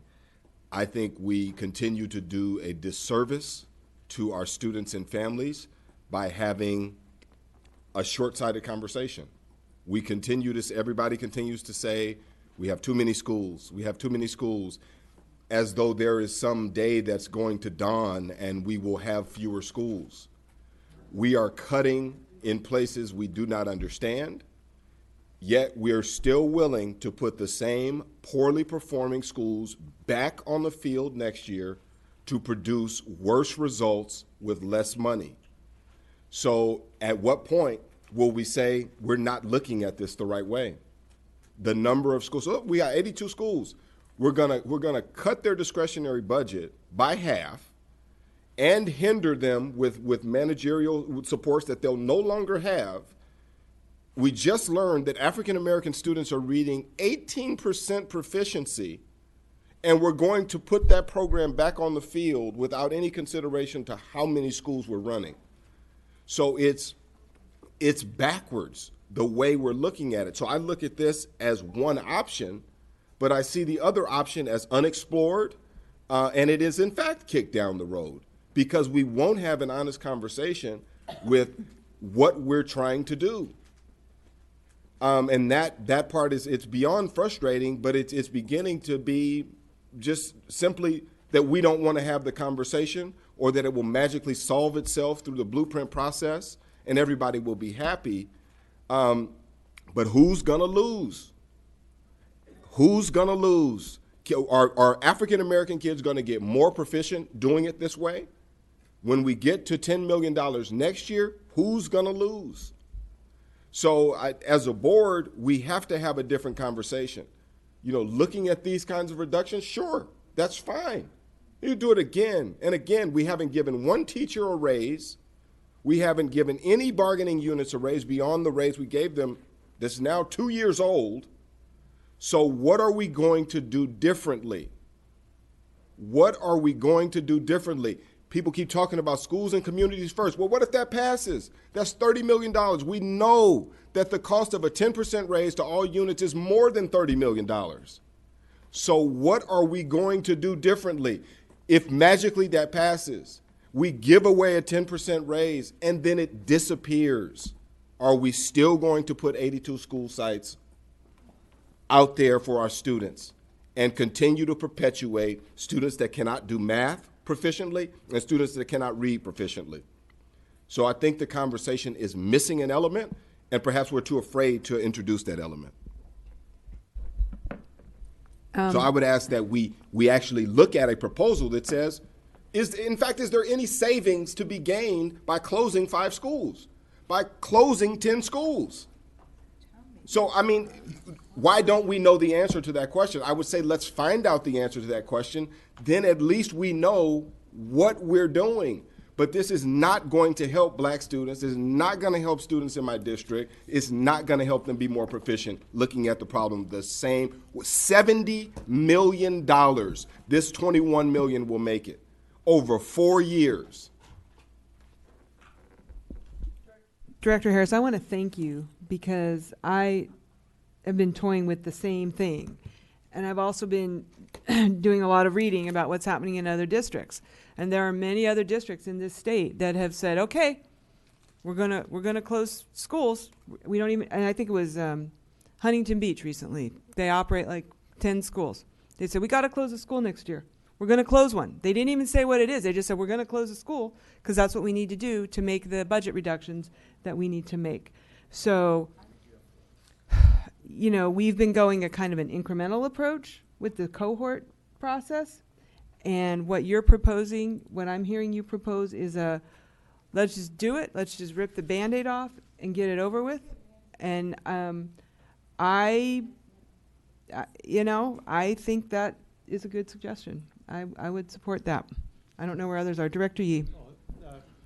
And then we will come back to other ideas, but since this one's on the table, let's talk it through. The other half of that discussion, which I have asked for persistently for this entire year of the citywide plan, is what is the actual potential savings of 5 schools, 10 schools, 15 youth? Yvette, did I not ask that question? And have we had that information? Because that's the key. If we don't say, if the staff cannot justify the cost savings of 5 schools closed and the included central office savings, then it's not worth going through this. But that's the number that we need. And I actually believe that it's a sufficient number, you know, that we're talking about. And that's the decision that we actually have to do. And I appreciate having a public person out here, because I believe that that is what. Oh, thank you. Thank you. No, I get that. I get it. I get it, but I appreciate it. I appreciate it that this is not in, you know, there's nobody down there. This is not just with staff and board. This is the real question. And I don't actually see us. I've asked for the number of the structural deficit and how much of the structural deficit can be offset by closing schools. When we have that number, we can move forward. But are you willing to move forward without that number for closing schools just on because you believe it's the case? Well, I think at the point at which we've cut this amount of money and we're no better off. Had we cut this much money and our teachers are well paid, we're no better off than we were before local control funding formula. So if we don't have this conversation, we'll be no more informed. We won't have information about how much money we can save, and maybe there's nothing. But maybe there's something. So I feel like I don't know, Gary, but I am quite upset at this moment, so I'm going to stop talking. Would anybody else like to offer an opinion? You've just heard Director Harris, Director Yee, and myself ask staff to come back with some estimates on what if we actually said we're going to close a larger number of schools for next year. Is that correct? For the fall. Director Gonzalez. So I think, and then Director Hittenhudge. I think it would be interesting information. I've always said this, that the whatever changes we make have to be about quality. So I'm not disrupting somebody if I can't tell them they're going to have a better experience as a result of that. But I also think that there's information we still don't even have about futures and cues, and about Sol and Frick, and about Kaiser Sankofa. So those are decisions we've already made, and they're still not captured fully in the projections that we have in front of us tonight. So I think that's the first step before we start talking about, because you're going to have to prove to me that whatever changes are being made are about quality. So these are some ideas that I've already shared, but I want the public to hear them, and I want my board colleagues to hear them. I think it's time to consider eliminating our police force. No other district in Alameda County has a police force. I think it's time to, we've already talked about this, reduce our energy consumption and figure out what that would save us. Reducing non-represented staff to 90% time for 2021. That means not being paid for 1 day of each pay period during 2021 for non-represented staff. I think it's time to look at furloughs for non-instructional staff. They could use some vacation time, which would allow us to spend down our vacation balances, which is a huge issue for OUSD because it's a huge impact on the self-insurance fund. I think it's time to look at bell schedule coordination we already talked about. If there is going to be discretionary budget reductions, there needs to be an equity formula because I have one school with the PTSA that does any real fundraising. The rest of my schools would not have any ability to respond to a 50% cut in their discretionary budgets. So there has to be a formula that leaves our most high-need schools whole. And then there's an idea that is on the table about looking at community day school. Doesn't make sense because our enrollment keeps going down and down and down every year. It's good that fewer students are being expelled, but it's a highly, highly subsidized program. And the county has an expulsion school here in Oakland, is my understanding. So why do we operate a school that sometimes has 15 students? It doesn't make sense. And then, needing to see what are the energy savings from having school sites that are going to be closed at the end of this year. That just hasn't been shared with us. So those are some things I think should be explored as a way of preventing site cuts. And if they can't be prevented altogether, then they need to be mitigated. Okay. Anybody else want to weigh in on this? Director Ng, Director Hittenhudge, did you want to? Sure. So I want to put people's attention. Can you turn on your mic, please? Sure. I want to put people's attention to, and I think this was a report that is actually supported through Nana. Am I saying her name right? Correctly? Nana Shu. Nana Shu. And I know Derek Mitchell. I have this one. So anyway, there's one called Community of Schools Citywide Plan Towards a Citywide Map. But I think that there's one even before that that has actually more data. And I'm going to find it before the end of the evening. So I would actually suggest that we go back. Recommendation is to go back to information that we did, study, research we did 2 years ago. I'm going to find the other one there. I feel a little, I support everything that was said. I feel a little mansplained. I don't know. I've been saying, the root cause to this is that we have too many schools and we have a structural deficit. And I think I said that 2 weeks ago. So maybe we were just all on the same page. But if they hear you, bruh, let's go. Let's go. So I'm going back to what I can't live with. And this is for all the people that see, appreciate the Board of Education and the work that we do. We get a minimal stipend. We get health insurance, which is golden, but we do not have staff, and so there's some things that we don't have anyone that supports us around legislative agendas or any of those things like that. And so there's actually a cut in here around board staff, and so that is like deeply problematic for me, because again, back to, even if I'm only here for 300 some odd days.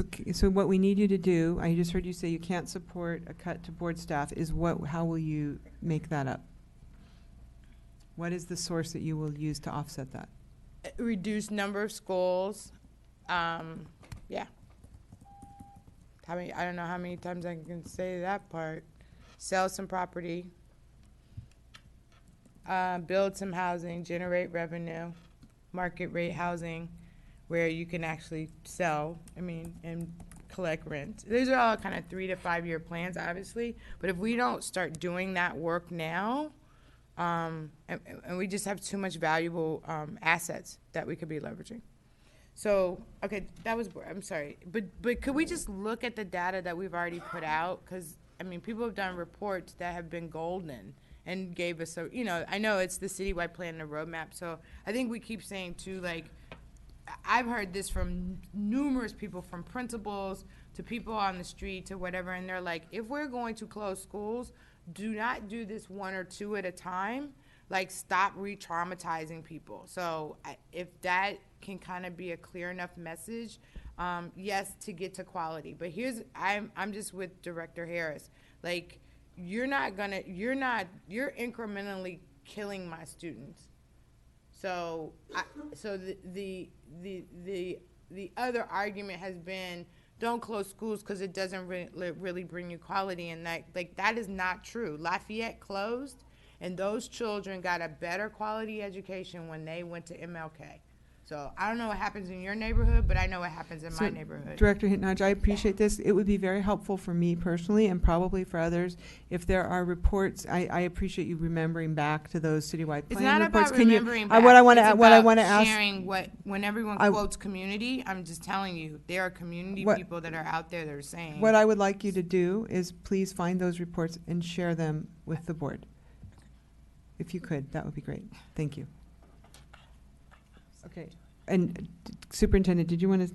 Okay. Yes.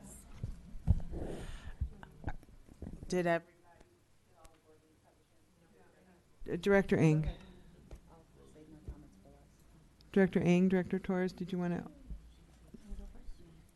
Okay. I just wanted to second, I'm not going to expound a lot. I just wanted to second Director Gary's request around looking at, I do think it would be helpful information to see what potential savings, and savings not just at school site savings, but also in central office reductions with the smaller span of schools would look like. I also want to second a lot of Director Gonzalez's recommendations. I also was interested in some of that information as well, especially around the if we're thinking about if there is sorry, it's late.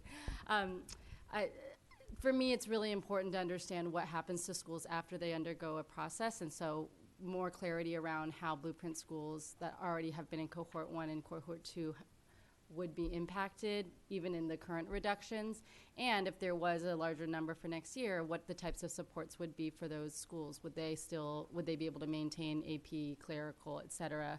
If they are going through a transformation, we are asking a lot of the school site teams, and they are undergoing this process before they understood what the level of reductions would be. So for me, it is really important that we honor our commitments, particularly to the Blueprint school sites, and we take that into consideration if we are to consider a larger cohort for next year, what those supports and how we are going to protect those schools would be.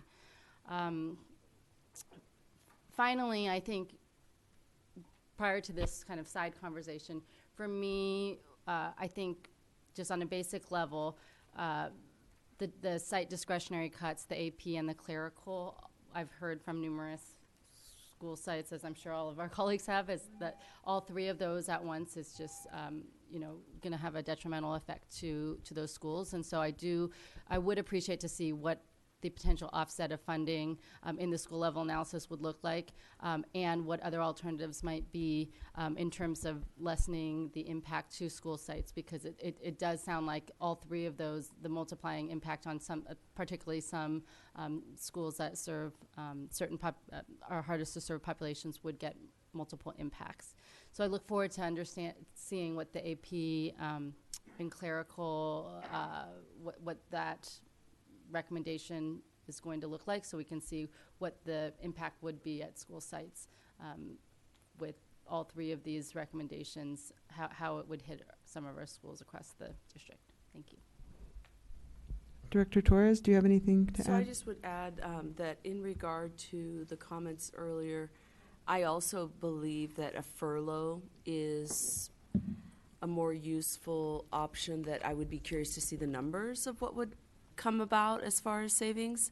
Prior to joining this board, I was a board member of a very large nonprofit, and in the recession it was going to either be layoffs, and this was a legal aid services group, and they did not want to lay off. They were already very, very small.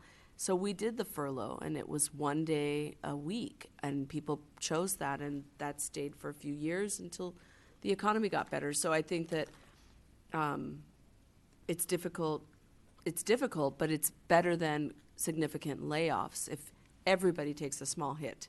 And then I think in regard to staff of the board, I think I said it last time, rather than reducing one entire person, I think potentially we have staff that could be at 0.8 and 0.8 instead of just one loss, because I think that that's going to make the other two board staff disproportionately burdened, and and the work's going to get done by someone else, but that's not legal to eliminate a position and then bring in another person.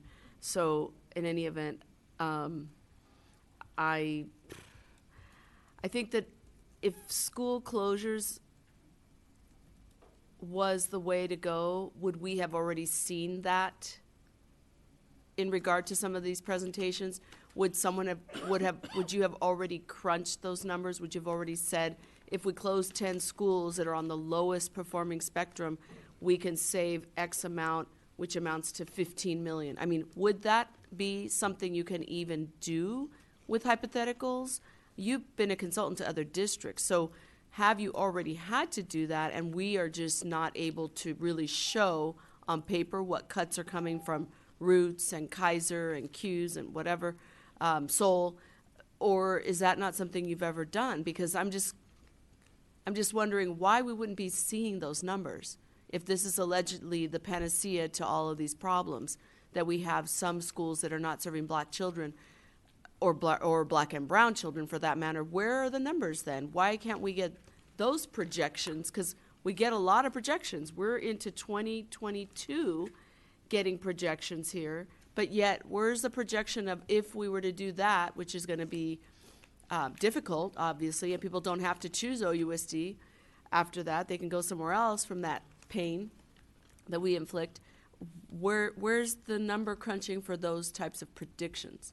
So we can do those, and we will do those, and I've done those exact same things, not as a consultant, but as an actual deputy superintendent, assistant superintendent of school districts. So those figures for closing schools and the savings that are generated, we can calculate, we will calculate, and we will have those ready. Okay, I know we want to go to the superintendent. I just want to say that one of the things that I've been asking about over and over again is what are the things that we want every school to have? And I received communication, and I heard in the presentation that every school will have libraries, certain things, but that's actually not true, because the way the library allocation got reworked last year, schools only get funding for a librarian if they have 85% students who are qualifying for free and reduced. And that leaves schools that don't have the capacity to raise funds for librarians, but don't have that 85% free and reduced without a librarian. And so this is another reason that I want to see what can happen if we just, like, when you do that costing out, or whatever it is going to look like, hopefully, of reduce the number of school sites, I want to make sure that it says, and this is how this will benefit us. This is what it will bring. It will allow us to fund 50 librarians. It will allow, like, to reuse Measure G and to revisit that decision that was made last year that I continue to have huge trouble with. So, I want to understand, if we reduce the number of schools, how does that allow us to provide the supports to every school site that we say every school should have? Those are, we've made those things clear. It's in this, it was in your deck. This one talked about, President? yes, Director Yee. If the staff comes up with the numbers that clearly show the value of closing 10 or 15 schools. Yeah, if the staff is able to come up with a clear scenario where closing 10 or 15 schools or reducing infrastructure support for it and management services is actually cost beneficial to close the structural deficit and offset the 4-year continuing to cut, then is this board willing to recommend to the superintendent that we go down that way? I mean, this is a big if for me, because the numbers have to actually be there. But if the numbers are there, would this board be willing to make that recommendation? What do you mean? Because that's what I believe the superintendent is waiting for. What do you mean? What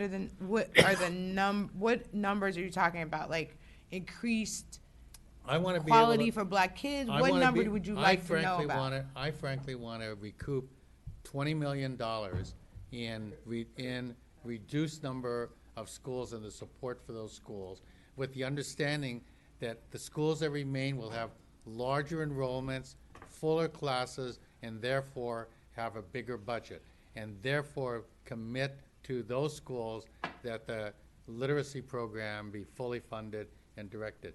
But I don't see how a school with 130 kids has enough extra money floating around in the school to have anything but somebody visiting once a month.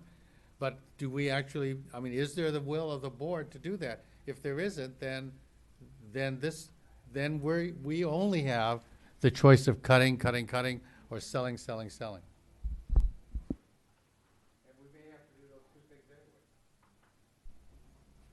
Okay, Superintendent. Is that what she's waiting for? I think She's about to speak. Absolutely. The other piece, I mean, we would be bringing this to you anyway, but I think it's important. The bigger issue in question, the assumption is we made the decision to do more incremental because we have valued a certain level of engagement in this process.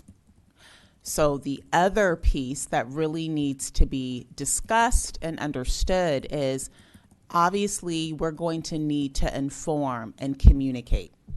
But if we are going to accelerate and actually talk about a larger number of school changes, then there also has to be an adjustment in terms of the amount and the level of engagement. So I just want to put that out there in terms of, if there is the desire to actually go through this process that is going to be painful and is going to be emotional and stressful at a larger scale, if we're trying to decrease the level of pain and stress over 3 years as opposed to 1 to 2 years. So that's something that I would ask the board to think about. I want to thank you all for the discussion and just for being really explicit with some of the feedback. I've had staff writing down all the notes so that we can come back and provide some more details, for examples of what the academic reductions are going to look like, putting a list together of some of the revenue generation. And we will come up with, we have some of that information already, but we will come up with some of the economies of scale if we were to make some changes at a larger scale other than 2 to 3 schools, which has been the incremental proposals that we've had thus far. So again, the larger question is, you know, there needs to be some thought in terms of, well, what does engagement or informing the public look like if there's a desire to ramp up the pace of some of these changes? Yes. Can I say something? Go ahead, Director Hinton-Hodge, because please. But keep I it short. hear you, Superintendent, and I understand. What did you say? What did you say? Go ahead. You know, I mean, I hear you, and I remember, I can remember you kind of going.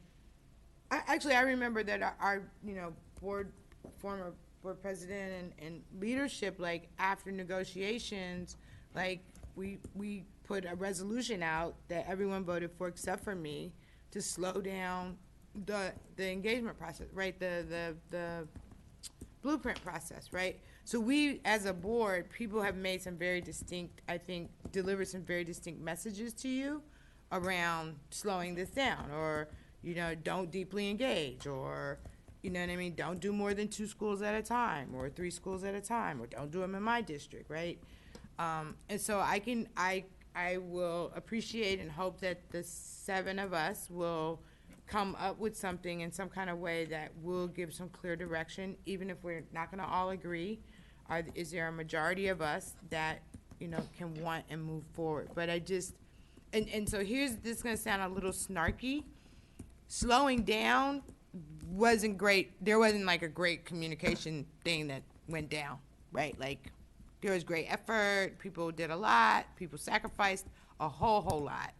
But, at the end of the day, I think you have a beautiful process at Sankofa, but, like, no one puts that on the news, right? They just put the people who tear us down every month or every board meeting. So, you know what I mean? So to the extent of what kind of communication, how are we in front of our narrative? That's another thing. We're talking about getting rid of our communications lead, right? So if even to my board colleagues, if we want to push staff and all this, we got to make sure that the narrative is really clear and clean, that not 5 people in the back of the room get to say what we're doing. So I'm totally hearing you, and to the president and to other leadership. How do we articulate it? We can come up with legislation if we'd like. Let's write something. Let's put something out there. So anyway, so that's that. So I hear you. I totally hear you. Thank you.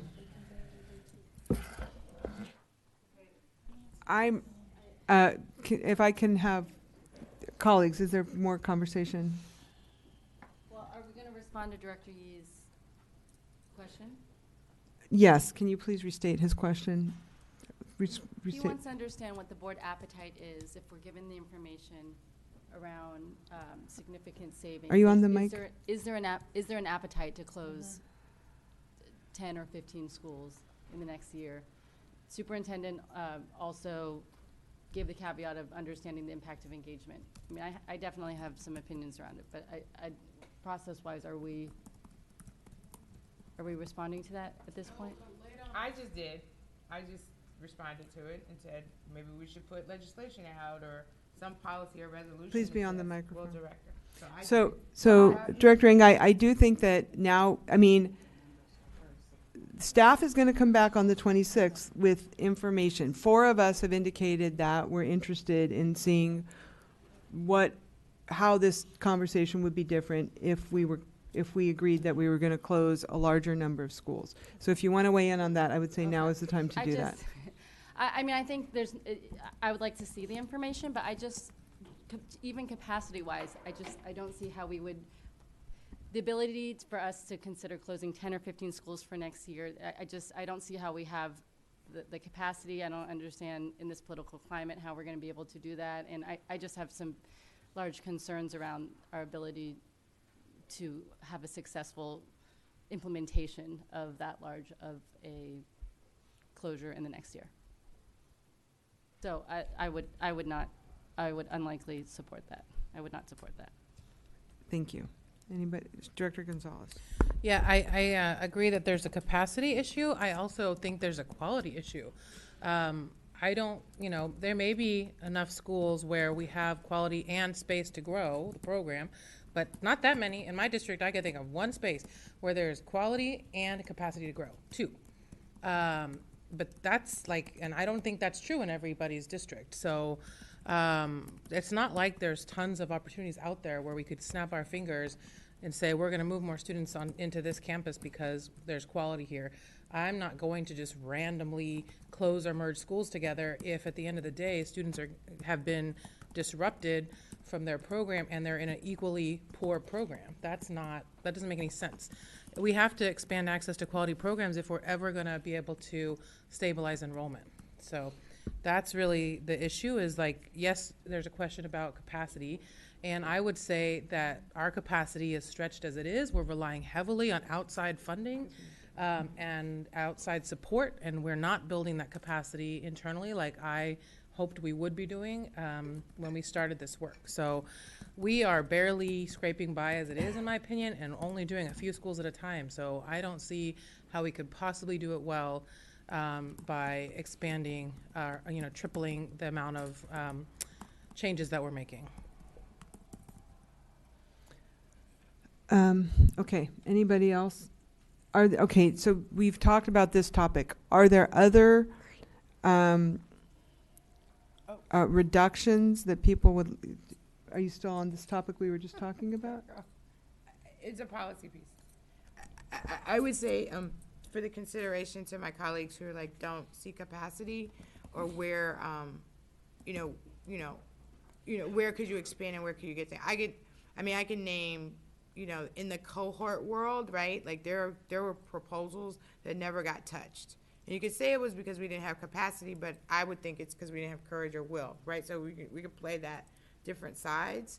But also remember 6006. 6006 actually talks about deeper partnership with charter schools. And so again, I always kind of argue back. You want them to do more SPED, you want them to do more low income. You probably need to help them stabilize in spaces, right? So you have an ERES that's a really quality school, but it's, dying in the basement of a church. So for me, I'm why isn't that living inside of a Prescott that only has 90 kids? Or any other school that's underperformed. So if you fundamentally didn't vote for or don't like 606, then that's not gonna be a solution. For me, it's a solution, right? That's again where I get to leverage quality, opportunity, some innovation, and support, diverse families. So just an added thought of 606. Thank you, Director Hinton Hodge. At this time, I'm going to ask if there are other reductions that folks wanted to bring forward. Director Harris, you brought out the big elephant in the room, and I want to thank you for doing that because I didn't have the courage to, but I think it needed to happen, so I appreciate that personally. Anybody else have other things they want to bring up? Director Gonzalez. President Lynn, I also just want to remind us board colleagues that when we took on the blueprint, we agreed that schools would have a year for planning, and we violated that with Roots, and it caused a lot of upset and hurt feelings, and I still think it was the right decision, but I just want to point out that we made a commitment around adequate time for planning, and so I still believe that that's the commitment we made, and we need to observe it. Thank you for that reminder. And I just want to say that I agree about the planning. That's why I emphasize that that our deficit, our cliff, is actually 3 years out. So we could actually, if we made the moves to do this, and we committed to do this, we have a little bit of a lead time, and we have revenue streams and so forth. But to wait is the same problem we had with the administration building. Yep. We wait, and now we're stuck in an impossible task. And that's what I heard James saying. This is impossible because we can't. I mean, imagine next year, you and I will be, and Amy will be here, and we're gonna have to do this again. But there's nobody left to cut. We furloughed them 1 day. Next year we'll have to furlough them 2 days, and the third year we'll have to furlough them 3 days. Okay. can't have this many employees. You know, so that's the dilemma of this incremental part. Okay, so I'm hearing that are we done now with this item? I'm going to turn to the superintendent. Superintendent and general counsel, do you have what you need to move forward? Can you share with me what we can expect to see happen next? What are you waiting on from board members, and what should we expect to see from you?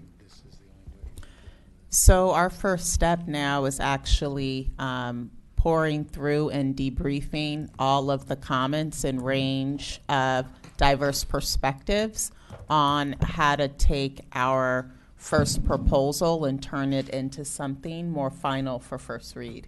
So, like I said, I have staff that has been typing down the various questions. There's some specific ask for further information, so we will have that provided. I think one of the big pieces, besides revenue generation, furloughs, another thing that I heard, and really the financials behind closing more schools potentially at a faster rate.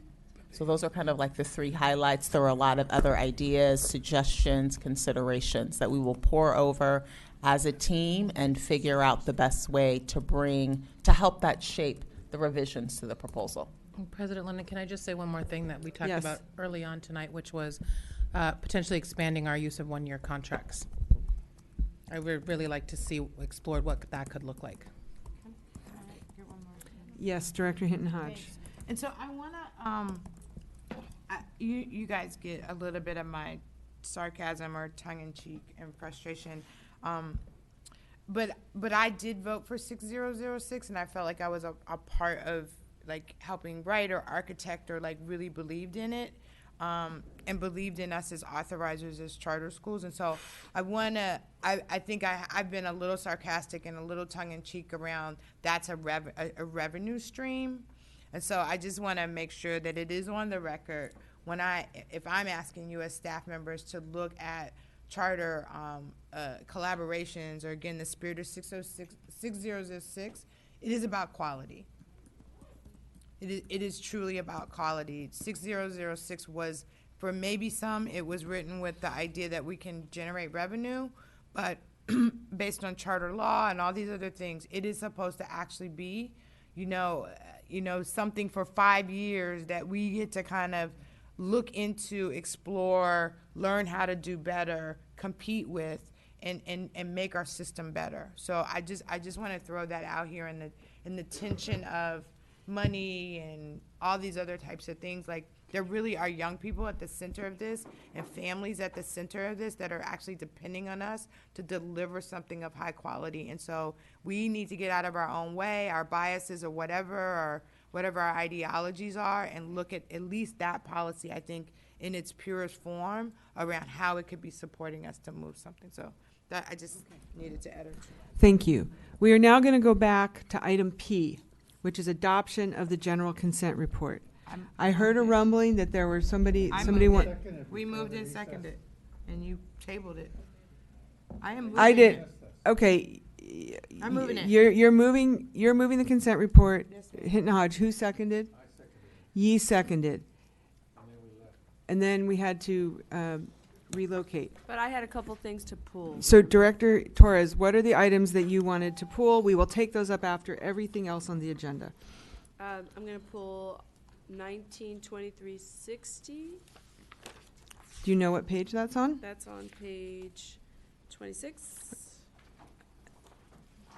And then also 20-0155, page 28. And that's it. Thank you. So the general consent report has been moved and seconded with the exception of items 19-2360 and 200155. Is there any public comment on these items? Can we call the roll, please, on the general consent report? There's no public comment. Oh.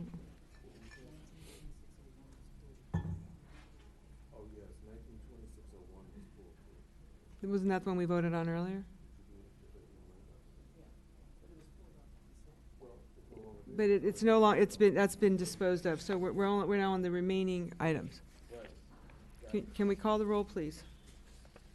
There are members of the public here, President London.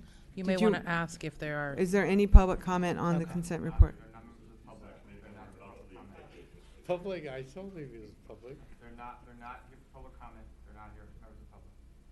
Okay. If you have a question related to PSAP's role, we can address it. Or the CHC, which you have this. None of this is on the record. All right, can we please call the roll on the general consent report? Yes. On the general consent report, minus the items stated, 192360 and 200155. Is that correct? Yes. All right. Student board members are absent. Director Ng, Yes. Director Hinton Hodge, Yes. Director Yee, Yes. Director Torres, Yes. Director Harris, Vice President Gonzalez, Yes. and President London. Yes. Motion's adopted. Thank you. We're now going to open the public hearing on item 200101. This is the sunshining of the district's initial proposal with the United Administrators of Oakland Schools. Is there a presentation? Is there any President London, public comment? Is this an item for voting? This is a public hearing. This Okay. is a hearing. The sunshine item is published with the agenda. Is there any comment? President London, I do have one question, which is about vacation accruals. I did see something in the sun shining. Can you just say more about what that item will look like? So you did in fact see included in the sunshine, we're opening up the article related to vacation. We have been encouraging employees to take vacation, to utilize vacation time as a measure towards wellness. We do believe that that is also a component of staff retention, is to have employees taking their vacation time, and that is what it's for. We have negotiated with other bargaining units some language around that. There is a financial benefit to employees taking their vacation time so that there isn't vacation liability sitting on the district's books. So that's what that refers to. Thank you. Is there any public comment? Okay, I will now close the public hearing. We're now moving on to item S, unfinished business. We already did that. We just spent 4 hours on that. So now that was the budget priorities. Budget reduction. Oh, no, excuse me. No, I was wrong. Nope, I'm wrong. Item S1 is our legislative priorities. Item 20006. We had a discussion about this on January 6th. We received direction from the board. The legislative priorities have been updated. We shared them with members of the charter community. We did not receive any substantive concerns. They appreciated the opportunity to provide us with feedback. And I am going to move adoption of the legislative priorities. Is there a second? I will second. Thank you. Is there any discussion? Any public comment? I just wanted to thank, Oh, go ahead, Director I Ng. just wanted to thank you, President London and Director Gonzalez for all your work on the legislative priorities. Anything else? Director Hinton Hodge. I'm not going to be voting on this. Are you recusing yourself, or are you just voting no? I'm You're not going to support I it? don't have those notes in front of me. Okay, fine, that's fine. Is there any public comment? Okay, can we call the roll, please, on item S1, the legislative priorities for 2020?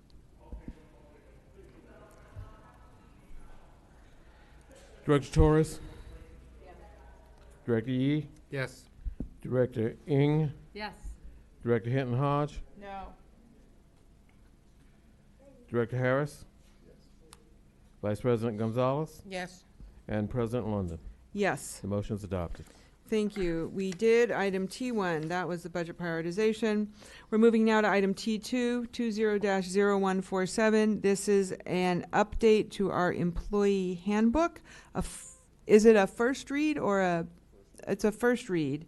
Ms. Gard, can you give us a very quick overview of this document? Yes, I'll give you a speed overview. Thank you very much. It goes back to 1984. Sorry. That was the last time we updated it? 1984, there was an employee handbook, yes, for confidential employees. In 2013, our general counsel at that time came in and the board approved to terminate those policies, and then we were supposed to come back and create another handbook.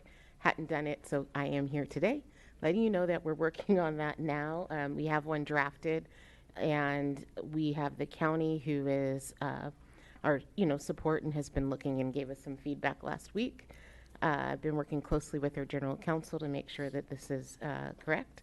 And in the handbook, we'll include information which is how we deal with comp time for confidentials, vacation use, and extra additional compensation, and then a lot of other pieces. So this is really to let you know where we are at. We'll give you a much cleaner, neater version the next time that I come to the board, which hopefully at that point you will vote on. Thank you. Colleagues, do you have any Yes, I questions do. or comment? Director Yee, Is we'll do 2 minutes on Okay, this, this please. is real quick, but is there any notation there around furloughs? No. I think it probably worthwhile taking a quick look on furlough language. Okay. I just saw, okay. If possible. Sorry, I just saw myself. I actually didn't realize I was right there. Maybe I'm tired, but I'm like, what's that? We're all tired, Miss Gard. Yeah. I mean, Okay. I mean, I'm assuming we're talking, just given the conversation we had earlier, we're talking about voluntary furlough or involuntary furlough. I'm not sure which, but it's probably worthwhile. It's probably worthwhile Maybe taking a work look on- at. It's I haven't normally seen it in an employee handbook. Usually I think that's something that we enact if we need to, but can talk more with the general counsel, Janine, and the county, and then we'll come back to you and let you know. Thank you. So when will this come back to us, Ms. Gard? I believe we have a holder for the 26th. Great, thank and you. if we did not get it, then it would be the next. Yes. We'll come back on consent. Great, thank you very much. Anything else, colleagues? All right, we're going to move now to item T3, 20-0139, declaration of need to hire substitute teachers. These are CBEST waivers. Do I have a motion to approve? Move adoption. Second. It's been moved and seconded. Any questions or comments from board members? Director Hinton Hodge. These are waivers for teachers in our schools that haven't passed CBEST, and I'm sure it's true across all of our school systems. Thank you. That make waivers. Any public comment? Seeing none, can we call the roll, please? On the motion to adopt this item as stated, Director Ng, Yes. Director Hinton Hodge, Yes. Director Yee, Yes. Director Torres, Yes. Director Harris, Vice President Gonzalez. Yes. And President London. Yes. Motion's adopted. Thank you. We're now moving now to item T5. No, excuse me, T4, 20-0140, application for provisional internship permits for a number of employees. Do we have a motion to Move approve? adoption. Second. Moved by Director Gonzalez, seconded by Director Hinton Hodge. Any comments? Public comment? Can we call the roll, please? On the motion to adopt the motion as stated, Director Harris, Director Torres, Yes. Director Yee, Yes. Director Hinton Hodge, Yes. Director Ng, Yes. Vice President Gonzalez, Yes. and President London. Yes. Motion's adopted. Thank you. Item T5, 20-0142. This is an application for variable term program waiver, CBEST, BCLAD, and program for several employees. Do I have a motion to approve? Move adoption. Second. Moved by Director Gonzalez, second by Director Torres. Any comments? Please call the roll. Director Yee, Yes. Director Harris, Director Hinton Hodge, Yes. Director Ng, Yes. Director Torres, Yes. and Vice President Gonzalez. Yes. And President London. Yes. Motion is adopted. Thank you. Item T6, 20-0366. This is an award of contract for construction services to deal with a sewer emergency at Joaquin Miller Elementary. Is there a Move motion to adoption. approve? Moved by Director Gonzalez. Is there a second? I will second this item. Are there any? And Madam President, just for the record, this requires a 4/5 vote of the board. Okay, 4/5 of us must vote for this in order for this to be approved. Are there any comments or questions? Can we call the roll, please? On the motion to adopt, as stated, Director Ng, Yes. Director Hinton Hodge, Yeah. Yes. Director Yee, Yes. Director Torres, Yes. Director Harris, Vice President Gonzalez. Yes. And President London. Yes. Unanimously adopted. Great. Item T7, I am very excited about this. This is coming from the Facilities Committee, 19-2526. This is a master plan for deferred maintenance. Director Yee, as chair of the Facilities Committee, do you want to say anything about this item? Or, oh, Mr. Nakadagawa is here. Great. Thank you for waiting. And can we have a motion? I'm going to make a motion to approve. Moved by me, seconded by Director Yee. Mr. Nakadagawa, if you could give us a quick overview. So, just very basically, in an ideal world, the district would have enough money to properly maintain its facilities on a yearly basis. And then there would also be a fund to do major system replacement as we needed to replace roofs, repave schoolyards, repaint school buildings, replace boilers, that sort of thing. That's what a deferred maintenance fund is. That would then allow us to devote almost all of a bond campaign to actual improvements. The situation we're in currently is that we don't have enough money to properly maintain our schools, so we have a growing deferred maintenance need, which leads us to having to devote major portions of our bond funds to what would normally be deferred maintenance type operations. So we're here today to present our deferred maintenance plan and ask for your approval. Thank you. Colleagues, are there any questions for Mr. Nakadagawa? No. I actually do have a question. So if we adopt this deferred maintenance plan, which I hope we will, is it included in the budget for next year, the budget that we're starting to look at? This is naming some amounts that we need to start setting aside. It's actually included in the budget for this year, is my understanding, and Luz has been holding any disbursement of it until the board approves the deferred maintenance plan. Well, that's quite an incentive then. Thank you very much. Can we? But the question I thought was whether the $7 million will be replenished each year. Isn't that your question? Yeah, I mean, I want to make like this plan. It says every year we're going to have X amount go to deferred maintenance, right? It identifies what our deferred maintenance needs, what we anticipate they will be. And so what I'm asking is, are those amounts included in the budgeting that's happening for next year, for 2021? So I have not received any guidance on that. That can be a follow-up. Okay. For the 26th. The superintendent is saying that she will follow up on this. I mean, we're going to vote on this right now, so they can get the money they need for next year, hopefully, for this year, hopefully. But I do want to flag for staff that we need to ensure that this deferred maintenance master plan, the required routine maintenance account, RRMA, the play matting, the fire alarms, those are all master plans that that this board has approved, and they need to be included in the budget. I don't want to be in a situation where these expenditures aren't included, and we've been very intentional about planning for them. That's my opinion. Okay, can we call the roll, please? On the roll call to adopt the motion as stated, gotta find a new sheet. Hold on just a second. Yeah, I'm sorry.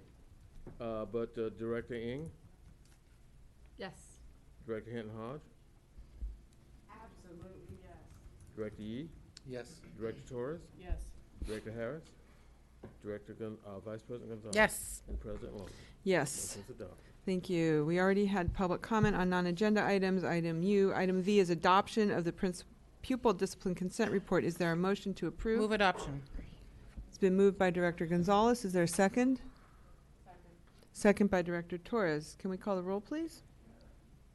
On the motion to adopt the pupil discipline consent report, Director Harris? Yes. Director Torres? Yes. Director Yee? Yes. Director Hinton Hodge? Yes. Director Ng? Yes. And Vice President Gonzalez? Yes. And President Long? Yes. Motion's adopted. Thank you. Item W, regular board member reports. Anybody have a report? Oh my gosh, thank you, Director Torres. Whoa, back me up. We're going to the consent items. Backing up, put it in reverse. We're going to turn now to item 19-23660. Director Torres, can you introduce this item, please? Well, actually, we need to move this to get it to the floor. So I will move adoption. Is I'll there a second? second it. It's been moved by me, seconded by Director Hinton Hodge. Now, Director Torres, can you state why you pulled this item? So my request was going to be if we could amend this to the extent that we could find out what I think Lou's left, what kind of revenue generation could be produced by having there be a fee versus the use of a campus for free. So that would be my only request, is that if we get into a habit of having schools use this OUSD sites and not pay, I don't want us to see this come back again and again, and then other schools say, but you didn't charge Epic, so why are you charging us? So we have to find a middle ground to start this process. So I'm gonna invite Ms. Renteria up to explain this item and what the agreement is that's before us. Can you please? Yes. Good evening, directors. So we had the facilities use agreement in June, and we made a modification for this February, and the modification was still to maintain the square footage, so we charge on square footage. That remains the same. We're just allowing them to add up to 52 EPIC students, but we charge by square footage, not by students. So the square footage is still remaining the same. Mm-hmm. So they're taking in those students is not changing anything that's already being paid for? Correct. The Okay. facilities is still the same use of facilities that they're using. Thank So the you. way they configure how they're going to serve up to 52 is up to them, but the square footage is still the same. Okay. Are there any further questions on this item? Can we call the roll, please? Okay, on the motion, on the item that's on the table, on the floor, Director Ng? Yes. Director Yee? Yes. Director Harris? Yes. Director Torres? Yes. Director Hinton Hodge? Yes. Vice President Gonzalez? No. And President London? Yes. Motion's adopted. Thanks. The other item that was pulled was item 200155. This is a resolution calling for us to honor Dolores Huerta on April 10th, 2020. Is there a motion to approve? So moved. Second. Moved by Director Torres, seconded by Director Hinton Hodge. Director Torres, did you want to say something? So I just wanted to say that I'm happy that we are doing this, and I believe that we're actually in unity with OEA. They're also passing some kind of a resolution, and in getting comments from my principals, one of my principals in District 5 is going to have an essay contest around Dolores Huerta, and then another comment was that the 20th annual Latino Honor Roll is this year, the 20th, and it's March 21st, and the Honor Roll is going to be named after Dolores Huerta for its 20th anniversary, and highlight that the district is passing this, hopefully was passing this resolution. And the reason I pulled it was just to say that as with many policies we pass, the life is in what schools actually do with it. So my hope is that all of your districts and this whole city would do something along the lines of maybe not an Martin Luther King oratorical fest, but something to do with maybe essay writing, or just to study the history of the fact that Dolores Huerta is someone who's being honored while she's still alive for the massive amounts of contributions that she's made in her lifetime. And since Jerry Brown did sign this into law as a statewide bill, Assembly Bill 2644, I just thought that for students to study someone who is still alive, who's born in Stockton, or did most of her work in Stockton and then moved on after being a teacher, she's known for so many things, and not just working with Cesar Chavez and the United Farm Workers, but many, many things. And I've been honored to introduce her at She the People and various other events, and so I just felt that to not just put it under consent, but to actually say, you know, the reality would be that students who look a lot like Dolores Huerta in Oakland now be able to do something in their schools from K through 12. So that was all. That was the reason I wanted to share what my principals are giving me feedback, and the fact that we're aligned with OEA is a nice little touch. Thank you. Thank you. And one of the reasons we wanted to put this item on now was so that we would have time to do the type of preparation you've discussed. Great. Can we call the roll, please? Yes, on the roll call for the motion stated, Director Ng, Yes. Director Hinton-Hodge, Yes. Director Yee, Yes. Director Torres, Yes. Director Harris, Yes. Vice President Gonzalez. Yes. President London. Yes. Motion adopted. Thank you. So now we go to regular board member reports. Are there any reports? Yes. Director Yes. Hinton-Hodge and Director Yee. I have to get the date right. So I really appreciating Director Torres bringing up, having the conversation about Dolores Huerta. She's amazing. I've danced salsa with her. She changed my life. But on the 6th of March, and so maybe this is something to maybe work on, Maya Angelou's son, Guy Johnson, is doing an essay contest, kind of in honor of his mom. And so on the 6th at La Escuelita, March 6th, in the evening from like 6 to 8 p.m., there'll be the winners of the essay contest, and it's something that teachers and principals have been involved with over the last, I don't know, just like maybe 3 to 4 months. So perhaps I would love to like maybe introduce you to him, because, or at least the Barnes and Nobles folks and the people that have actually been sponsoring and supporting the essay contest. But anyway, you all should come out. There's a number of young people that are going to be winning scholarships. Thank you. Director Yee and then Director Gonzalez. 6 to 8. Sorry. Thank you.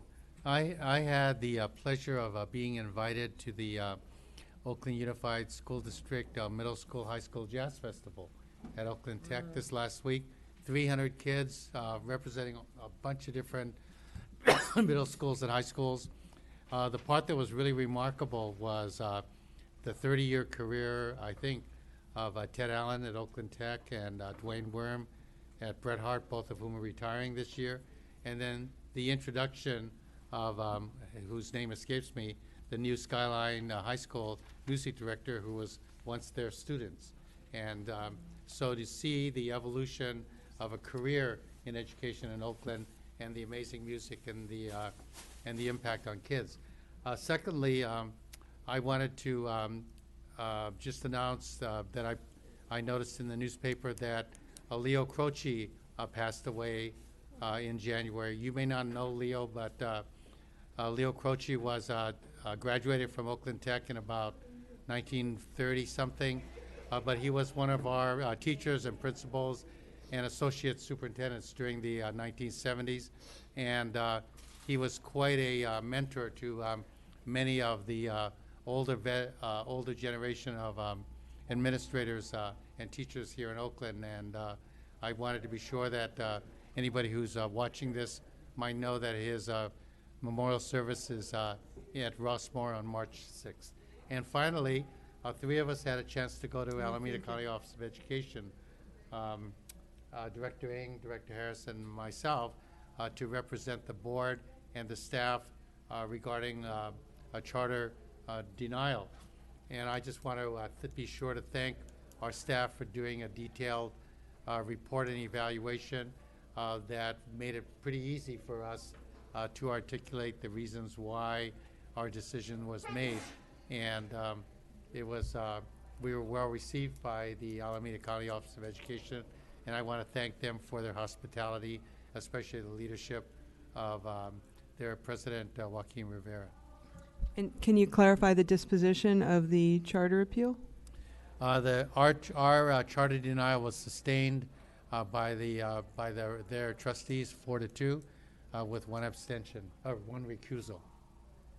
Great, thank you. Any other board reports?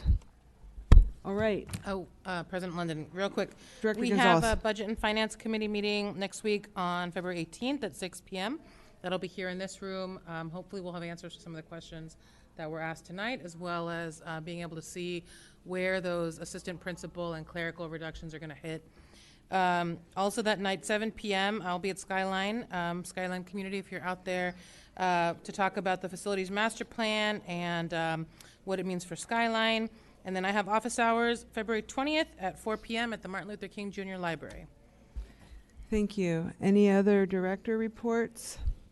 Colleagues, is there any new legislative matter? No. No new legislative matter. So I want to thank everybody. This was a hard meeting. These are hard topics, and I'm very proud of us for handling this conversation in a respectful way. And there's going to be more of this, so buckle your seatbelt and please stay for the ride. Thank you. We are now adjourned. Happy Valentine's Day.